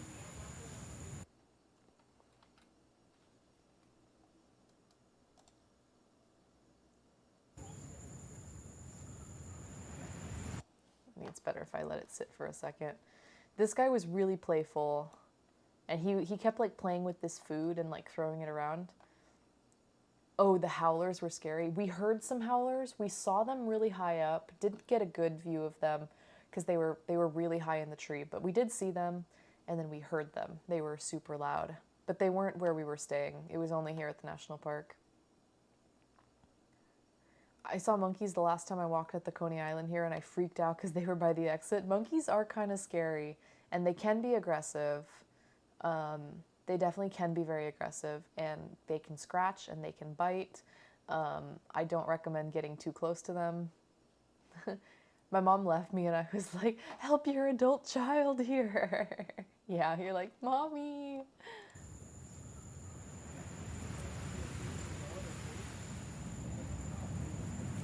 Like, he was like jumping around. He was so playful, and he was like eating this food. You can hear like the waves crashing.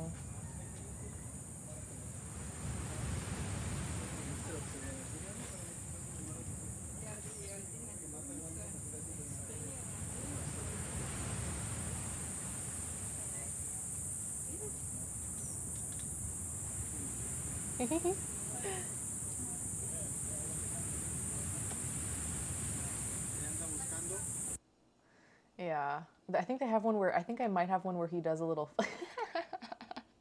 where he does a little flip. Look at this one. This one is giving strong Felix vibes. Oh. Do you guys get the strong Felix vibes?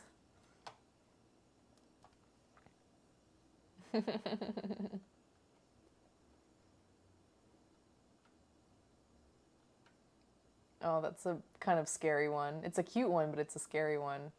Monkeys are freaky. Look at that. Yeah, he was hanging all legs off and his cheek was just like smushed against the branch. This monkey was so cute. Let's see. They eat with passion, yeah. They do. So you can see they're just like hanging back here and they just like let all of their limbs dangle. Let me see, I don't know if this is the video. Oh, yeah, like jumping around. And then this one came walking right by my husband. So I like tapped him and I was like, right over there. Because he like literally walked right by him.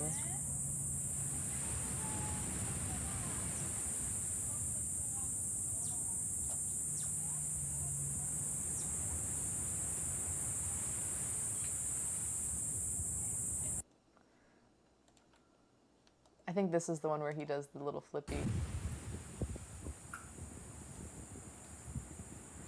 He does a little somersault. It's so cute. I'm gonna watch it again.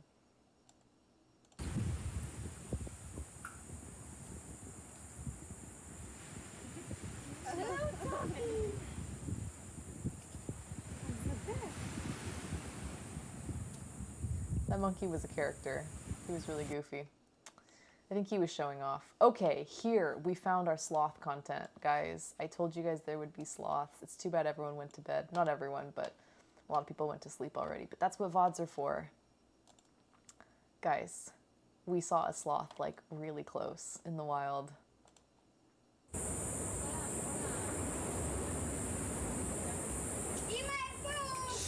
Hey, hey.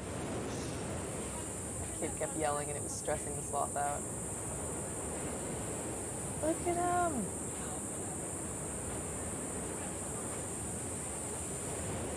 This kid was literally yelling.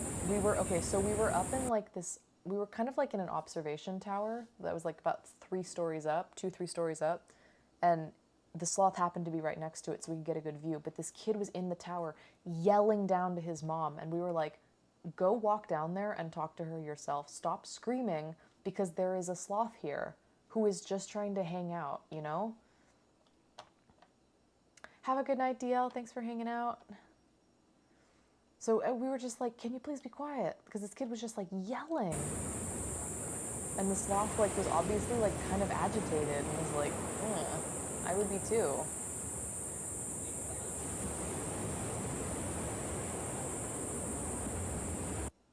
It was just a kid, you know, yelling to get his mom's attention, but we were like, can you just walk down the stairs and talk to her, please? Like, she like didn't hear him, and so he just kept yelling and yelling. And, but yeah, the sloth was like one of the highlights of the day for me. Oh, you can hear him yelling some more. This kid was really loud, like unreasonably loud. I think we told him to like please be quiet. Yeah. Please, stop it. Like shh. He keeps yelling. This kid was just screaming. My husband got so mad at him. He was like, "Can you please be quiet?" Like yelling at this child. Do they not have many park rangers? Not really. I mean, they have them, but I mean, not really. So we were just like, shut up. I think he finally did at this one. But like, how cool is it to see a sloth like so close up like this? I feel like you never get to see this. And he was cruising. Look at him go. Scoot, scoot. No, not in a zoo. Not in a zoo or anything like that. This is just in the wild. We just happened to have a good view because you could see we're in this like observation tower and the sloth just so happened to be a couple trees away from it. So we like tried to get a whole bunch. Eventually he moved, probably because he was annoyed at that kid. He like tried to move to a different tree. And then by the time we did a different hike and came back, he was in a different tree and we couldn't see him as well from the observation tower anymore.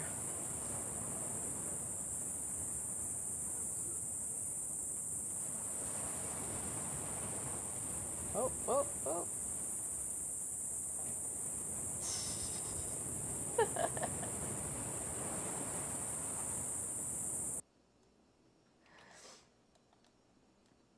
This is what introverts feel like. He's pulling some sort of maneuver. I don't know what he's up to. But he actually was cruising like pretty fast for what I would consider like a sloth. Yeah, too much noise, we go hide. Like, yes, they're slow moving, but I was still kind of impressed that he was like kind of cruising.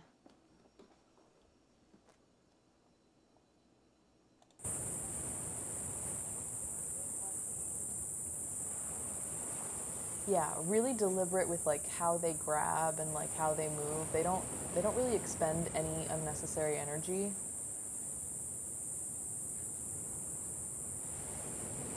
Sloths can swim? Like actually?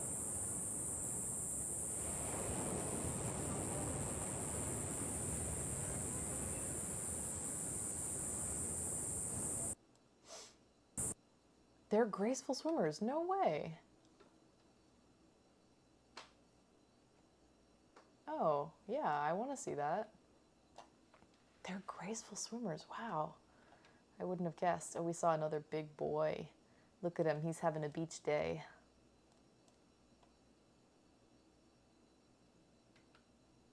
This is the toxic tree. Don't touch. I didn't touch it.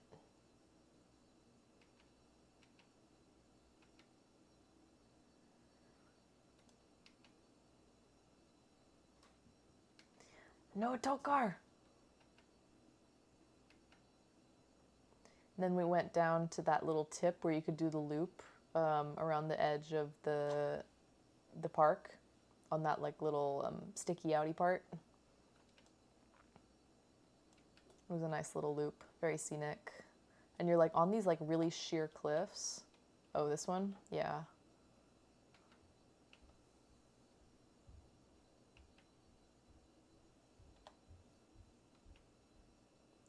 This is an agouti. I don't know how to pronounce it. Agouti,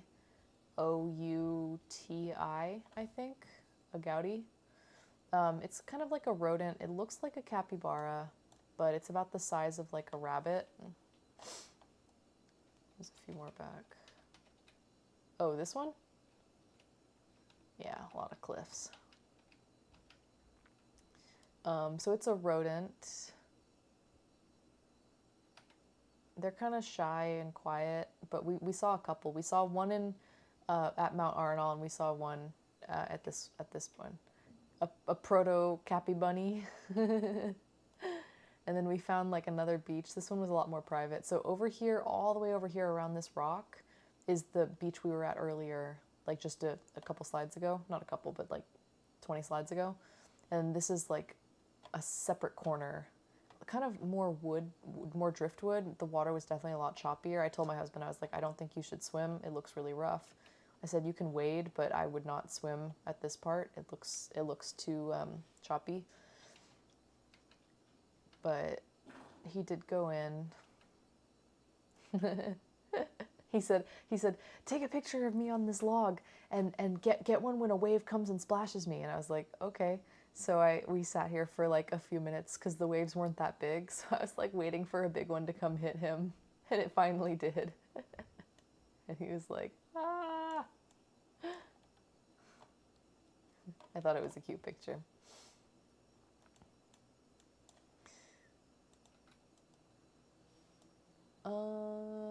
I can't remember what this picture was of.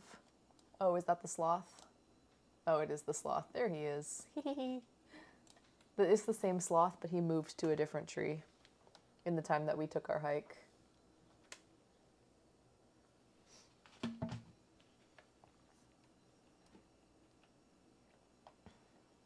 I think I got all the pictures that I could get. Oh, this is cool. This video weirded me out because I was walking and I took a step and suddenly the ground started moving, so I freaked out. And it was a shitload of hermit crabs.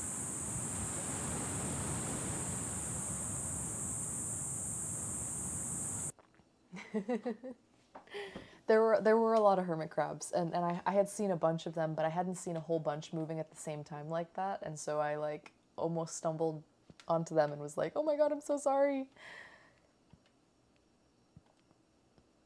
Yeah, it was so freaking picturesque and beautiful. Like, I love how the rainforest comes right up to the beach.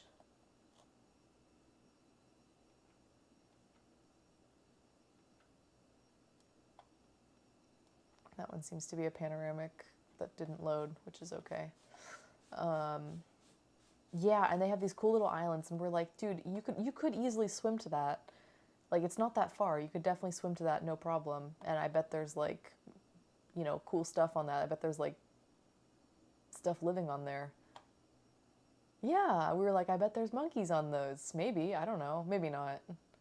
Maybe some deadly snakes. I don't know.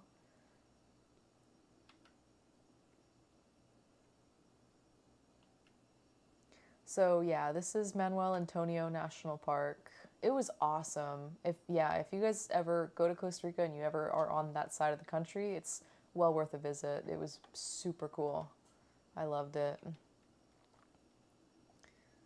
We ended up hitting up the waterfall, and it started to rain as we like finished the national park. We were like, oh, we've almost done the whole park. And the park was closing in like 15 minutes, and we were like, let's just run to the waterfall and back. And we did it, and of course we hit stairs, and we were like, oh god, there's stairs, no. But we did it anyway, and we were so tired. There's a lot of vipers, including the fer de lance. A lot of Dodge vipers. Then we stopped at Pollolandia. This place is called Pollolandia. It's just like a fried chicken shop. It's a chain. It was good though. This place was kind of weird. It was like they built all these, it was like by the side of the road, and they built all these restaurants down here, and then all of these are living spaces. And this whole area seemed to be very much like filled with expats. Like all these people seemed to be like American and European, and we were like, what is going on here? It was super weird. Like, I felt like it was built for expats. It was kind of strange. There was like an Italian restaurant. I don't know. It was like really weird. And there was this one guy who was wearing like a U.S. military shirt. So I asked him, like, you know, where are you from?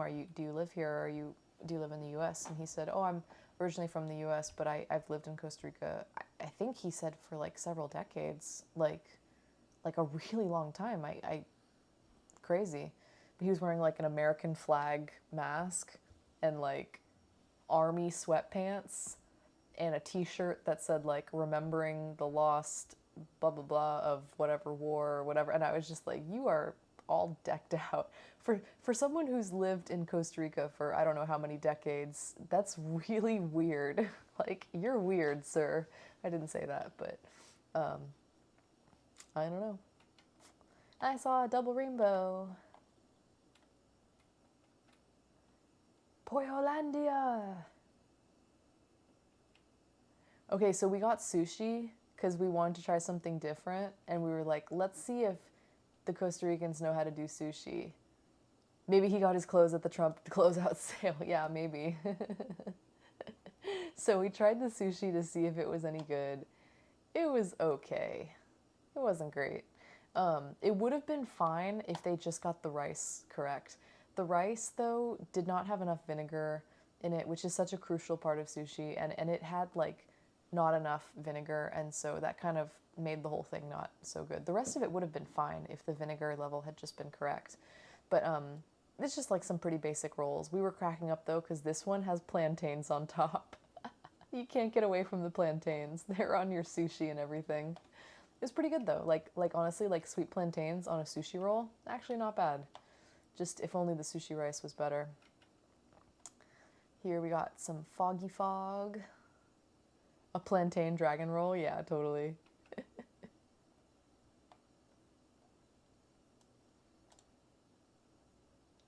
see.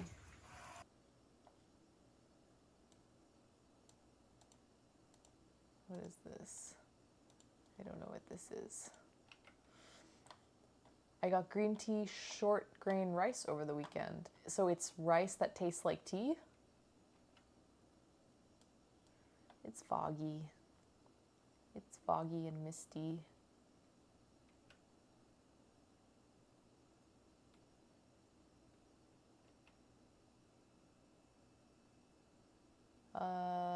These are, okay, now we're in San Jose. Looks like a machete cut that trail. Yeah, probably. So we spent our last day in San Jose, which is like the big city. That's where the main airport is. And we thought we would go there and do some shopping and just kind of hang out and be close to the airport. And I'm glad we did, because it just made that last day like a lot less stressful. Because we did, like I drove us from Jaco to San Jose. It wasn't too long. It was like 2-3 hours. Not horrible. But then it was nice because then we were already there, and then we just had to drive like 15 minutes to go drop the car off. So this is like a whole bunch of spices at this market. It was like this indoor market where they have everything from like clothes, bags, souvenirs, food, restaurants. We're almost done. This is my last full day. I'm pretty close to the end. So here we are walking around downtown. This is like downtown San Jose. And it was very busy.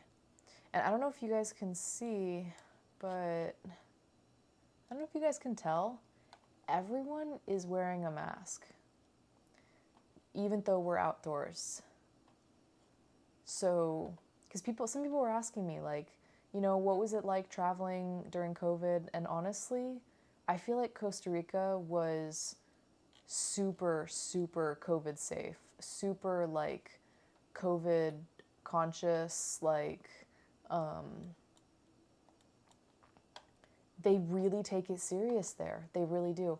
And so even when you're outdoors, people wear masks. As long, like, if you're by yourself, you don't.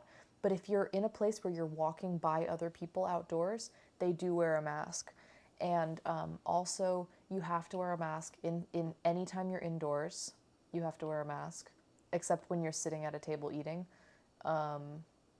Just a cultural courtesy, yeah. And then the other thing, solar panels, these, maybe. I'm not sure. The other thing that I thought that I really liked was most places had a sink with hand soap and running water outside, like a restaurant or a shop or something. And very frequently, people would stop me and be like, "Oh, can you please wash your hands before you come in?" And then you're like, "Oh yeah, of course." And it would be like a step pump. So you step on the little foot pump, and it pumps a little bit of water. Wash your hands, soap and water, clean paper towels, boom, boom, boom. And then you got your mask on, and they're like, "Okay, come on in." And it was really nice because then my hands were like always clean. No, but it was great because I felt like my hands were always clean because I always had somewhere to wash it. You know, sometimes when you travel, it's hard to find somewhere to wash your hands. Sometimes restrooms cost money. Sometimes they're dirty. Like, these were all really clean, really accessible. Even if you weren't dining at that restaurant, if you're walking by a restaurant and there's a sink right outside it, you can just stop by real quick and just wash your hands. Everyone's chill with it, you know? Yeah, with the ecotourism being so crucial, I can tell that they're really trying to be safe. And it made me feel so much better being there, knowing that, like, they actually were taking it seriously. Most of the people that I talked to about COVID, so like people like the tour guides, the hotel people, most of them said, like, we're all vaccinated because, like, obviously in the more remote areas, the poorer areas, and the less touristy areas, they're not going to be as vaccinated because there's less contact with the outside world. There's maybe less resources, or maybe less like knowledge of how vaccines work and the importance of them. You know what I mean? But anywhere where there was, like, most of the places we were that were touristy, the people were like, "Yeah, we're vaccinated," because they want life to come back to normal because they really need tourism. So I generally felt extremely safe. And you guys know I had to take a COVID test to come back to the US, and I tested negative, so like it seems like their measures worked. I'm also vaccinated too, but still, like, you know. So that was awesome. I loved that. This is like a square. This statue is a guy sweeping. I don't know. I'm wondering if it's like some sort of like celebration of laborers. I'm not really sure. SJO is San Jose. That's like the airport code for San Jose, if you're wondering. This is me in the jungle. I'm back in the jungle, guys. You guys thought we came back to the city? No, we're back in the jungle. Yeah, we're just being stupid.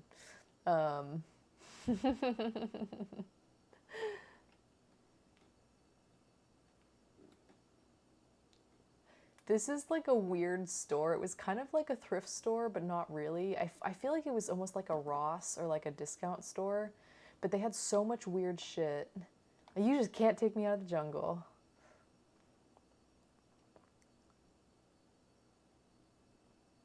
I wonder how many people have this as their main jungle experience on the trip. Probably not that many. I think most people come to Costa Rica to do ecotourism. I don't think most people come to go to San Jose. But they had a whole bunch of like weird, just a whole bunch of weird stuff. This whole table was all like kitchen stuff. This over here was all like kids stuff. They had tons of clothes, but none of it seemed used. So it was kind of weird because it felt like a thrift store, but none of the stuff like actually seemed used. So it was kind of, yeah, kind of like a flea market. I don't know. I don't really know what the deal was. Here is, you can't really see very well, but it's just a sign saying that they're celebrating like their bicentennial. We went to McDonald's. Sells all the shit no one wanted. Yeah, maybe like an outlet store. Yeah, kind of. We went to McDonald's, and because you know we wanted to check it out, see how it was. It was really close to our hotel, and we wanted to get a snack. I didn't get anything. My husband got a cheeseburger. It was fine. He said it was okay. One of my friends got the chicken nuggets. Guys, they were the worst chicken nuggets I've ever had in my entire life, without a doubt. They were so bad.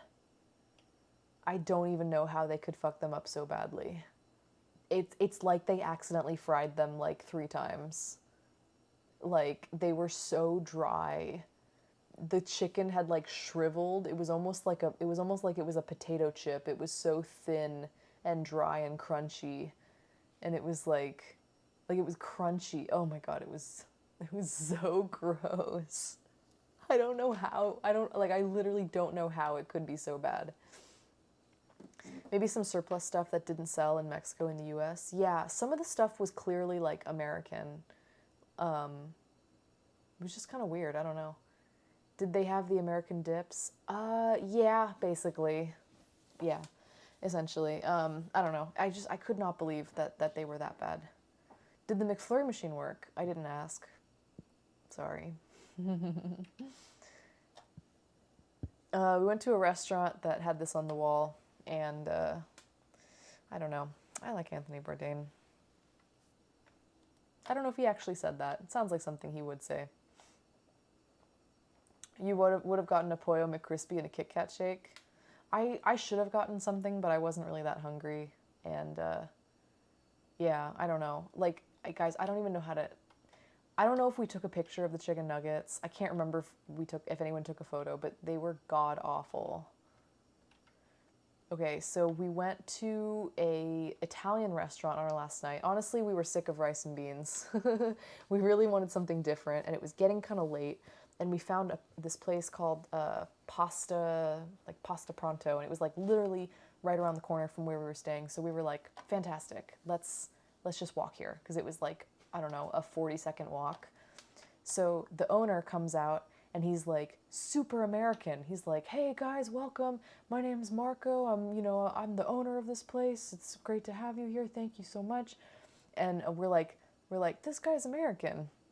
So I asked him, we're like, where are you from? He's like, oh, I'm from Los Angeles. And we were like, nuh-uh, really? He's like, yeah, my grandmother is Costa Rican, so I used to come down to Costa Rica all the time. You know, when I was younger, I used to visit. And then eventually I was he was working at a tech job, and he, like some sort of software tech. Oh yeah, a lot of expats own restaurants and bars. This guy was really cool, like very, very sweet, very nice guy. Probably under 40, I would guess, like in his late 30s, maybe early 40s. And this was in San Jose. And he says, yeah, I was living in Los Angeles. I was working for some sort of like software tech company, and a lot of our, like we have, I don't know if they had a branch in San Jose, or they were somehow had coworkers or colleagues or something in San Jose. And he went down to visit for a work trip, and then ended up like really loving it as an adult. He had been as a kid, but he loved it as an adult, and was like, I'm gonna move down here. And so he like literally moved down to Costa Rica, opened a restaurant, and then 2 days after he opened his restaurant, COVID lockdown started. Felix, is that you? What's wrong, baby? Are you okay? Is that Dexter? Is it Felix? What's wrong? Are you okay? Are you okay?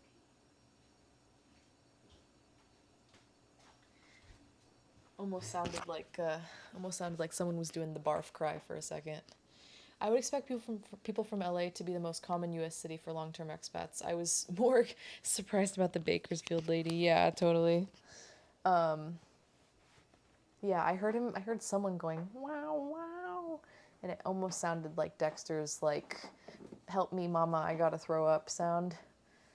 Anywho, so he opens this restaurant. 2 days later, the country goes into lockdown, and he's like, fuck. But he transitioned to doing a lot of catering.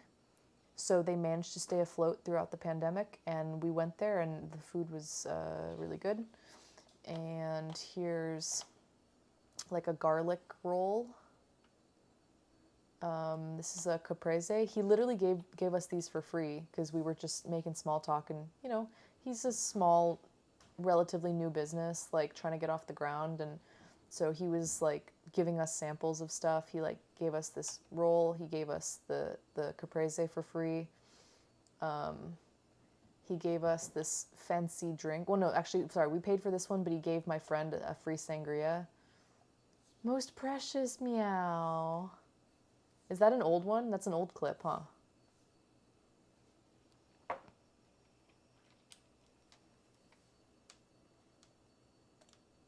Thank you, my friend. Oh yeah, do that. This is so fancy. Oh, it was a pre-puke one? Oh no. He does a really sad puke. He goes, So much.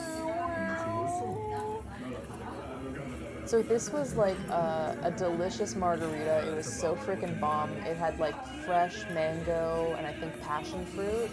That smells real fresh, bro. Thank you, my friend. Yeah. Thank you so much. It was super good. Oh wait, hang on. I think he samples it too. It's a giant drink too.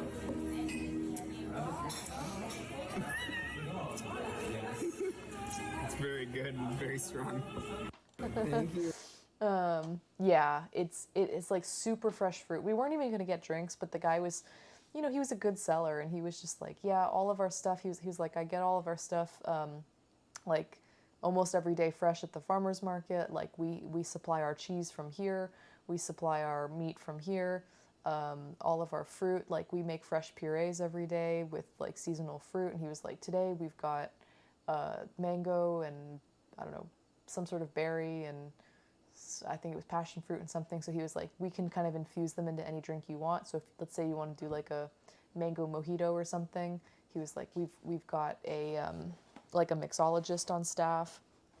It was a whole, you know, it's a nice operation he's trying to run here. Do we have any micheladas? No, I didn't. And I didn't really see any, although I wasn't looking hard. But it was a really tasty drink and a big fat drink too. And then my friend got a sangria just for free. I don't know. Let's see. I got Alfredo with chicken and mushrooms. It was delicious. I never order Alfredo because it's so heavy, but I was like, fuck it. It's my last night of vacation. If I want to eat a whole bowl of Alfredo, I'm going to do it. And I did it. Because I like never order Alfredo. It's just way too rich. But I was like, I'm doing it. This is what my husband got. He got a spaghetti carbonara. He got like kind of like a dinner combo. It's funny, they called it an Italian casado, playing off the rice and beans dish, except the idea being it's a pasta, a meat, and a salad. So I was like, okay, that's cute. It was plenty of food. And so this carbonara, like a breaded chicken fillet and like a house salad. This is a kind of like a Caribbean pasta. So it had carrots and zucchini and onions and shrimp with like a savory coconut, kind of like a, not curry, but like a coconutty pasta sauce. So it was kind of like Caribbean flavors, kind of some island flavors. That was pretty good. And then pesto. See, the great thing about traveling with additional people is additional food photos. Every time we eat, we get double the food pictures because there's 4 of us instead of 2. So that was great. I had like double the food pics. Yeah, the pesto was really lovely. That's the place of it. There's Felix again. Don't ask, I don't know. This was my breakfast. They gave me a hot dog. I don't know why. This shrimp one is my favorite so far. What? Photo? This? Like favorite food photo? The pancake was a little bit burnt, Kenny. Oh, of the pastas. Yeah. Yeah, they were all delicious. I tried all of them. They did singe my pancake a little bit. I also asked for scrambled eggs, not sunny side up, but it's okay. You know what? I lived to tell the tale. We went to an art museum on our last day. This is our last morning, like before we left. It was a free museum. It was the Museum of Costa Rican Art. Totally free to enter. And it was built in a building that used to be an old airport, like a small local airport. So all of these works of art ranging from, I think, maybe like the mid 1800s to like present day. And they had some different collections. I didn't take a ton of pictures of just the art itself.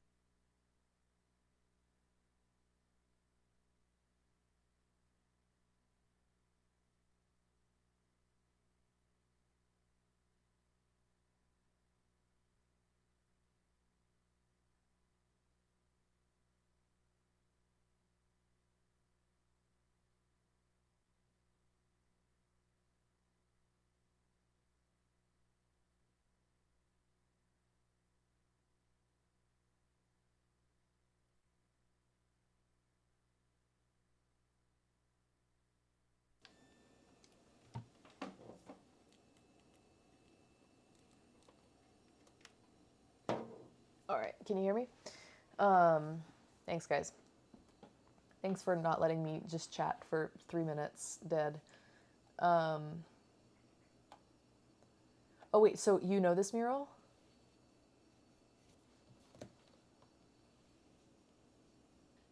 I thought it was designed for this room. Are you saying it's not? Oh, the previous one. Really? This one? I thought it was designed just for this.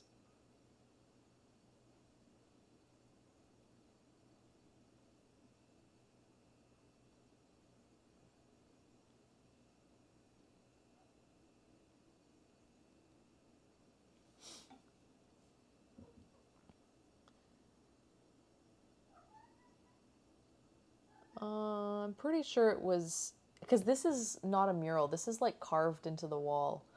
Yeah, maybe some of the same imagery, but basically it's called the Gold Room, and it's like, sorry, the light was making it kind of hard to take pictures, but it was like literally carved in bas relief onto the wall and then painted with like maybe some sort of like bronzish, goldish paint.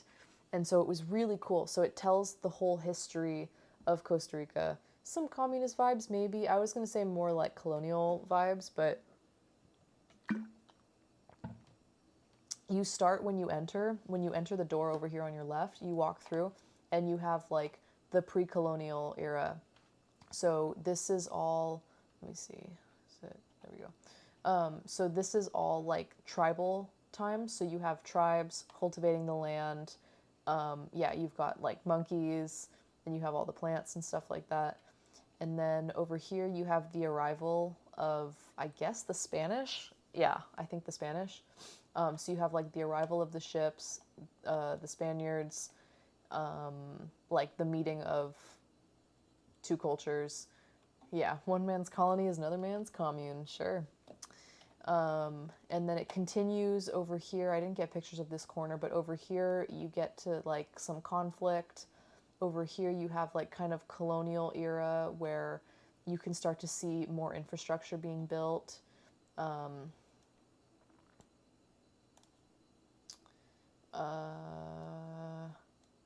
Yeah, you can see this guy, the shirtless guy carrying a beam. So there's more like industry, more infrastructure. Over here we start to have like more education, like more like formal education. I guess like European style education. Yeah, this is a free museum. And then I don't know who all these people are, but you just see a lot more innovation. Like, I think this guy looks like he's doing some sort of architecture or like building thing. This guy is holding a torch. I think the torch symbolizes their independence. So that would be 200 years ago that they gained their independence from Spain. And then over here, then you can see like a whole new era. You've got trains. You've got like this guy holding this thing. I'm pretty sure it's like an architecture thing. You've got like builders, doctors, laborers, and they're kind of like, oh, I went back too far. Yeah, kind of like a more industrial era coming towards the present day. So I don't know, it was very cool. I mean, like, obviously, I'm sure Costa Rica has some brutal history. I'm sure any colonial country, like any country that was colonized, is gonna have a pretty tumultuous past, I think. You know what I mean? So, for better or for worse, it shaped the country, and so it kind of like tells the whole story of how Costa Rica came to be. It was very cool. It was a very, very cool room. Plumb bob? What's a plumb bob? That little dangly thing? What did you call me? Yeah, so this is the second floor. So all the way in here, you can see in here is the gold room. Did you learn if Costa Rica had more Aztec or Mayan influence? I think it was a totally different tribe.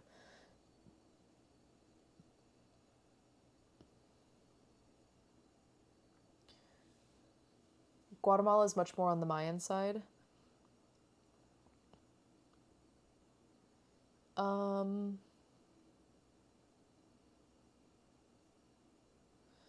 Okay, so the tribes of Costa Rica, there are 8 indigenous tribes in Costa Rica: the Huetar, Maleku, Bribri, Cabacar, Brunca, Ngabe, and Broran. And Chorotega.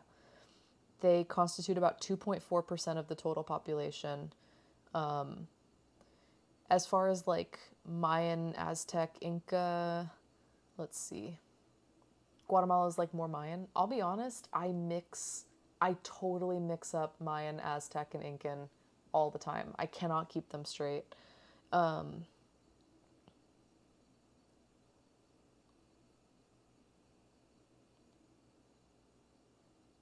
to see if I have an answer for you. I don't know.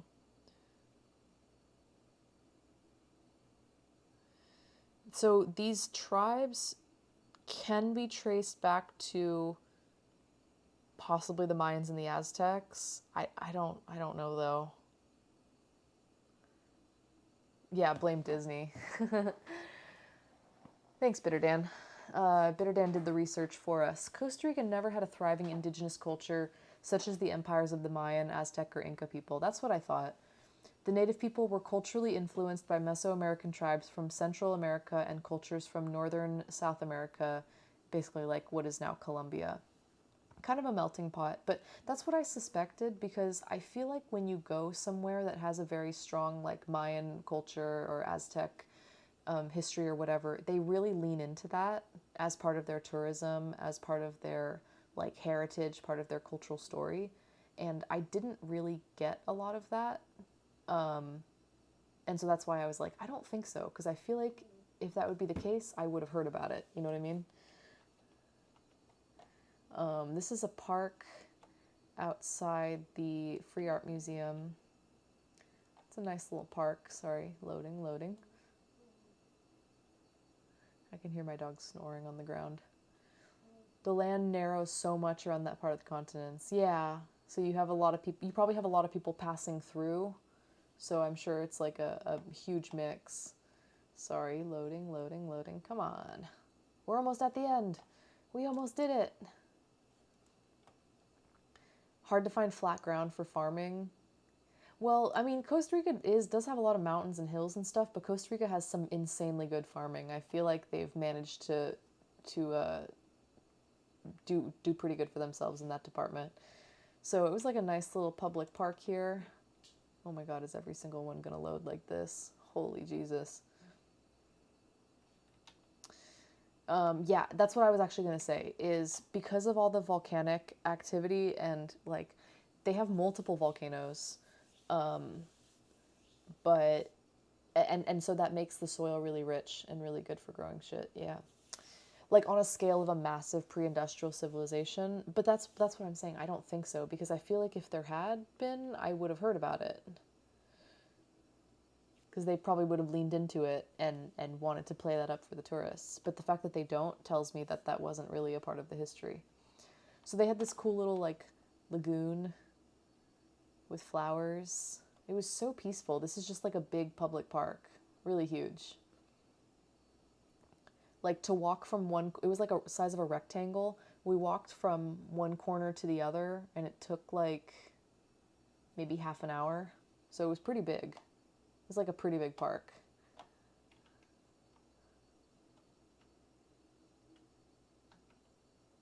And the flowers were lovely. And we saw a kitty cat.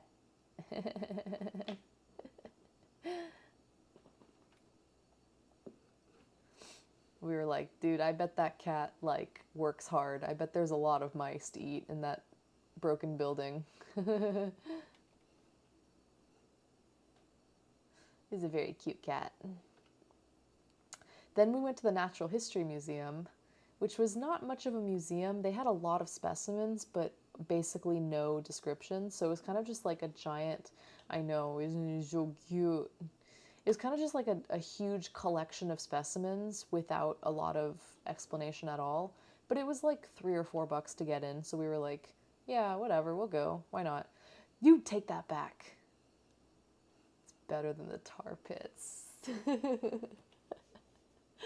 So they had a lot of cool shit here. I don't know if you guys can see, but this says Zilapalos. Remember I said Zilapalo means petrified wood?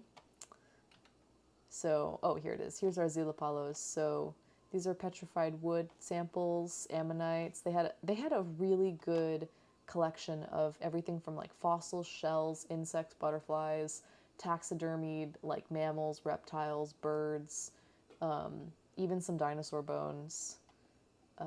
Sea creatures. They had a really good collection. I know you're serious. It was very cool though. There was a lot of specimens. It's just like it didn't tell you anything about them.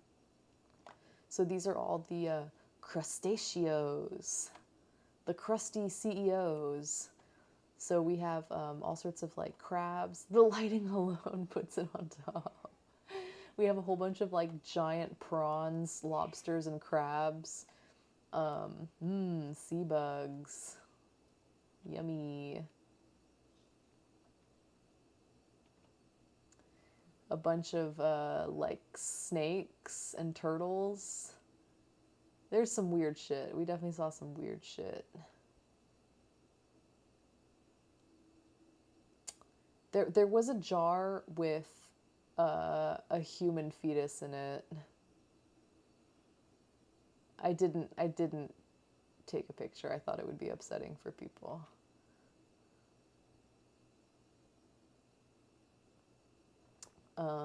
Snakes.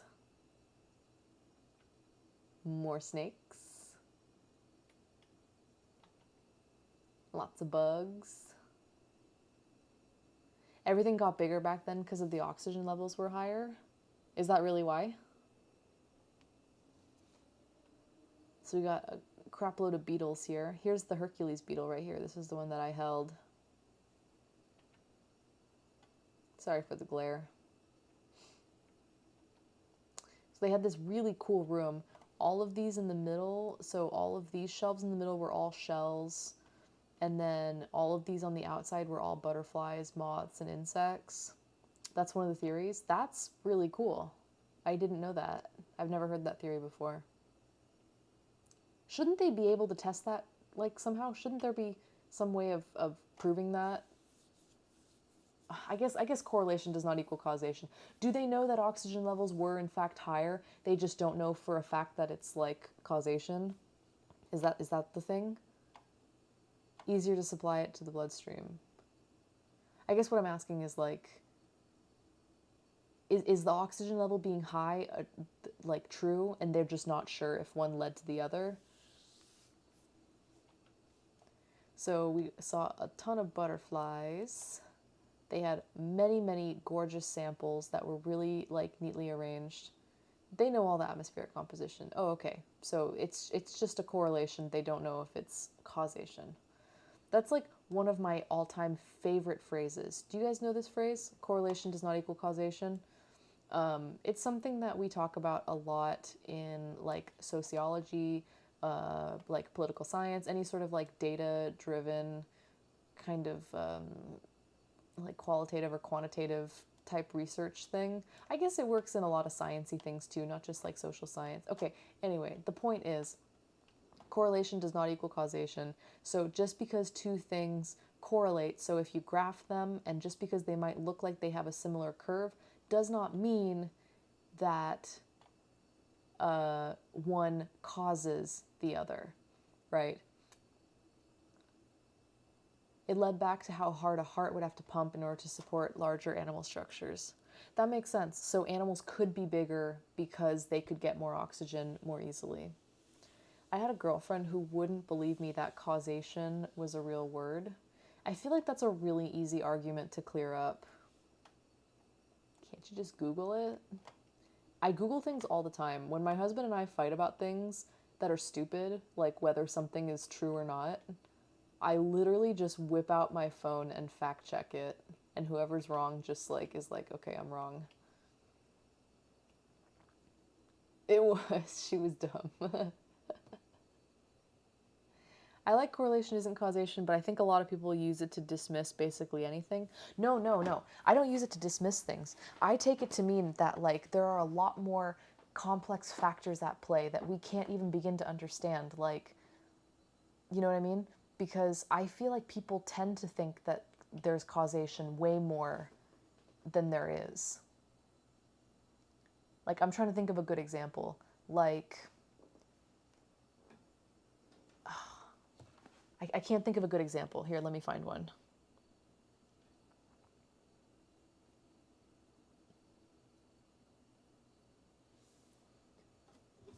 I think people lean too much into causation, personally. And so that's why I like to keep it in mind.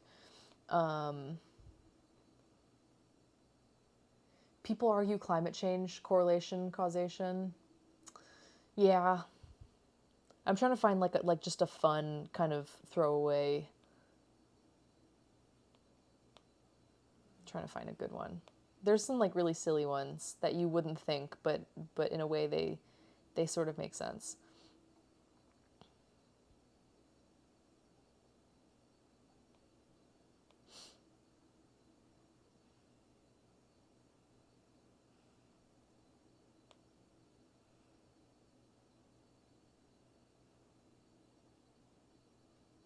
I'm trying to find a good one. I saw a good one that had to do with like summer, and it basically had to do with like, I want to say there were different variables, like, I don't know if it was like homicides or something like that. I can't remember.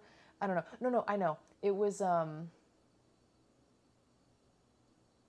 shit, I can't remember. It had something to do with like summer and like summer clothes and maybe ice cream and maybe murder. I can't remember.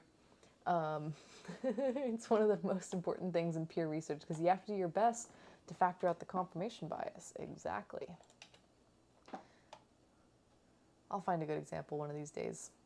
So we had some gorgeous, gorgeous specimens. These are all a whole bunch of moths. I liked them because I thought they were, we had all these beautiful butterflies, all these show-offs, and then I was like, you know what, these moths are actually kind of pretty too, in their own, like, kind of gross way. Okay, these are some frogs and a duck, I'm sorry, or a chicken or something. I think these are like maybe bats.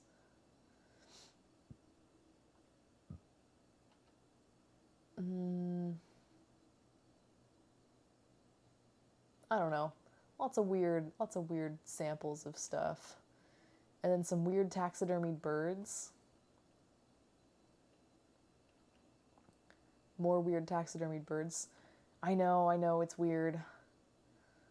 Some of the taxidermies were like very old. You could tell that they're getting really tired. It's probably a really old museum. Okay, I had asked my husband earlier in the trip, hey, do you think hawks eat sloths a lot? And his answer was like, yeah, of course. He was like, probably like the really big ones, like the eagles. And I was like, huh, okay, that makes sense. I'm sorry, I know this is dark, but look at the sloth's face. He's like, oh, fuck. I'm sorry. It's a harpy eagle. You know what, this is nature. It's kind of funny, it's kind of dark. When I saw the sloth's face, I laughed so hard because he's just like, oh shit, not today. One of my favorite examples is how people thought that lead levels in the atmosphere and water supply was used to explain lower levels of violence. But the Freakonomics guys came out with theories that it was mostly due to the increase in the availability of safe abortion services. That's a lot to wrap my head around.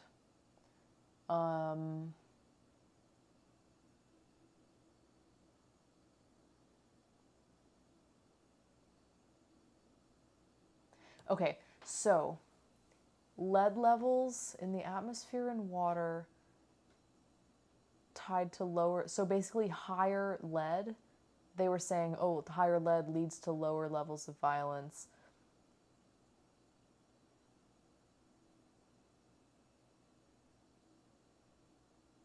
But you're saying higher lead correlates to the availability of safe abortion services?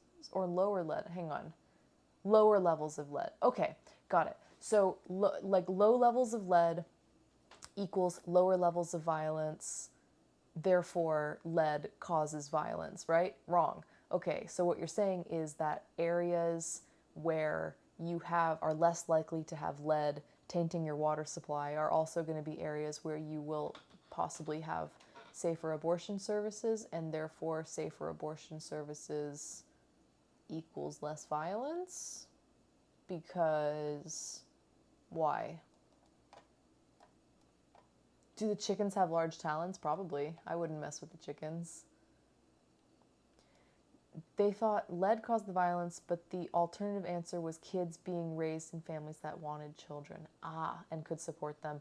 So access to safe abortion leads to, let's say, maybe happier planned families. Okay. Interesting.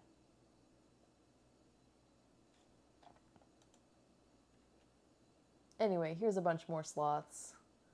These ones aren't being attacked. They're happy. They're chill. They're not having a crappy time. They're having a good time.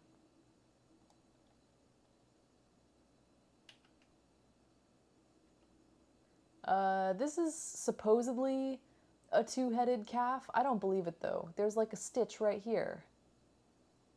I don't believe it. I think it's fake.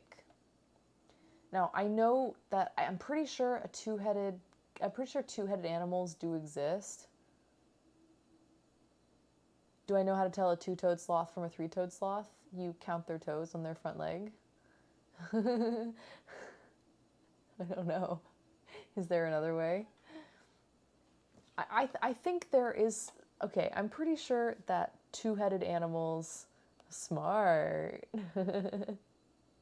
But it's only on their front legs, because I'm pretty sure their back legs both have three. Okay, I think two-headed animals do exist, don't they? You think this one was legit? Really? I wasn't sure because it had this like weird sew, and I was like, why is there a stitch down its back? That just looks like you sewed two animals together. Hold on. Higher lead content leading to aggression is a proven thing still, but they concluded it wasn't enough to explain decades-long decrease in violence. Gotcha. I have seen a living two-headed snake. Whoa, that's cool. True, yeah. Two-headed animals I feel like I've seen before.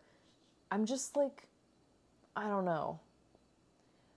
The other taxidermies didn't look like they had such a strong seam down the back, so I was not totally sold on this one, but hey, maybe it's real. I don't know. Seems like anywhere along the spine it can get split. Yeah, I've seen a two-headed cow, which basically the heads were like almost fused together, so they were like, it was basically like one really big head, almost, and then I've seen ones that have like two necks, you know what I mean? It's very interesting. I don't know, nature's crazy.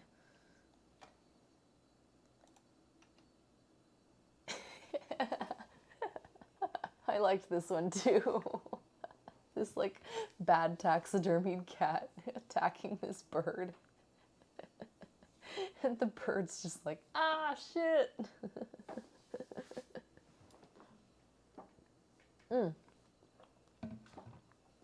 They can have a third eye, like three eyes. Whoa, that's crazy.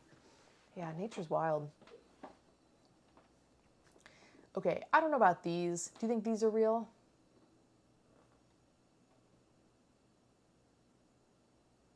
This is supposed to be an 8-legged pig, and this is supposed to be like another deformed pig. Yeah, you think so? That's pretty wild.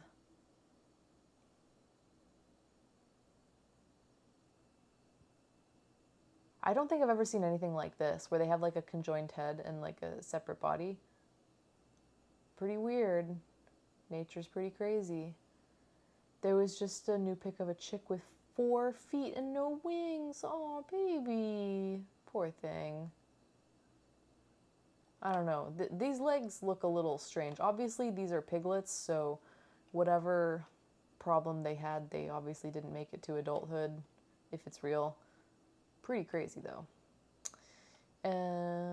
Just the evolution of animals. He looked cool. Okay. We thought this was funny because it's the huevo de Tarbosaurus, the Tarbosaurus egg, and it's on loan from the Natural History Museum of Los Angeles, USA, which I've been to. Chicken wings are worthless to them anyway, yeah. We need to grow four-breasted chickens? Nah, dude, dark meat. I thought this was cool, because I'm like, hey, I've been to the Natural History Museum of Los Angeles. So I thought that was neat. Here's more of this is like a soccer stadium back here. Sorry, football stadium back here. Would have been cool to see a game. I'm sure, like, I've never really gone to like a big sporting event in another country, but they're just not doing them because of COVID. They are taking COVID like really seriously, and they're not doing mass like crowd events. Even their 200th anniversary of independence, they basically like didn't celebrate, or they did celebrate, but they didn't do what they had been planning to do for like years. Like for years they had planned this extravagant this like super extravagant like celebration with like a parade and a whole thing. Whoa, that's crazy.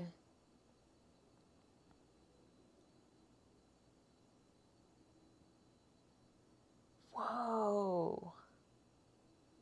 Okay, that's really cool.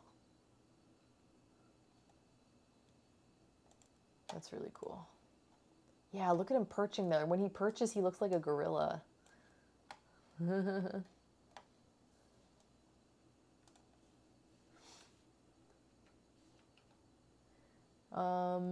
Nothing here. I just liked the sloth in the chef's hat. Try Costa Rican food. This is us at the airport. Sadly, it was time to go.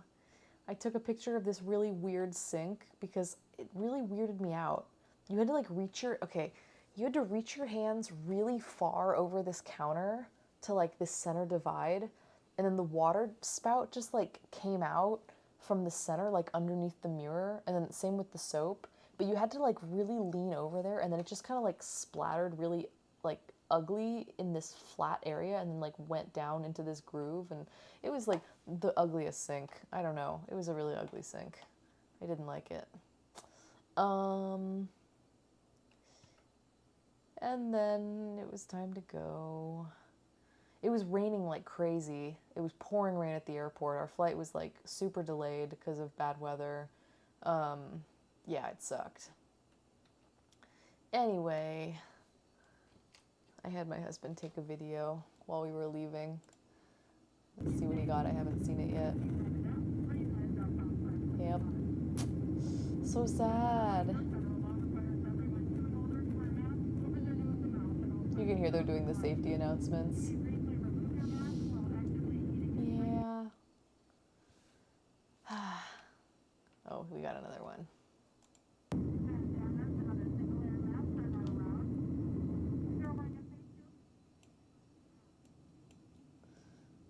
Damn. Oh, there's a rainbow. There's a little bit of a rainbow. Thank you, guys. I'm sorry it's so freaking late.